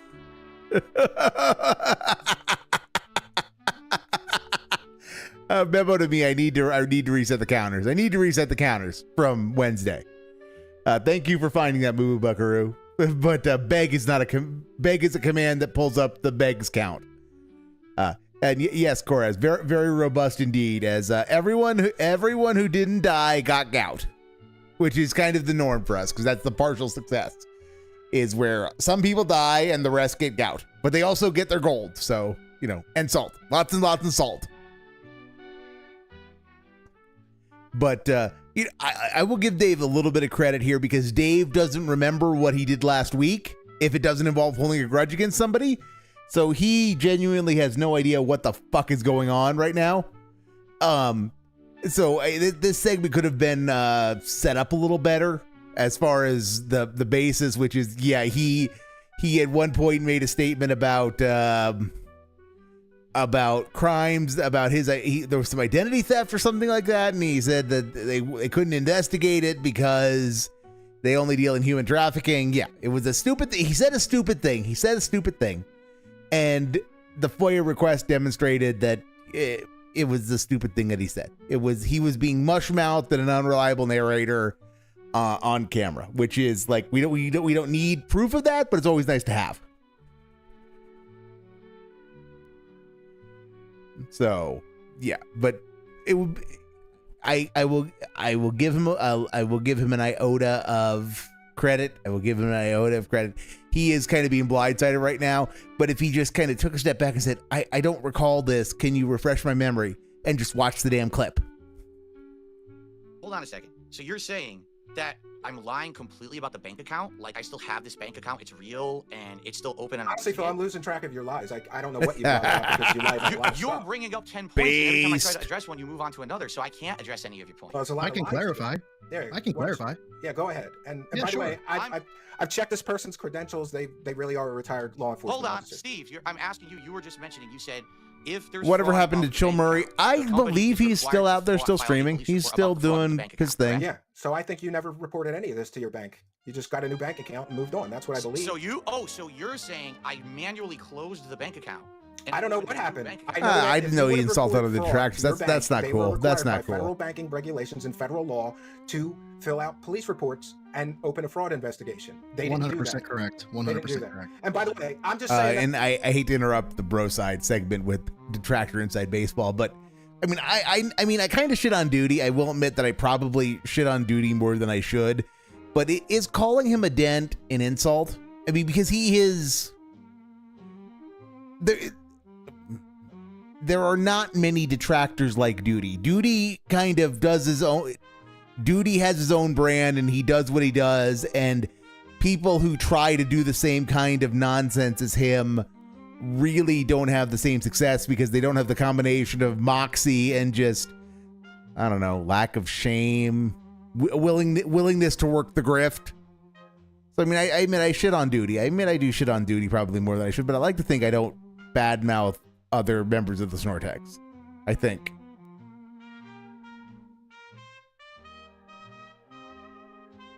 I love when his little son talks about the bad begging man. Duty's a figurehead, you can insult him. Yeah, I would say he is a tentpole detractor. He is someone who is big enough that he's big enough that there are going to be people who disagree with him. Yeah, I would say so. I know Chill Murray isn't that big, but I mean that's just there's a lot of detractor inside baseball that I just kind of try to ignore. That's why I try to keep it about the guy rather than the community in a lot of ways, simply because if the community gets wrapped up in itself, it's going to tear itself apart, because we do have a lot of different people who have different takes, different outlooks that occasionally do end up at loggerheads. I mean, we kind of saw that in we saw a lot of that in the Ravens Dolphin nonsense. We saw that a little bit more, less intensity, but on a wider impact on the wider community with whatever nonsense Snood got into, where he was allegedly defending a lolly or not defending a lolly. Snood got crosswise with something for not defending something related to weebs, I think is what happened.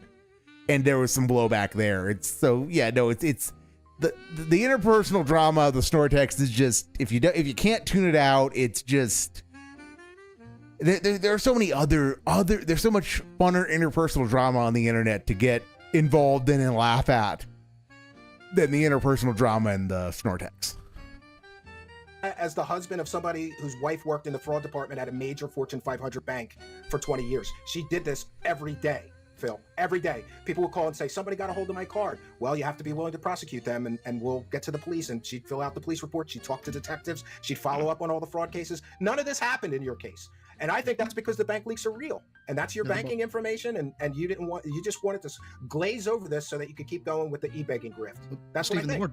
the more damning thing about this, however, is the fact that during the Side Scrollers interview, he stated that he didn't file a police report because during a threat case, which was done via email, it was a Swedish email company, I think it's protonmail.com, which very truly did threaten Phil Burnell, saying that they wanted to kill him and do terrible stuff. Duty isn't a good debater. He was terrible at talking to snitch. No, that whole thing was just a. I remember watching it, and it might have been possible to put together a worse roster of detractors for that, but it would have been hard to do that because, I mean, Duty comes across as a dent. It doesn't mean he is one. It doesn't mean he is one. I say he is one based upon my own interpretation of the things he said and the way he does his content. But he comes across as one. He comes across as being a bit touched, and he sounds a bit touched. And Shinko was just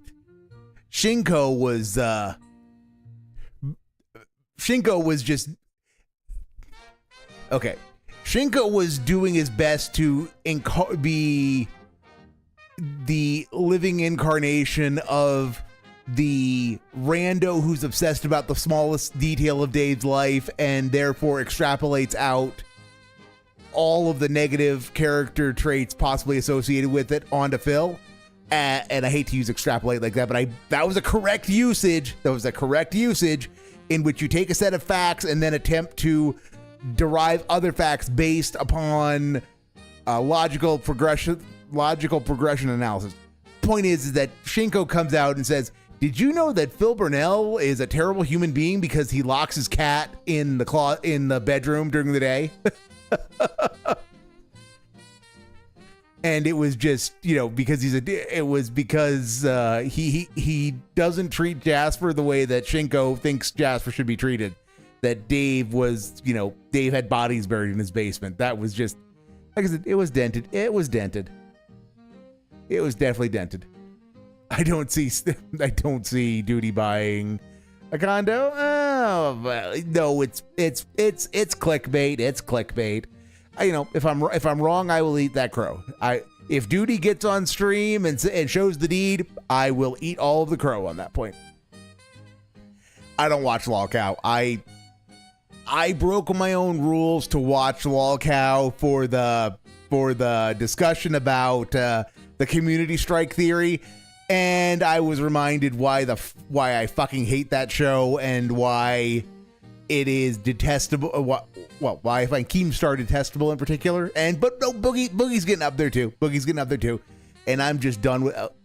I felt like a fool for violating the rules that were established for good reason. Yeah, these communities are messy by nature. I don't know who can truly claim a high horse. Roger, yeah, that's a fine point. That's a fine point.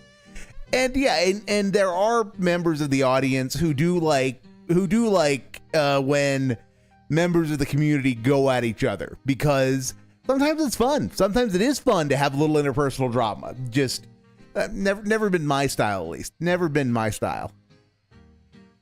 Shinko is like Wings 007. Yeah, well, no, I don't think he's like Wings 007. I don't think he's that bad.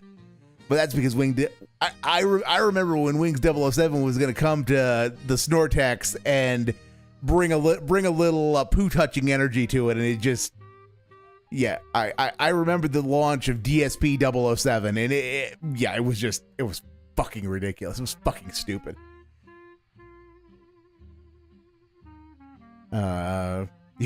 Double 007 has butt buddies who will invade your Discord if you draw his ire. Yeah, and yeah, that's like I said. Pepperidge Farm remembers when Wings 007 was gonna bring that energy to the Snortex and use it to fuck with Dave, and he just ended up using it on detractors. Inner drama would just feed DSP. He don't need a feed. Yeah, that's where I'm coming from, Rajo. It's fine if people are having their fun with the interpersonal drama, the Snortex. It's just I don't think that content is interesting. I don't think that content is interesting, and I think Dave's smug little grin grows a little bigger whenever a fratricide occurs in the Snortex. Not that we can't engage in fratricide, or not that we shouldn't defenestrate people who deserve it. It's just that, it's just that whenever Dave thinks he gets a win, we all lose. Whenever he thinks he's winning. We got that. Totally got that. I've got that. I have every police report from the time that Phil Burnell lived in Washington until present day, as of about 2 months ago. However, he said that during that time he spoke with a detective, and the detective said that, we don't really do cybercrime. Now, he lives in Renton. I live in a small town in the Midwest. Now, my jurisdiction, my unit size, my entire police department was 50 men. I personally did crimes like Philip Burnell is talking about here. I worked them personally. I was quite good at them, to be quite honest. So it didn't make sense to me. So I called the detective because the detective's name was in the police report. And when I spoke to the detective... By the way, that call's recorded, Phil. We have the receipt. I have the recording. When I spoke to the detective remembered Phil. Yes, Moo Buckaroo, I do, because we're all dented. Sure. We're all dented. Great. All Here's members of the Snortex are dented. Wait. That's not a bad thing. It's not a bad thing. And we all are. We all are. And I have the narrative affidavits. Was a detective Steve. I have the narrative affidavits. Was a detective. The narrative affidavits. I don't care about your the narrative affidavits, which is recorded by law. He remembered you. When he spoke with you, he asked you, he went through everything. I said, can you tell? When Broside came in, DSP wasn't having it. Oh yeah, no, Dave has been checked out for a while at this point. At this point, Dave has been checked out for a while. He is ready to be done. This is all a bunch of nonsense and a bunch of detractor lies at this point. But and then Broside is in here bringing up facts. Narrative affidavits don't count for anything, Goob. How can I be sure that they're true? All they're doing is they're signing a piece of paper and swearing it's true. Yeah, because Dave does not understand how affidavits work. He does not understand how they work at all. And he handled it reasonably well. I would, in my own dented side, would like to see some of the probable cause affidavits that Broside has written in his previous life as a cop, but that's just my tism. Yes, Rajo. This is all of this. All of this is everything working exactly according to Cake. This was the plan all along. This was the King Snakening meant for all of this to happen. He intended for himself to be made a fool of for not understanding how affidavits work or the importance of the narrative affidavit in the course of how cops interact with courts or even their own departments. Tell me more about anything to do with, let's say, human trafficking. Do you only work human trafficking? He said, "What do you mean only human trafficking?" I said, "Well, what he's telling me is that this is where your lies catch up to you, Phil. Someone in your agency told this man that you don't work anything. Hold on 1 second. I'm gonna go. That you don't work. That you don't. That you don't work anything. Yep, he's getting up. He's gonna go up, go do some polls. To which I was responded to by this detective. which, by the way, really bad to lie to people that are, seeking information. I agree. That then said, no, we work cases like that all the time. We work data breaches. We work criminal use of financial cards. We work all that stuff. And so, I mean, what else is there to say? They don't just work human trafficking. They're a larger agency than my agency was. They, of course, have separate Chair Coon is the true star of the show, Koraz. Would only work human trafficking in a capacity of a cybercrime. They're required by law to investigate a crime. They can't just ignore a crime. And Okay. And just inside baseball, my jurisdiction, my little town has got a police force of 5. It's got the police chief, the deputy police chief, the under sheriff, and then 3 deputies. So yeah, and they do criminal use of a financial card's common enough investigation. So yeah, everybody does this. Everybody does, and anybody who's vaguely familiar with the criminal justice system could have told you that. But he's Dave. He's Dave. He doesn't know about that, and so he doesn't care about it since he doesn't know anything about it. Dude, goob. What's sad is lots of people watch this, and he still gets money from his whales. Yes, his whales. Yes, we are all dented. We are all dented because we take pleasure in laughing at this guy. But we are dented in the sense that we're weird. Not that we are mentally impaired or stupid, or the way dented is used when talking about Dave's fans. We are naturally weirdos, but every fandom, every enthusiast group on the internet is inherently dented, because you're getting together with people who you share an interest with, and a considerable enough desire to engage with other people about this thing that you are interested in, to go out of your way to spend your time on a Friday night just hanging out, watching, in this case, watching the guy be an idiot, or going out to the drag strip because you're a cartooner, or going out and playing D&D or whatever. So when I say we're all dented, it is a term of endearment. It is a term of endearment. As opposed to Dave's dents, as Dave's dents truly are fucked up in the head because they keep giving him money after this nonsense. At least Lance Catamaran, I can respect Lance Catamaran. Sort of. Not that I can respect, not that I can respect any of them much, but to the extent that I can, I will give props to Lance Catamaran. Lance Catamaran very clearly is getting something out of this. He enjoys cucking Phil. He enjoys asserting his financial dominance and making Phil dance to his tune. So he's getting something out of this. It's weird, and I don't know why you couldn't get something far more enjoyable out of a hooker, but if you're gonna give money to the guy, yeah, at least get something real out of it. And Lance Catamaran absolutely gets something real about it. It's the only way to explain his behavior. He gets enjoyment out of watching Phil squirm and about controlling Phil.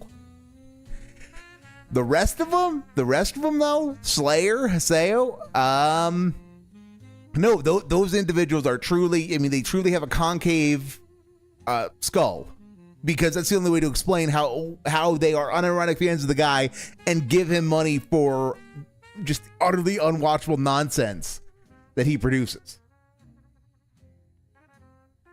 Receipts here, Phil, of you lying to the side scroller. Okay, guys. now stop. No, No, stop listen, playing the video, because I have something to say. Or do you? What's the case number? Stand by, please. I have that up. Stand by. Stand by. Hold on. Stand We've by. got all the receipts. We've got all the paperwork. That's written. Hold on. This is the case number for. This is the email, right? Stand by. Hold please. 21-532. That's correct. That is the case number.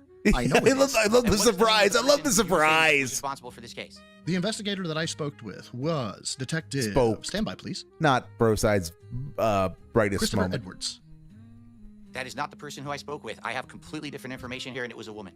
Great. Who's that person? I'll happily call them. What's her name? We'll call them and verify. I'm not going to say it publicly. I can give it to you. Oh, come on, Phil, with the obfuscation again. Isn't it convenient? Every time pressed for receipts, you don't have one. Yep. We've got a mountain of receipts here, Phil. You don't have any receipts. You have excuses. Do you really want this person to be publicly harassed? That's why I'm gonna give it to you. She's a police officer. I think she could take it. Yep. No, hold on. Phil, I'm gonna go on your side, Phil. Trust me. You know I'm a detractor channel. I don't want to go on your side, but I'm gonna go on your side. Phil, you give that name to Steven. Completely unbiased. We'll privately check into it. We'll check into that. I won't publicly name that person. I will not ostracize you for it. I will talk with her. If you are correct and she tells me, yep, I told Phil Burdell or I told anybody we only work human trafficking, I will publicly apologize. Now hold on a second. Why on earth do you think that she would admit that?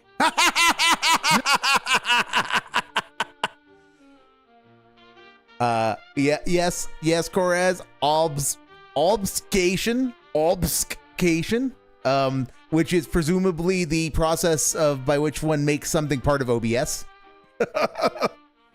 Obfuscation is a hard word to pronounce and even harder to spell. But Dave's response was, well, why would she admit to that? Is just, again, it says something. It's one of the high points of this interview because it says something very, very true about him, about how he thinks, about how there is no virtue in telling the truth to him for its own sake. It's if this person is fucked up, their natural inclination is going to be to cover their own ass, which, while that is undoubtedly true, there is a strong motivator to do that in some people and a strong institutional preference for that in some institutions. It also, doesn't take into account the nature of the work and the institutions themselves just Google Giglio. Just Google Giglio and you will she will lie because even police are trolls. But that's the thing, Koraz, is that, I mean, if a cop is caught lying on the stand or is caught, for example, attempting to deprive a defendant of exculpatory evidence, they're going to get giglioed, and if they get giglioed, then their career is over because they will be prevented from testifying. They will have such a strong presumption weighing against them that it's just going to be assumed that they'll never be able to testify effectively. So cops have got because of Giglio, cops have got a massive personal bias and, well, not personal, a massive career bias in favor of being truthful, because if they fuck up their credibility and to the point of getting Giglioed, they're done. Their career is over. Doesn't matter how good a cop you are at that point. Have any idea how much honor, integrity, and honesty is bound to law enforcement? It is their career. The conversation that I had with this woman, okay, was in regards to that email, okay, but also while I was having that same conversation with her, I said, hey, I'm curious, since you're here with me talking about this online harassment, I get all kinds of fraudulent chargebacks against my PayPal account all the time. And I've got these people's email addresses. PayPal could probably get all this information about who they are or whatever. For sure. Would the police investigate anything like that whatsoever? And her response to me, I'm paraphrasing because obviously I didn't record the conversation, was, no, we would not look into anything like that whatsoever. We don't have the capacity. Basically, anything that we have to do with kind of online stuff is essentially child and human trafficking, because that's all we can really handle. However, if you want, you can contact the FBI in Seattle. That's what I was told. That's what we're talking about. Hold on. Now I know full well that this is on YouTube. It is referable, and it is the whole 9 yards in that regard. All right, just hold on one second. Just to lighten the mood a little bit, I just want to thank everybody. We hit our goal tonight, Phil. So I'm going to have some Arby's burgers. I made a stretch goal. Arby's burgers. I learned it by watching you, Phil. I learned it by. If you hit one goal, set another one. Right? Chill. Okay, go ahead. Finish what you have to say, and then I got to. Absolutely. And I'll mute. And Stephen, if I'm good to drop, I'll happily drop. You can drop. Phil, I made no bones about it, man. You've banned a couple of my alts from Kick. You've banned me and my Broside archive from YouTube channels. I don't hold any disparity. I don't disparage you for that. I did what? I banned your YouTube channel? How would I do that? Well, you banned me from talking. I subbed to you. I tried to talk. I couldn't talk. So I get that. No. God, no, my dude, not at all. No, his channel is Broside Phil, and the link to his videos are in the description here. My point is, sources. By the way, just so everybody's clear, I checked his work. I didn't just blindly accept that what he's saying is correct or make phone calls. I checked through the haircuts with Pig Go and checked that the clips are accurate. That's Phil saying he got a haircut. It's on the bank leaks. This gentleman found all this information, and that's the hallmark of a great researcher. Yo, come on, guys, we gotta hear goals so we can get Garby's dick. My point. Garby's my point is, burgers. Phil, you have every reason to believe that I'm out to get you or something like that. I don't even know who you are. Truly, I have no clue that's who you and are. that's fine. That's you know what? Hey, that makes it all the better for me. No lie. The fact you don't know me, cool. I'm not. Whatever. My point is this.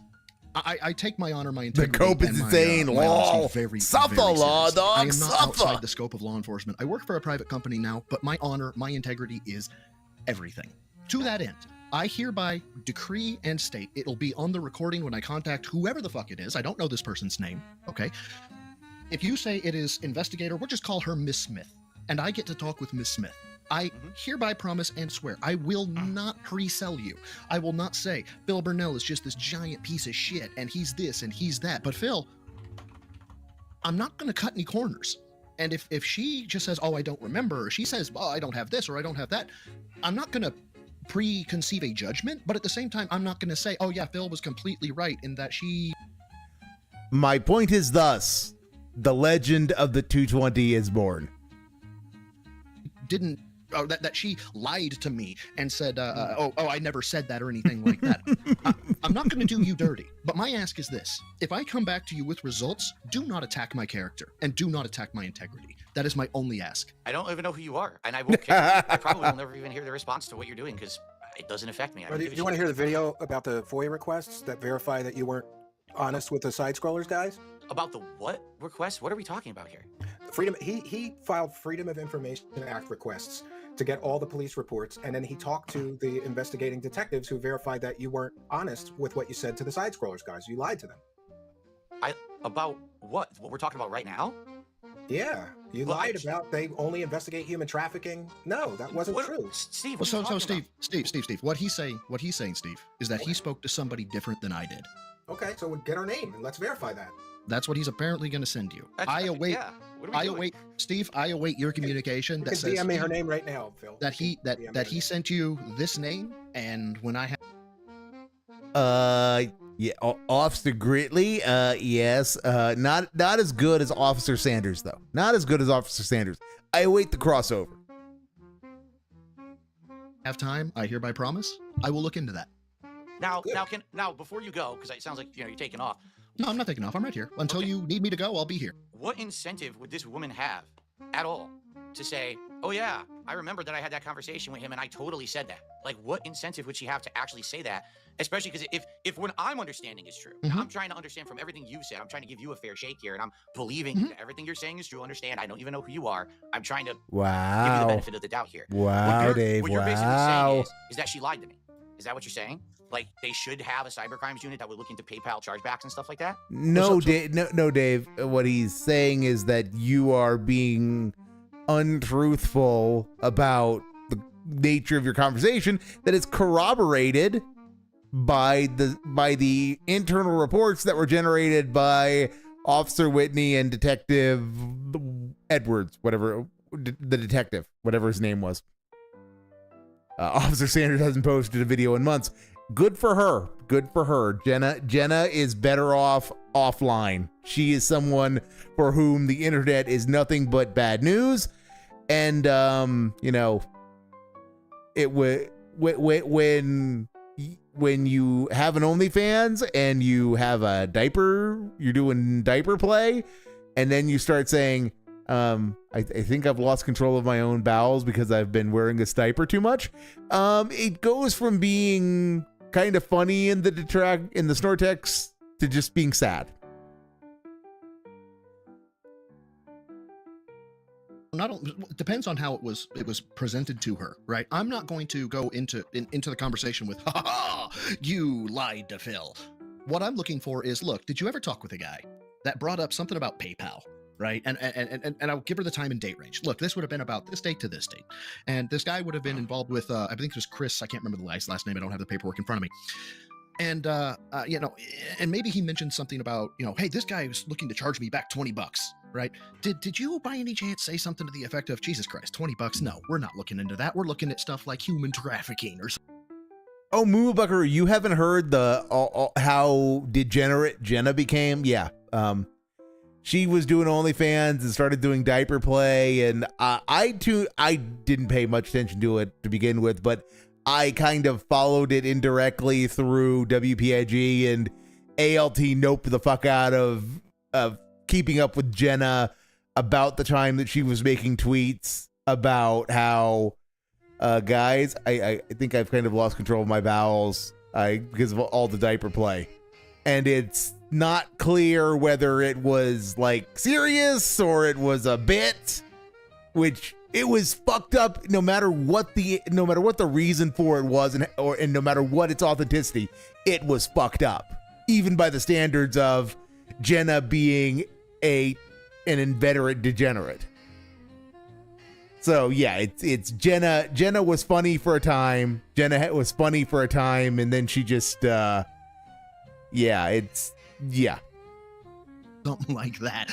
I'll sell you as the bullshit like $20 chargeback that it is, because $20, $1 chargeback, $15 chargebacks aren't federal crimes. No federal unit on the planet is going to look into that. Let's be clear. Mm-hmm. But I will totally sell it as, look, this guy probably talked to you about this, about this, about this. Is there any chance in hell that you said something to the effect of, you know, we really wouldn't look deep into that since it's not a felony. We would probably reserve that because it's, you know, cross-jurisdictional to the feds. I will play it up to your benefit as much as humanly possible.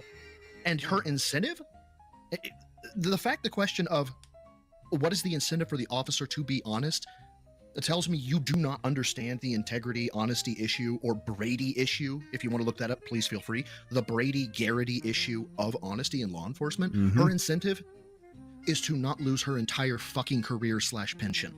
That is her incentive.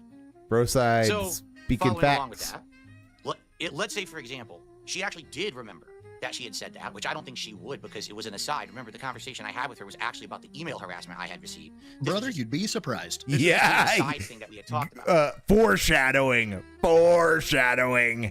Right? What's to stop her from just saying, I don't remember? In which case, then this is another. Then he'll report, I don't remember. Hold on. I will report. She says, I don't remember. Okay, I will not embellish. I will not lie about you, Phil. Okay. I am not going to lie about you. Everything I am looking for is factually fucking based. Okay, so now let's examine the 3 scenarios, because that's what you just did with my bank leaks. Remember, you had 3 scenarios? Occam's razor. So scenario number 1, all right, she outright admits that she said, oh, we wouldn't investigate it. Now I will eat that crow. But you know that that's not true. Like, you know that she should have said, oh, we probably would investigate it. Like, that's what I'm trying to understand. Because there's 3 scenarios. Either she admits exactly what she said to me, she says she doesn't remember, or she outright lies and says, no, I never said that. Correct. And all I can do is report on what she said. Here's the issue, Phil. Yes. Based on the 8 haircuts, based on the Burger King, based on the stuff, here's what you say a lot, circumstantial evidence, right? You say that a lot. I take issue with that. And the reason I take issue with that is because, Phil, you're familiar with DNA evidence, are you not? What are we talking about? Hear me out. Are you familiar with Dave's struggling to keep up with fast-flowing conversation. DNA evidence is. It is like the slam dunk evidence, right? Where are we going on an aside? We have 3 options. We have 3 options she might say. Correct? Phil, I've heard you out. Phil, I've heard you out. Actually fucking based. Fur, Koraz. Fur. Interrupted me as I was telling you about the 3 options. All right. Go ahead. In which of those options do I come out the winner? You come out the winner. Okay. So and that's what I was trying to... Broside lost it there for a moment. The mask slipped for a moment as he had no idea how the fuck to deal with that because it's so fucking stupid and so fucking self-serving. Get at, okay? You've got option 1, which is she corroborates your story. Which, great. Then you're telling the truth, and I will stand by you. I will back you, Phil. Okay? That's option 1. Option 2. Okay, go ahead. Why would you do that, Option 2. She does not back you. Okay? She says, I never said that. I will also report that. Now, there's 2 she doesn't back you options. Option 1 is she's telling the truth and she didn't back you, and that would mean that you lied. Option 2 is that she doesn't back you and she's lying, right? That's option 2. That's where Yep, that's how it the works. term- Yes, when we were yes. talking about just a minute ago, I brought up circumstantial evidence, which you bring up a lot, right? Mhm. Here's the issue that you Wow. have. I'm not saying I have it with you. I don't have any personal grief against you. Do you know that DNA evidence, which is thought of to be the greatest of greatest evidence, it is the slam dunk. You were there, you touched the gun, you drank from the cup. By legal definition, is circumstantial evidence. Yep. No, I didn't know that. I'm not a lawyer. There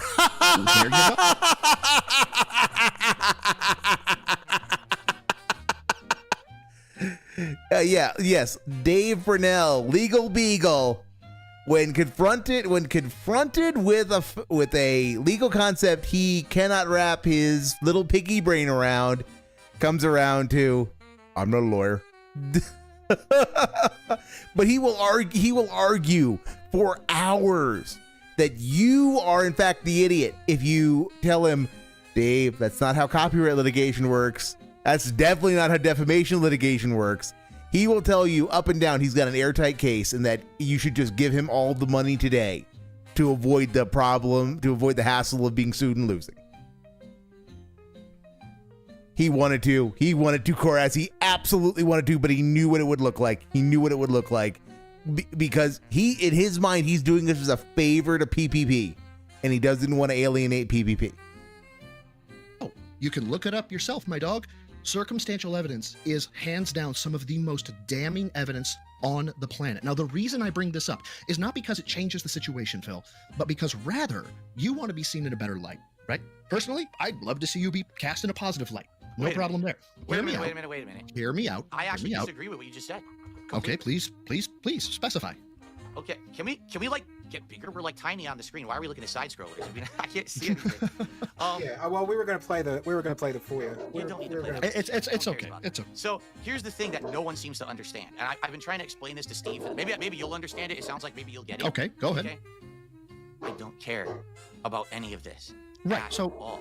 but It doesn't. Phil- Listen to me, please, guys. Both. You of I want don't to get understand something. That Sure. you don't care, Dave, doesn't mean you don't get a veto on this. You don't get a veto on what other people care about, Dave. That's what your problem is. That's what your problem starts and ends at. So many people on the internet have said so many negative things about me over the years. It doesn't matter what's true or not. It doesn't matter what I can prove It does, or though. disprove. Yeah, It will it never kinda make me does. look better. Kinda Do you does. understand? But Phil, It doesn't matter. No, it let does. me finish. Let me finish. Okay, go ahead. Because no matter what, every single time that I have disproven something or gone out of my way to try, Mhm. everyone moves the goalpost and says it wasn't good enough, or here's the next thing, or whatever Phil, it may be. So Phil, I hold don't on. care. So I'm not Let done. me back you. Let me finish my Oh. piece. All right, go I- ahead, and I'll back you on something recent. I'll tit for tat you. I don't care about any of this. If I had known that it was going to be a show about me saying, like, I care about proving if the bank leaks are real or not, or whatever, I would have said to Steve, just so you know, Steve, I don't care it's a waste except of my time, and I respect. I don't care, Goob, except for all the things I care about. I will never be seen in a positive light. Don't you understand that? So you're okay for a Well, softball interview, but not for a hard No. I We wouldn't asked answer you the a softball questions that interview. the whole internet wants you to answer. That's what I did tonight. Which I've already been asked, which I've All right. already responded to. My answers So- don't change. I don't care. I Well, am hold on. happy Hold with on. where I am. He doesn't I'm care, what I'm saying. Goob. I'm happy where I am. I'm Yeah. successful where I am. I'm having a good time with life. I like the content I make. I'm okay with who I have become. Okay? Okay. I don't care about you saying I make too much. Wow. I don't care. I have fun. My viewers have fun. It's all good. I'm Phil. not harming anyone with the content that I put out there. And those Agreed. ti- Well, those times- kind of agreed. Kind of those times in the agree. past, I will admit, I've looked at myself in the past, and I look at me saying stupid things and bad things like, man, I need money to pay my mortgage and shit like that. And I look at that now, and I'm embarrassed. I'm embarrassed because it was a bad situation, and I didn't have a way out of it, okay? I've already admitted about all my shortcomings, that I'm irresponsible with money, I did all these bad things, and I was dishonest about certain stuff. I'm not Okay. doing that. I'm not doing that anymore. Okay, I'm but hear me past out. it. Okay, I- fine. So I don't care. I've forgotten how good I this don't need to got. prove any innocence of anything because I haven't committed any heinous actions whatsoever. This is Mhm. all a nothing burger. You thought you had something because you thought you were going to get me to do like some elaborate polygraph or whatever. It's never going to happen because I'm I not didn't- stupid.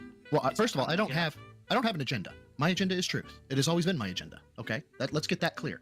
Like, to be frank, Phil, and you can label me as a biased detractor for this. I don't particularly like you, and the reason for that has nothing to do with your content in terms of you playing video games. As a matter of fact, I'm going to back you right now. You just caught a fuck ton of flack about the Night Rain, did you not? Like, people are saying, oh, Phil's gonna just fucking do this shit and he doesn't know and he's this and he's that. Dog, I actually looked in some of the contract language and there's stuff in there that says you can use YouTube super chats and memberships during gameplay. To me, that implies you can live stream it. Now, I don't know, but at the same time, I'm going, yes. wait a minute, maybe that means that some of the stuff they're looking at that says, oh, you can't stream it, is wrong. So I didn't immediately jump on that bandwagon. That said, ha ha ha, let's make fun of Phil. Not my goal. Making fun of Phil is fun. That being said, which, shout out, of course. Big ups. There is a marked number of transactions, Apple, iTunes, and PayPal. Now, I'm not going to say they're microtransactions. I'm not going to say that they belong to WWE champions or WWE supercards. As a matter of fact, I don't give three shits about that. However, what I do have, what I have seen, is Koraz. the videos of, guys, I can't afford my bills. Guys, I can't afford this. Guys, I can't afford that. And here's the thing, man, I can't see at least struck Apple you with iTunes 4 transactions. cyberbullying You can strikes? make the argument for PayPal, but I can't see Apple iTunes transactions being towards anything other than what I would consider luxuries. To that end, that is a huge integrity issue. It tells me I would rather spend money on myself than I would taking my viewers, my donors, my lifeblood's money and spending it towards things that are necessities, and that you're putting yourself in your own situation. Now, to that end, the reason for the FOIA requests, the reason for looking up the bank leaks is to try to get you to recognize within yourself, dog, maybe I have a problem. Maybe I need to look within myself and go, I really gotta stop spending money on frivolous shit. So that way, and you know this to be true, that there are certain donors of yours that have mental handicaps that are using transactional funds that come from government entities that don't. And I've been called satanic baby slaughtering cultists and shit on politics videos. But if you say Phil is a Polish pig roach, you get a strike because he is a Karen. Yes. Yeah, yes. Which does suck. That does suck royally, Koraz. That does suck. And Dave would cure many of his own problems if he could just learn to laugh at himself a little bit. Just a little bit. That's for them. That is for them. And they're giving it to you because they think you need it, that you are desperate for it. There are 2 stories about people going into bankruptcy, being homeless for you, dog. Timbo, no. In hindsight, I will say, no, Timbo Slice did that to himself. Timbo Slice did that to himself because if you're on to your 3rd bankruptcy, you should not be allowed to manage your own money, period. You're incapable of managing your own money if you're on to bankruptcy number 3. Just tell me you're not spending $20,000 on Apple iTunes. Please, I am begging you, because every piece of research I have says that. Does any of this make sense, or am I coming off like a rambling lunatic? You're coming off like a rambling he's a lunatic. Police officer. I mean, he did these kind of cases, Phil. So when he says he believes that those bank leaks are real, he'd be considered an expert guest in a court of law, like a trained investigator. And I don't think that anybody's being too rude in saying that they want you to do better. It's not like we're just no kidding. Like, this guy's a scumbag. It's like we want you to do better. Now, guys. For example, Phil. Why are you talking over me? You guys just talk for 10 minutes. Look, this is what I want to say. It's not just the bank leaks. It's not just the WWE game. For example. Guys. A lot of people are telling me that you took control, or excuse me, that you took advantage of your family. Why are you listening to that? Well, what happened to your 10-year plan? Have you made any progress on getting a real job? DSP. The 10-year plan returns. Kinstar offered you $50,000 and you turned it down, and instead, and he's been very critical of you, saying you could have taken the $50,000 and stopped begging your audience for money constantly, but instead you just went right back to begging your audience. Yeah, and you promised your parents. You promised your parents you would get a real job in exchange for the money that they gave you, and I believe you scammed them. You took the money and you didn't do what you promised them. No, stupid. You know what I would give to have my parents around to keep a promise to? Go ahead. You're bringing up so many things again, more random stuff that it's because you were in debt. It's not random though, Dave. You broke talking over again. That's not. Oh my goodness. What debt? Do you even know what that money was for? Well, fuck Dave and his winged monkeys in that regard, Koraz. Fuck Dave with the winged monkeys. That didn't happen either. See, all you know is hearsay from things that have been said. You don't even know the situation. Wow. You raised money to visit your dying parents. You lied and you never went. Come on, Phil. What? Now I have the clips. I have the clips of you lying. Now you think I did. You need money to go visit your parents while they're still alive, and you never went on the trip. Did you? Yes, I did. I got married when I was there in my parents' house, and there's pictures of it. What the hell are you talking about? And you played WWE Superstars on your wedding day based on the concurrent views or concurrent logins. Yep. This is so ridiculous. So And you didn't take your wife. You didn't take your wife on a honeymoon because you couldn't afford it. But you could afford $40,000 on a WWE phone game, like an 8-year-old. This is a total clusterfuck, but it is worth it. It is worth it. Countered it and disproved it, and you immediately moved on to the next thing. Wow. This is exactly what my detractors do. This is why I don't care. Because no countered and what, disproved it. I'm lost. Where's the counter and disprovance? He said I never went on the trip. There's 100% evidence. I've shown the pictures of the wedding. I've shown the pictures in my parents' house. There's evidence I went on the trip. I think we're talking about a separate event where you were grifting, saying you'd really like to visit your parents while they were still alive. Their health. And I did. Yeah, there was that one. And then well, But Phil, there's to be every single day. Okay, but hold on. Well, hold on. Talk about it. You asked for money, Phil, to visit your dying parents, and they're still alive. That alone proves you lied to your audience for money. It's a form of consumer fraud. It's not. That never even happened. My parents paid for the trip, and I told everyone that. And everyone said to me, I lied. I have the clips of you begging for money so you could visit your parents while they're still alive because they're having health problems. I have the clip. But you don't care about receipts. Wow. I outright told everyone my parents paid for the trip, and that's why I was going, because I couldn't afford to go. But Phil, there's other things. There's right? always other things, and every hear me time one of it out. comes up, Okay. okay, so counter one more. Counter one more for me. Such a fucking bro side Phil. Bro side Phil. Bro side Phil. He's your brother. Are we not our brother's keeper? This is Bro Side Phil. He's your brother on the internet. He's trying to be his brother's keeper. He's trying to. He wishes the best for you. I'd like to have a small conversation with you right now, because I've actually never, I think, directly spoken with a detractor like this before, have I? I don't. Think I ever really Dave, have. because you're in. And why is that, Dave? Why is that? Could it be because you're, trying to insulate yourself so that you never have to acknowledge that detractors are human-style individuals? Nah. I don't know if I hope I'm not turning you off from the idea, man. A lot of us are like this. And by the way, for the record, I made an agreement with Steve that I was going to be on for 90 minutes. And then I gave him the benefit of the doubt and said, okay, we'll do 2 hours. Now we're on 2.5. I got to get out of here. I got to spend time with my wife tonight. Understand that this is not me running. You don't want to hear the Keemstar trashing you because you didn't take the job. We already. I got that left still. We far exceeded our time. Why didn't you take the job, Phil? Why didn't you take the job and stop begging? Steve, are you going to admit that we've already exceeded? I've given you way more than my time than I agreed that I was going to. Is that correct? All right, that's fair, I guess. Okay. You just want to run away then. There's no running away. Run away. All right, people thought you would rage quit right before this, so just they're saying rage quit. So to have a conversation with Bro Side Phil here, which I've actually never done this before. Well, hello. Would you agree that over the years, anytime that someone hits me with one of these accusations, and let's not even say specifically it's the bank leaks, because there's been many of these things that have been said, right? So he said this, he lied. Okay. He said this, he lied. Okay. Would you fair enough agree that every time that I actually did have a rational reason or an explanation or whatever, because I think you're going to at least give me the benefit of the doubt and say there have been times when Phil actually did counter rationally and said this didn't happen and it was true, right? It's not every single thing said about me is not true. Is that correct? I'll give him that. Right now, I'm thinking one thing. I'm thinking one thing heavy in my mind. I'm not going to say what it is, but yes, I'm thinking one thing heavy, but go ahead. Okay. Is it not true that when that happens, if I go out of my way to disprove something, that immediately this detractor community just moves on to something else? Is that true or not? No. The detractor community at large?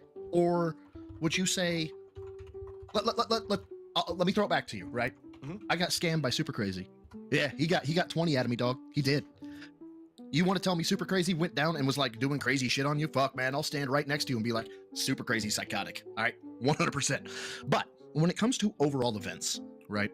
There are things that you say, haha, I answered it and therefore it has been answered. And you completely side skirt the issue. So, for instance, let's say, for instance, you get Elaine Walls is indeed a blast in the past. That is taken out of context. I saw the message King Be Cruel sent you. I've seen the documentation and messages that Arkham sent you. And yeah, Arkham was like, hey man, can I get a $5? Dude, I paid him $50 to set up my Discord server. King Be Cruel said, dude, man, you're saying stuff like it's cringe, he's just like me for real. It's kind of fucking cringe. You went 10-8 on his ass, right? You just went absolutely insane. He did. Hold on. Can you say that then, can your reaction then be, well, they were coming at me? Technically, that's an answer, is it not? Of course it is. And so you, in your mind, think, that was a little dig right there. In the detractors' minds, we don't care about you answering that you felt attacked. What we care about is that you disproportionately attacked King Be Cruel, attacked Navinia, attacked Arkham, attacked all these people. And so we, like Big you ups, say, Lavinia. focus on it because you think it's answered, and to you it is answered. But to us, we're not looking at it through the same lens you're looking at it. We're looking at it through a very different lens. And while you may disagree, I tend to think we are, by and large, looking at it through a lens of decency, honor, and integrity. Now, you may disagree. That is your prerogative. But man, you throw a lot of hate towards detractors, and I get why you might. But you from throw the a outsider lot of looking in, hate. they have receipts, and you only have excuses. In my experience, There you go. There you go. That's kind of the overarching business of it. they have overwhelming evidence, and you have excuses so far. Okay. Deploy the spoons question and the was, 220s. If I disprove something, is it not a true statement that the detractors just I move on mean, to something else and that becomes Belchan does focus? like the Is that not a 220s statement? That may be tonight. true. Yeah, I may give you that. Sure. Right? So Sure. do you guys But you're understand- always doing shit that they find objectionable. So they're going to Yeah. move on to the next time you did something like beg for money for That's- because you might have to eat a lunch meat sandwich and then That's they an make a video excellent about it. point. That's actually an excellent point. Maybe if you stop doing stupid shit that most people find objectionable. No, no, no. Now you hit it on the head. Now you hit it on the head, Steve. Did you hear what you just said? If you would stop doing things that most people find objectionable, okay? Most people don't give two fucks about Darkside Phil. They don't know Except who I the- am. They don't give a shit. Except they kind of do because you're a game journalist now, and you hate that, and you see constantly about that. Just go on with their lives. If they don't like something, they ignore it. They don't hyper-focus on it. Wow. They fixate on it. They don't obsess on it. They don't form communities on it. They don't have YouTube channels based on it. They don't monetize stolen content on it. They don't motivate their viewers to act against the person. None of that happens. The normal person doesn't like someone, and they say, I'm going to avoid that person, and I'm going to go over here, and I'm going to focus on the rest of my life. But that's not the liberty that I've had. In the last 10 to 12, 13 years, every little thing that I've ever done has been microanalyzed, overanalyzed, hyperbole to the extreme. Because to you, you say, man, it really sounds like he asked for so much money and it was really obnoxious. If it was actually that. Not surprising, right? Koraz, If that actually people found it actual so random offensive, I would have zero people viewers. in meat I would have space zero think support. he's I would have snorting absolutely no one on weirdo. my side. No one would like my content, and I would have been canceled a decade ago. But Yeah, but didn't even happen. at this, even at this for most 15 do know years, and, he like, is you're the guy getting who less views jacked than me. I've off been at on this for Twitch. 3 or 4 He's the years. guy. Whoa, whoa, I'm whoa. watching his The Twitch. detractors get more views than you. So that That's- means half your audience is hate viewers, And Phil. that's exactly where you're wrong. You just said something. You said, Phil gets less views than me.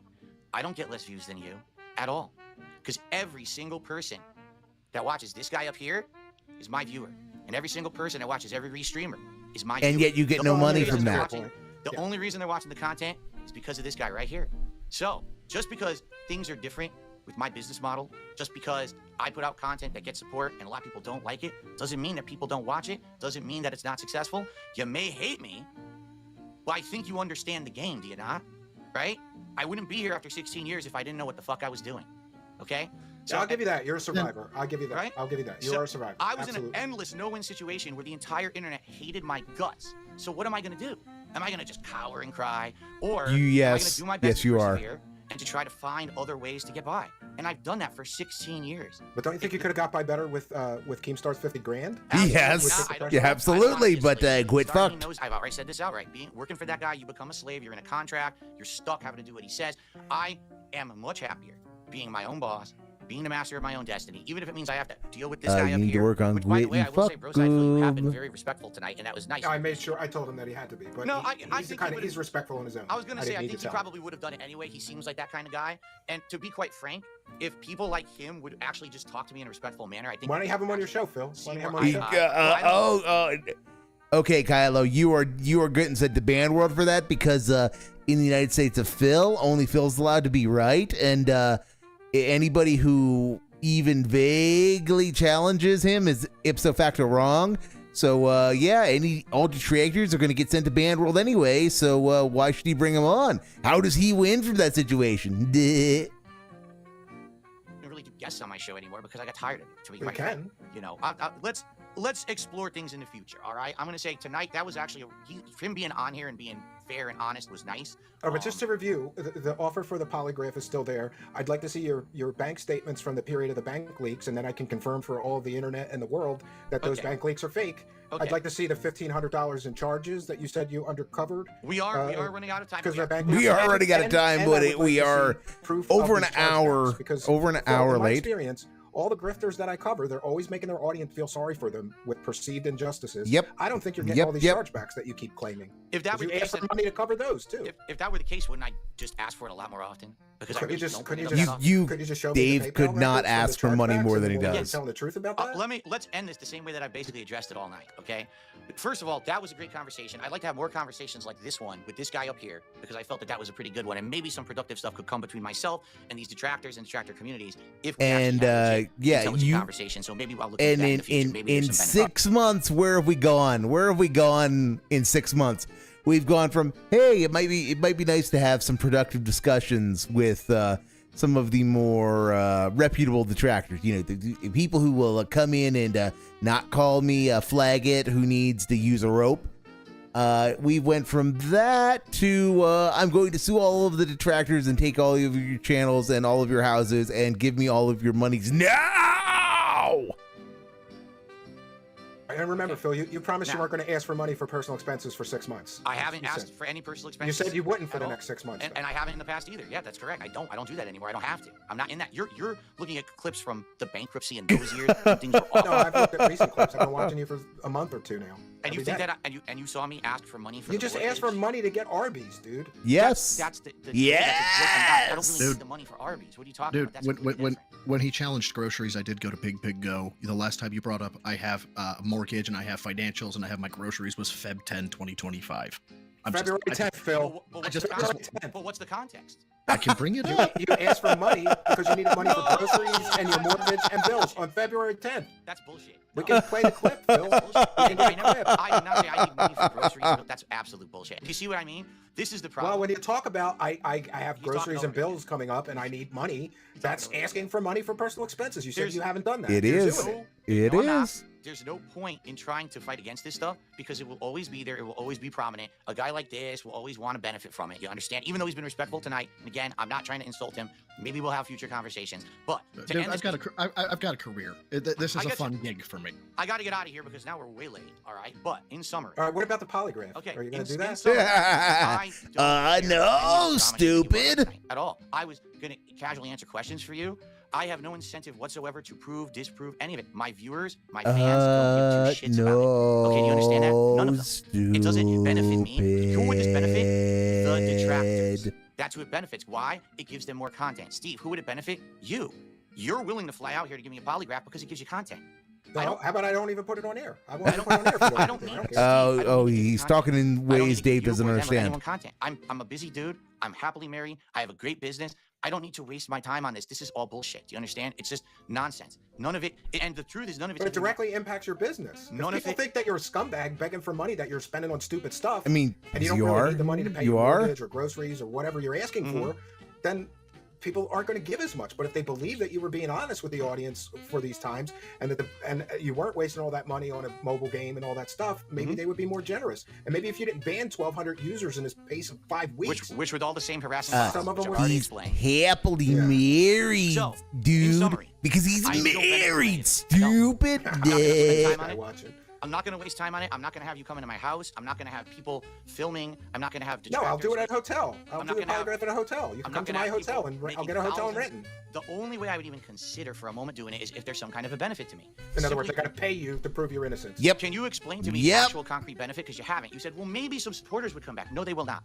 They're already in that detractor bubble. Once they're in there, they're in there. Unless they actually did, come to their Koraz, senses he and say, did. Holy shit, He I'm wasting did. all this time hating on some nobody on the internet. What am I doing with my life? And by the way, that's happened. The Many mush of them mouth have is reached out to me real. over the years and said, I'm actually kind of sorry. I realized I wasted a lot of your time. I harassed you. I'm moving on. Goodbye. And I appreciate that. But outside of that, I'm not going to win anyone over. I'm not looking to win over my detractors. I don't need a champion of my detractors. I don't give a shit. To you, this is hot stuff because now, Yeah, but oh my God.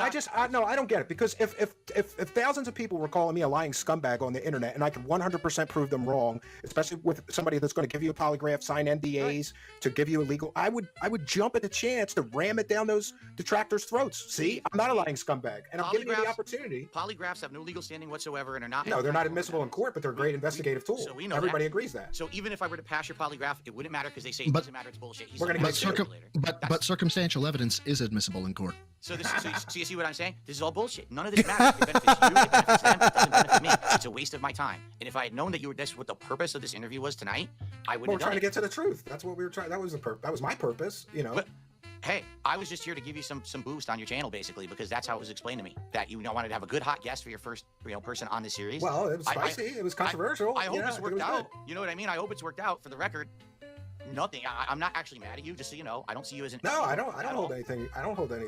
I'm You know? certainly not. And mad quite at you. frankly, this guy was actually quite nice. So I don't, I actually enjoyed that. Like I said, Well, if you enjoy him, I got 7 more surprise guests with evidence, but you don't have time to go through it all. no, because we agreed to 90 minutes, and I've already gone Yeah, 2.5 well, hours. maybe we should have talked in circles, and we could have got through more evidence that you could have. There was no Wow. circles. You just threw stuff out and talked over me most of the show. So just for the record too, and I'm gonna try to help you here.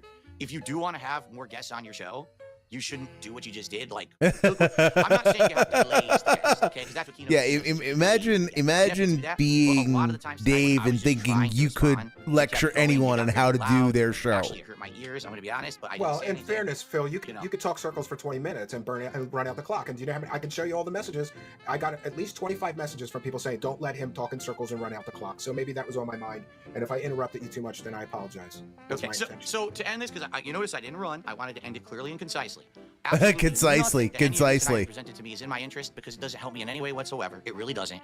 Even if I concretely proved everything wrong, the detractors would move the goalpost. It would be the next thing. And here's why, because this is how I want to end it. The reason this will never end is because it has become incredibly profitable to make negative content about Darkside Phil.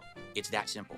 If these people were making money doing it, most of them would not do it. I don't know if he monetizes his channel. I do, All right? I do, and I said it in chat. You pass a polygraph, I'll delete my channel. I don't. There you go. I don't care if you delete your channel. More power to you. It is within fair use to do some of the things that you do. As long as you don't come after my family, you're not exposing private shit that has nothing to do with the content I put out. I don't care. Whoa, hey, You understand? here, I have a viewer who's offering $5,000 if you pass both polygraphs, and they'll sign a contract. No. Pass both polygraphs? Come on. That's bullshit. That's complete bullshit, and you know it. Pass both polygraphs? No. If there was going to be incentive, it would be you just take the polygraph. So that way, I win no matter what. Or else there's no point. So you want us to pay you $5,000 So- to lie to us in a so- polygraph I want you- situation? So yeah, and this is where Dave does the thing that he always does. He could have salvaged this. He could have still gotten paid. He had somebody who was at least making noises about paying him. But no. It's no, you have to pay me. You have to pay me regardless. I need my upside, and fuck your upside. I need mine. So if you don't give me mine, I don't care about you. I want actual benefit for me to do this work because that's exactly what it is. I'm But But already. Dave, if all of this is detractor lies and nonsense, that should be an easy $5,000. You should be able to pocket. Maybe it's because it's not all detractor lies and nonsense.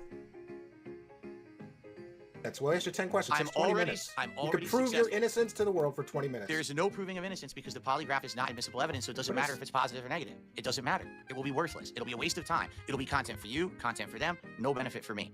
I've rationally explained this, okay? So, since these people are making money, it doesn't matter what happens, they're gonna keep doing it. It doesn't matter what I disprove or not, it's a waste of my time. So, it's this simple. I'm not interested in any of it. I All right, appreciate and you're not the time, interested in giving me conversation. any of the documents that would prove you've been telling the truth for about all this I'm banking not gonna- stuff? I'm not giving You won't anyone provide the documents for documents? anything. You won't do the You polygraph? can None of this quit matters. fuck, This is all Steve. wasted You can time. quit It's all fuck. frivolous nonsense. We're right back to square one, where nothing has changed. I'm gonna go on tomorrow and be like, man, it kind of sucked. I thought I was gonna have a better appearance. With Steve. We're gonna He get wants some the more last Oh, I word. think you had a great appearance. Just Absolutely. didn't paint you in a You good know. light, so you might. Steve, He no one here is absolutely painting wants in a the good light. last What are you word. talking about? It never happens because people talk over. They don't want to hear, and then they move to the next thing anyway. It doesn't matter. None of this matters. This is all nonsense. I It mean, really is. I don't think I moved on to the next thing. I think I let you talk, and I think we had a good dialogue back and forth. It's just there were some questions you couldn't answer. I let them go, So, but how I about don't this? think I disrespected you. How about this? Okay, tonight, this appearance. Because here's the thing that pissed me off about side scrollers. Okay, I spent 5 fucking hours with those guys. By the end of that appearance, nothing came of it at all. It was a nothing burger for them. They milked and monetized my detractors after the fact, which was ridiculous. What grift they had, right? It was ridiculous. From tonight, Funny can we how at he least just say, won't leave. Can we move on from the bank leaks? Because you guys agree that they're real, right? No matter what, you're going to never have your opinions changed about the bank leaks, correct?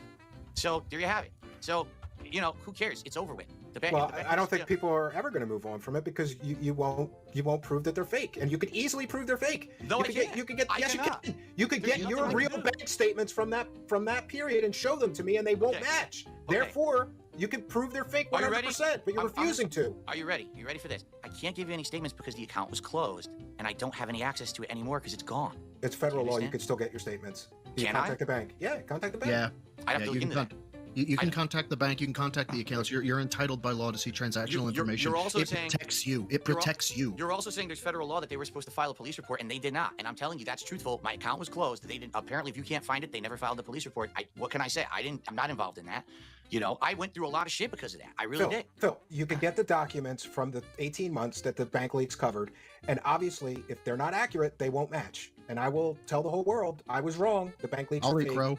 I'll eat crow. Yeah, and I'll sign an NDA that I will never And- release private and- information. All I'm going to do is okay. match them up, and if they don't match, I will report on that. If And they when do match, I will say Phil's a liar. He's been lying for years. The bank leaks are Okay. real. And when it's when just I did- overwhelming. 5 hour. Do you think somebody faked a 5-hour bank teller? He call? does. He genuinely does. Hold on a second. Someone impersonated He and catfished us genuinely for does. 2 Well, years, that's what, became a moderator of mine, created an entire.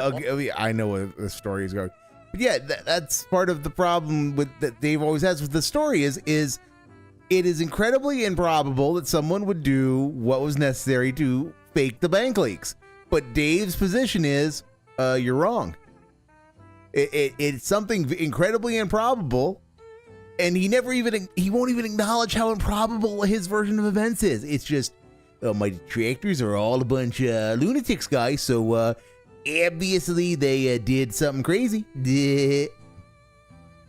alternate personality, had hundreds of hours of conversations with my community just to try to get me banned from Twitch, and that's brother, you're talking about hacking a phone company to create a No one's talking transactional about hacking a teller, phone company. to create a transactional teller that reads out stuff that You need a happens to $10,000 match software things. development kit. You need a happens to- $10,000 software happens kit. to match things that you were Rosai. like. This is completely different. I think. Rosai, did you actually call in and hear this message yourself? I No, confirmed I with listened. the bank that Hold on. that's their I teller. listened. Hold on. I listened to the recording. That's what I listened to. No, hold on. Okay, and the recording was from where? Was it on Kiwi Farms? It was. So you're telling me that you 100% have evidence that it's real? Is what you're I saying? had. Oh, here we go again. Hold on. There's no Hold on. point going anywhere. Hold on, There's hold no on, point hold I'm on. making. No. There's Let no him concrete have his point. Let him have his point. I can tell you that based on the what was listed off, so on and so forth, I'd give a 75% chance that that would be accepted to a courtroom standard. Okay, I can't say 100%, but I'll give you a 75% chance that those logs would be accepted, even if stolen / federal crime, whatever. Those would be accepted to a courtroom standard. Now, based on what your streams say, the 8 haircuts, that was what I did.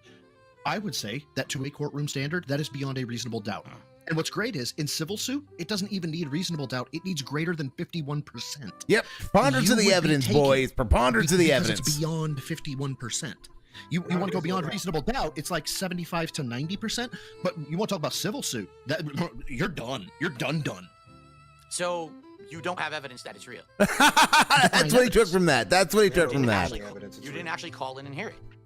Okay. Well done, I Dave. didn't Well actually done. See the guy put his thumbprint on Goddamn, the Phil, doorknob, just tell the yet truth. thumbprint It's is so on the much easier. doorknob. Yes, human being is correct. That's all I got to say because there's nothing else to say. Everyone who is talking about this always regurgitates the exact same information. No one ever has. And anything so to do add. you, Dave. So do you. Your position is because none of the people involved were the person who who actually compiled the bank leaks. Their opinion is invalid because they have not heard the original audio. They can't prove that it wasn't faked. Which is that's an ambitious position to have. This is the same stuff I've Well, already. no, heard a million tonight we times. showed you all the correlations between your haircuts, I've the already seen Burger them. King, and Those are old. all that stuff. Steve, this is old news. This is way old news. I've never seen anybody confront you with them, and you made excuses for all those 8 haircuts that somebody magically knew about. They Come on, talked about Phil. it. They talked about it. You know those bank leaks are dangerous to your grift. You had to deny they were real. They have Because talked people would about know it. you're spending thousands of dollars on a goddamn children's wrestling game. People already They'd know stop that. donating. They'd People have stop already- donating. I've already said I. Oh, by the way, you could just show me your WWE account. right? You said you sold it. I checked all the broker sites. Nobody sold that account on any of the broker sites. Then you changed your story. You changed your story and said you sold it privately. Put me in touch with the person you sold it to. Give me his email address. no, I'll verify it with it, and I'll stupid. report back to my audience that you weren't being a lying scumbag about the WWE game. No. By the way, that was an insult. That was the first time I think you actually insulted me tonight too. you got this far, but yeah, again, everything that you guys. No, Coraz, it's not a children's wrestling game. Candy Crush is for mature adults with business degrees. So it's a mature adult style wrestling game. It's all shit that's already been talked about. You presented absolutely nothing new. I ain't never heard anybody talk about the haircuts before. Well, I've never heard anybody talk about it to you. They talked about it in my chat all the time. When that was new and posted on Kiwi Farms Fresh, it was every day. I got chats about it. I super chats about it. Shit, I didn't even see it on Keep. Someone did the research before me. Now I'm kind of pissed. I'm sure of it because they've talked to me about it. I've seen people, I've correlated a lot of your restaurant visits to you announcing you're going out to eat tonight. Do you want me to make a separate video of that? You can make and that's videos, all a coincidence? You can make videos on whatever you want. And that's what I mean. That's what the point of this was, is because you want content. I forgot the tail of this interview was so damn I used to live long. near Phil, and those leaks were highly specific to the area. There is no way somebody faked the nuances and details of those calls. There you go. Except that I'm a public persona who talks about all this stuff all the time, and literally everything that's in those. But that's your own damn fault, then, Dave. I have actually heard this defense. No, I've heard this defense before. I've heard this one. I'm literally patting the guy down. I pull out the meth pipe. I show it to him, and he goes, "Those aren't my pants." Yes. I've heard this defense. Doesn't matter what you heard. That actually, yes. At all. Anyway, now I really got to get out of here. As you can see, I've been here almost 3 hours. So again, I'm not gonna have any ill will, but you guys are barking up the wrong tree. Yes. You came out with the wrong guy. You thought you were gonna get content out of me. You're not gonna get any content out of me besides this interview. Of course, every day. I have two stories. I have two stories in that vein. And that's what it's all about, right? It's just about making that cash as long as you make it, right? It doesn't really matter. No, because you see, Phil, unlike what you do, I'm a public benefit. We're a public benefit here. Yep. We benefit the public. What is the public benefit of what we just did tonight? You take down UFO cults. There's lots of public benefit. Maybe somebody will be better informed before they send you money. The UFO cults is what you take really down. Need it or not. You're living in a $300,000 gated community house. You're spending all this money allegedly on DoorDash and video games and all this other stuff. You're talking about bank leaks from what, 4 or 5 years ago? Everyone knows that since I was on the casino. All right, better. so show us your bank statements. Then show me your bank statements from the last 3 months, and we'll see if you're not spending the same money on DoorDash, on gin. Look at all the stuff that I've improved. No one who comes to my that's streams, in the last 2 months, dude. Steve, That's not. No one who comes to my streams in 2025 thinks I'm destitute. What are you talking about? Then why do you pretend that you are to get the donos, dude? I don't pretend I'm destitute at all. I don't say I'm poor. February 11th, you just said you needed money for groceries and bills. I didn't say I need money for groceries and bills. On February 11th, we have the clip. Kylo Dent has the power of memory. You were absolutely ridiculous. I don't do that. Hashtag Jay deserves better. Not happened. You are crazy to say that. I don't sit here on the screen saying that stuff anymore. You're talking about years and years ago. No, February 11th. This is ridiculous. No one comes to my streams and says, "Oh my God, there's a destitute man who needs money. Let me throw him $1." The reason people contribute to me now is because they like the content, they're having a good time, they like the fact that we have incentivized positive goals that they get as rewards. Well, sometimes Bell Chen's just luring you into a false sense of security. And then we played them, and one of them's become a full playthrough. People are loving it, or else just contribute. Just not Stellar Blade. We tried Stellar Blade. Remember, I even did it during Christmas, and no one liked it. Define no one, because there's a ton of people that I saw was like, this is actually a lot better than you think it is if you would just give it a shot. But yeah, that's a you thing. Whatever. You didn't think a lot of people crapped on? Everyone hated it. Everyone crapped on me and said, "Oh, that's terrible. He's not gonna like it. We don't want to see him playing." Yeah, because your Santa bit was fucking stupid. Aside from the whole sexuality thing, I'm not even gonna lie. I don't have a dog in this fight, but shit, Stellar Blade's actually really good. I'm glad you like it. I personally, it's not my cup of tea. I'm actually enjoying playing predecessor games like Onimusha. I think is fun as hell because it's like Resident Evil Plus kind of hack and slash. I really like that game. So, but anyway, I don't know what the hell we're talking about games for now. But all right, so guys, it's been a blast. All right, if anything, you don't want to see the Keen Beef stuff. We still have the Keen Beef stuff to get through. If we want to have a future conversation with for example, bro side, and it's civil. All right, it's not us attacking. Yeah, why don't you come on? Why don't you come on again next week, Phil? That would be fun. That would have been fun. Come back next week. We'll find more evidence you can deny and run in circles from. We'll find more. Onimusha was shit. Of 25 more correlations. Yes, Dave's Onimusha gameplay was dog water. And the bank leaks. And then you can deny that those are real some more. Again, if the bank leaks are real, none of it matters. It doesn't matter to anyone but people who obsess on it so they can make content and profit. It's that simple. My fans don't care. The viewers. That is again, that is such a massive cope. It is a way for him to wash his hands of it without actually doing anything. And I mean, you have to put a considerable amount of time and effort into coming up with something in order to come up with that particular solution, because it lets him keep doing exactly what he's doing and just gaslight and hypnotize his audience even harder. That's what his solution is. That's what his preferred course of action is in every event, is keep doing what I want and just hypnotize harder so that no one questions it. And ain't it convenient that none of it matters, Goob? My audience doesn't care. Conveniently aligns with allowing him to do that. Content don't care. They heard me talk about all this stuff before. They know I If they spent didn't money care, on you wouldn't need to WWE ban champions. 1,200 people in 5-week period. I didn't ban 1,200 people. I banned probably 1,000 bots who came in as the same people who harassed me. They come in. I was looking up the names, and then we got on another tangent. Like for example, Lucky Jeans employee fat, reference to my wife being fat. Okay, that's the name that gets. Yeah, banned. I don't blame you for that one. And they're all like that. I'm not even. They're not all like that. Most of them are more insulting to you than 1,200 your people wife. insulted your wife in a 5-week period. It's all people who insulted your wife that you're banning. I'm looking at. Let's see. Oh, go and read them. Listen, it's not just insults. You don't take anybody who's critical of you. Oh my God! Somebody makes fun of you because you get fragged and you rage quit, and they get permabanned. They can't even express their opinion. That's ridiculous. It says you're stomping on free speech over there, bro. I'm now staring at 7 different accounts that are variations that say dox one of the name of my moderators, family, and kill them. That's what the name is. So why do you think I'm banning people? Probably Darziak. Sure. Probably Darziak. You just showed me 2. You 12 hours. You got 1,200 more that you can show me. Yeah, probably fucking Darziak. Because you live in an echo chamber. You gotta live in an echo chamber. He does live in an echo chamber. That it doesn't matter what I say and do. That it's not good enough for people who want to grift off of making fun of me or crapping on me. So I don't care.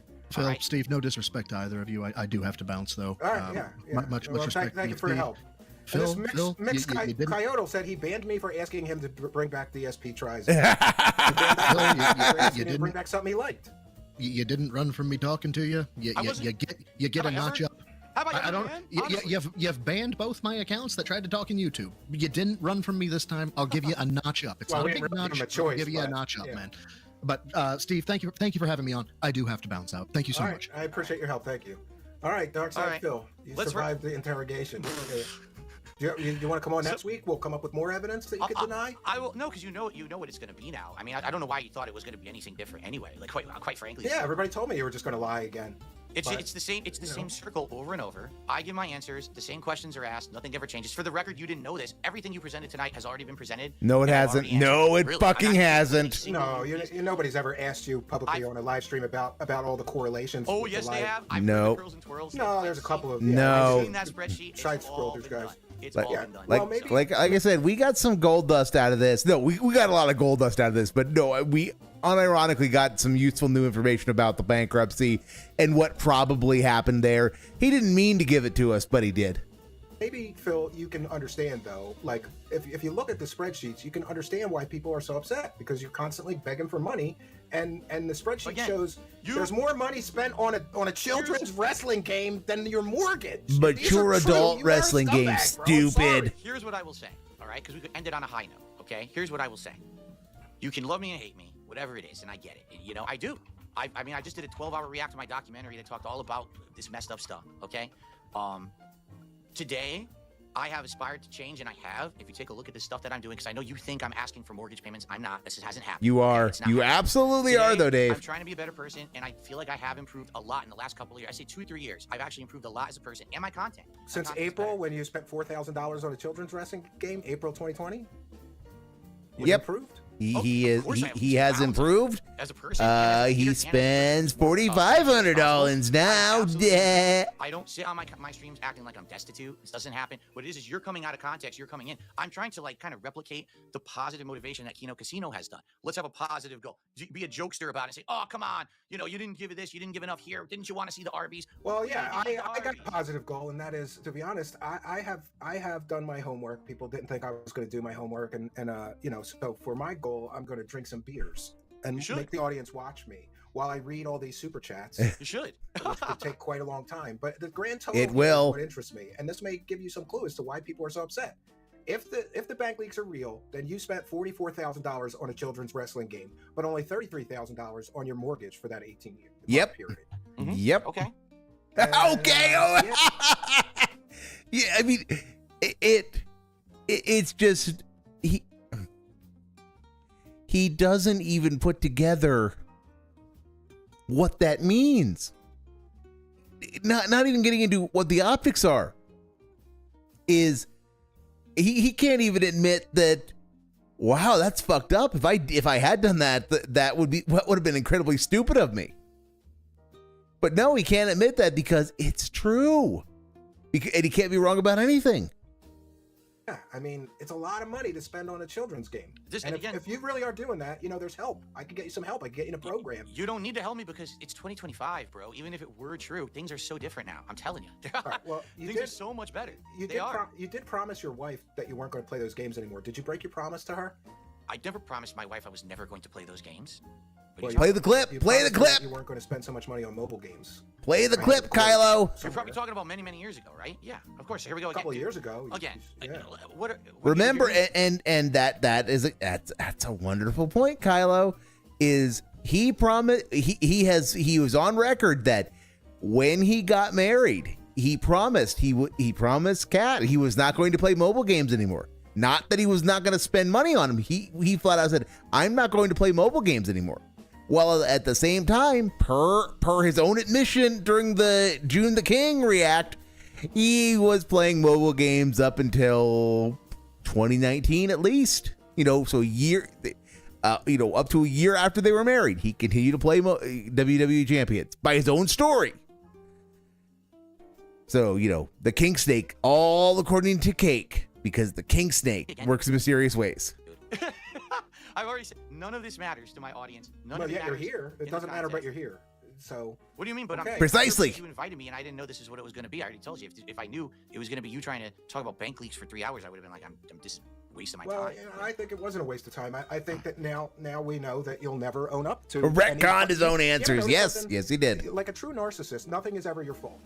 You notice that? Oh, like that's you get in financial trouble at your age. He did everything right. He did nothing incorrect. The detractors ruined your Twitch. What are you talking contract. About? Did I not? It wasn't you. I have clips of you saying the N-word on Twitch. You're blaming detractors for mass reporting you for losing your Twitch.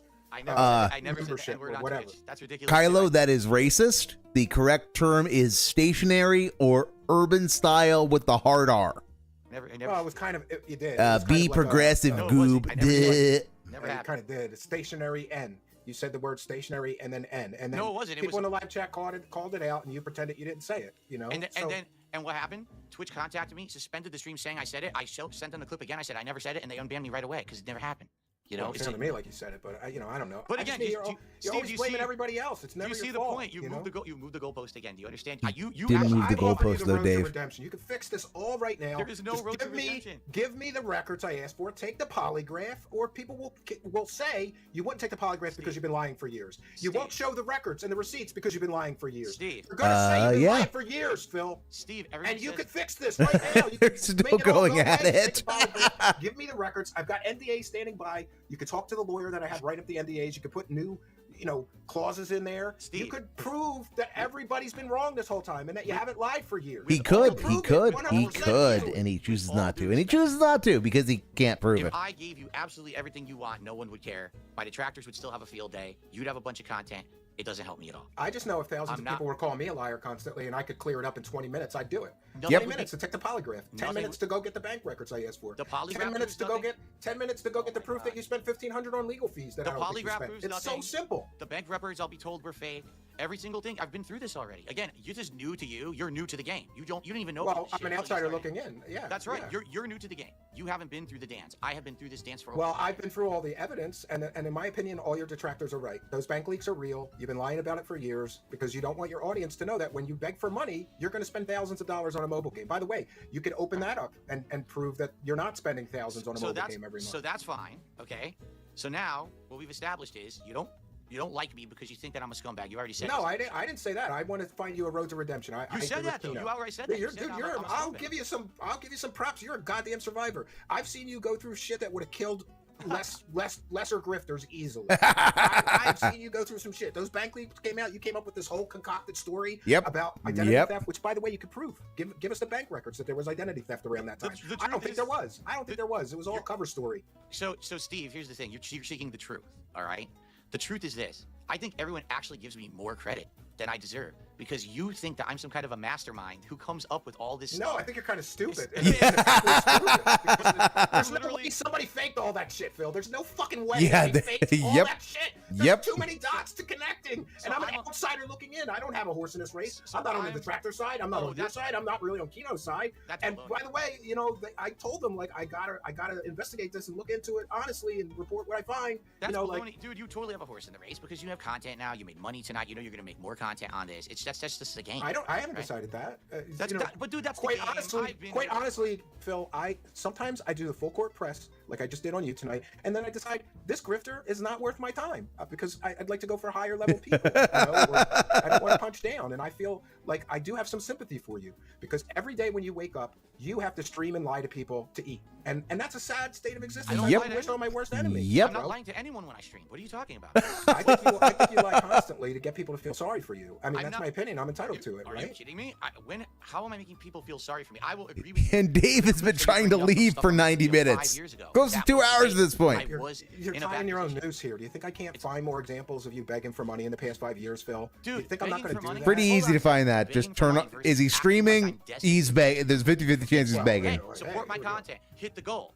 Versus, oh, I need money because I'm desperate. I'm not doing that anymore. I've changed for the better. And I'm not. You're well aware that in most streaming circles, that the general etiquette is that you ask for support once or twice in a stream. You don't do it 100 times. Steve, you do realize that most people in streaming circles don't 7 minutes, boys and girls. 7 whole minutes left.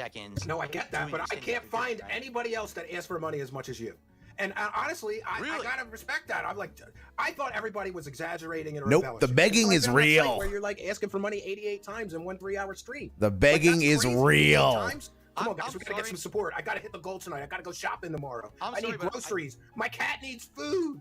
Wow. Recently, I'll be honest, I have been inspired by Kino Casino to do it in a positive way. So it's not this negative spin, this begging spin. Instead, it's, hey, we want to hit the goals. We want to get this DSP tricep. We want to do a marathon. You want to see me try it. Yeah, and on that, listen, you know, look, this is just my 2 cents, and you can take it or leave it, but like, you're offering people incentives that most people think are stupid. Like, pay me money so I can eat food for you. Because they are. Or pay me money so. But don't you do overtime? You got to stick to some rigid schedule. Why don't you do this? Why don't you say, pick a great retro game that you love, and I, who have a vast knowledge of video game history, will just talk about that game and its place in video game history for an hour if we hit the goal tonight. And then you're giving them what they're coming there for the video game content. Isn't that better than like, I'm going to eat a snack? Yes, it is, but you can quit fuck goob. That for sure. Whatever. But that's not what people ask for. I always say, people, what are your suggestions? And I always take feedback now. I used to be different. I'm much different now as a content creator. I'm open to taking constructive suggestions. I could even bring that up tomorrow on my podcast and say, this is a suggestion Steve had. Would anyone be interested in that? I'm down for it. I really am. Like, the DSP tried. Then try it. I stopped doing it. People were asking me for it constantly, so I brought it back as rewards. The only people who don't like it are my detractors. In December, he had 2 slow days. He claimed his HOA sent an email on Sunday night telling him he needs $20,000 to replace his pipes. Then he grifted for 3 days. False. Completely false. Taken out of context. Are you sure? Yes. What happened was. What's the context? Did you say that you needed 20 grand and then beg? That never happened. Yes, he did. He did. FYI. Pipes are getting old in all these homes. You probably want to replace them, and they're going to cost $20,000. And all I did. So yes, he said he was going to need 20 grand. Conversation about stuff. I talked about the email. That was it. I never said, hey guys, let's do a fundraiser. Send me money to replace my pipes. I don't need to replace my pipes. And by the way, that 20 grand is only if you don't do proper maintenance and stuff. And that's an emergency. But you don't do proper maintenance, Dave. You don't. This is what you never hear. You got the super chat. I just think it's cringe talking about. Did you know? Listen, in your defense, I'll say this. I one time had a detractor take something out of context, and that was this. 2 years ago, I was buying my son a PlayStation, and he doesn't listen to my show or whatever, so I could talk about it. I said, man, video games got so expensive. Like, the last console I bought was only like $200. That's how long ago it was. And like, wow, they got so expensive. And that turned into Steve is grifting for super chats to buy his son expensive toys. But here's the great part. My wife, the accountant, had already bought it, and I could show the receipt and say, fuck you. I wasn't grifting for super chats. I just casually mentioned, you know, PlayStation's, wow, video games got so expensive. All the games are like 50, 75 bucks. And So I stopped playing games for years once I had kids because I just didn't have extra money. You know? So that's a great example. Now, I want you to imagine that literally every other word out of your mouth, that happens, because that's my existence. Like, that's the thing. There's so much of it that happens. It's just white noise to me, so I just ignore it, and I just move on with my merry way and don't give a shit. That's why I don't care about this movie, anything. I don't care about the detractors. Speaking of rumors, I got a lot of rumors about your cat. Ask him why he spent hundreds of dollars on a flight stick, but would not spend money on his cat to have blood. We're not going to talk about my cat. All right, so you don't want to take viewer questions and clear some of this stuff up? You don't want to do that? Dude, you see what no, stupid. No, stupid. Well, Steve, it's been wild. I see now what your angle was. Sadly, it wasn't. Your burger rewards take up a lot of your streams, and you still ask for money during the reward stream. Sadly, it wasn't. Do you ask for money during the reward streams? Oh, one more question. Yes, stupid. When you cut out the begging, dude. You cut out the begging on your streams. So I'm gonna and re-upload them. To everyone who watched tonight.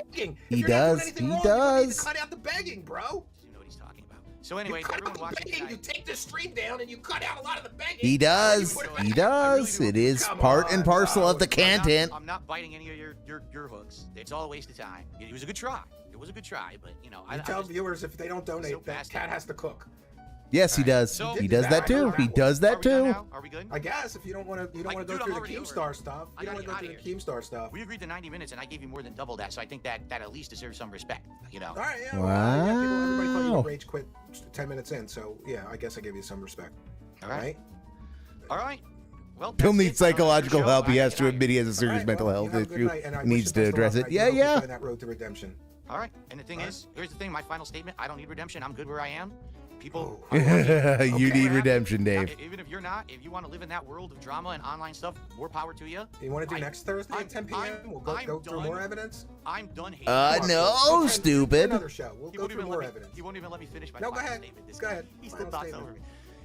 You can live in the world of internet drama as much as you want. You can enjoy it. Go for it.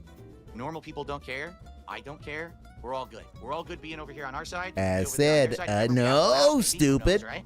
But I don't care about this stuff. I mean, more power to you. On to your next. Or if you make more content about me, I'm not going to be involved in it. I really don't give a shit. Okay? Fair enough? Okay. All right. Yeah. Well, best of luck to you. I do hope you find that road to redemption and, maybe work on that 10-year plan that you promised your parents. And the redemption I don't need. The plan that failed because of COVID, and then I explained that. But, again, you're coming out of context of everything else. There's honor thy mother and father. There's nothing else to argue about here tonight. Good. No, stupid. No, stupid. You have a good night. All right. Thanks. All right, friends, and he could just. And there we go. That was the meat of the Truth Seekers interview. Oh boy, that was I thought I was gonna get out of here early tonight. I thought this was gonna be in and out because this thing was done like 2 hours ago. They just kept going and going and going and going and going and going. But more importantly, we have the bands we have bands to take care of.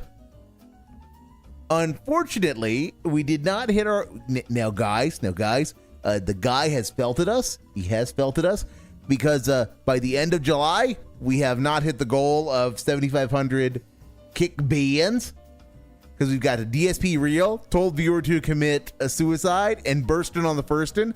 Burstin' on the Firstin' is obviously the winner of the band names.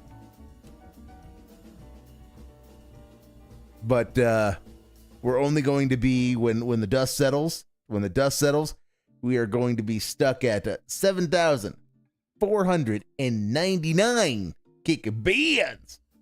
So when he actually comes back and turns on a camera, we will hit our goal of 7,500 kick bands.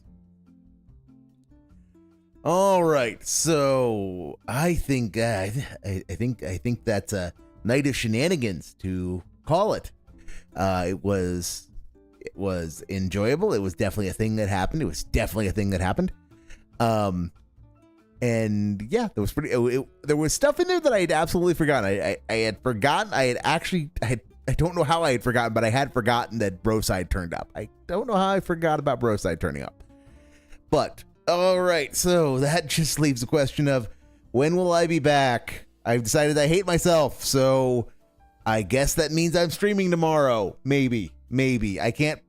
Tomorrow's going to be a disaster stream, I suspect. It might be, I do it for a half hour, and then I call it a night because GTA 4 with Mads it does not sit hugely well with me.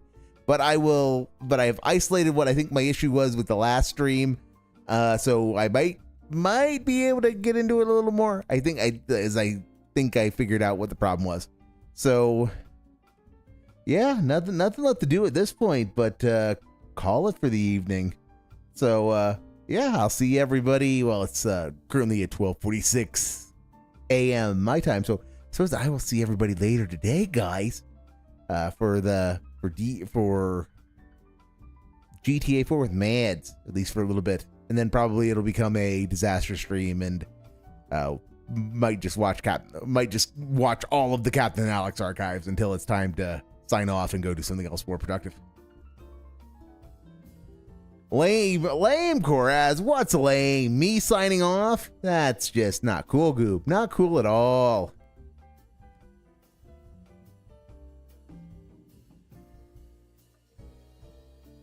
More like it time bed. More like it time bed. Mino Viga. All right. Like I said, see everybody later. Have a wonderful week, wonderful start of the weekend on this Saturday.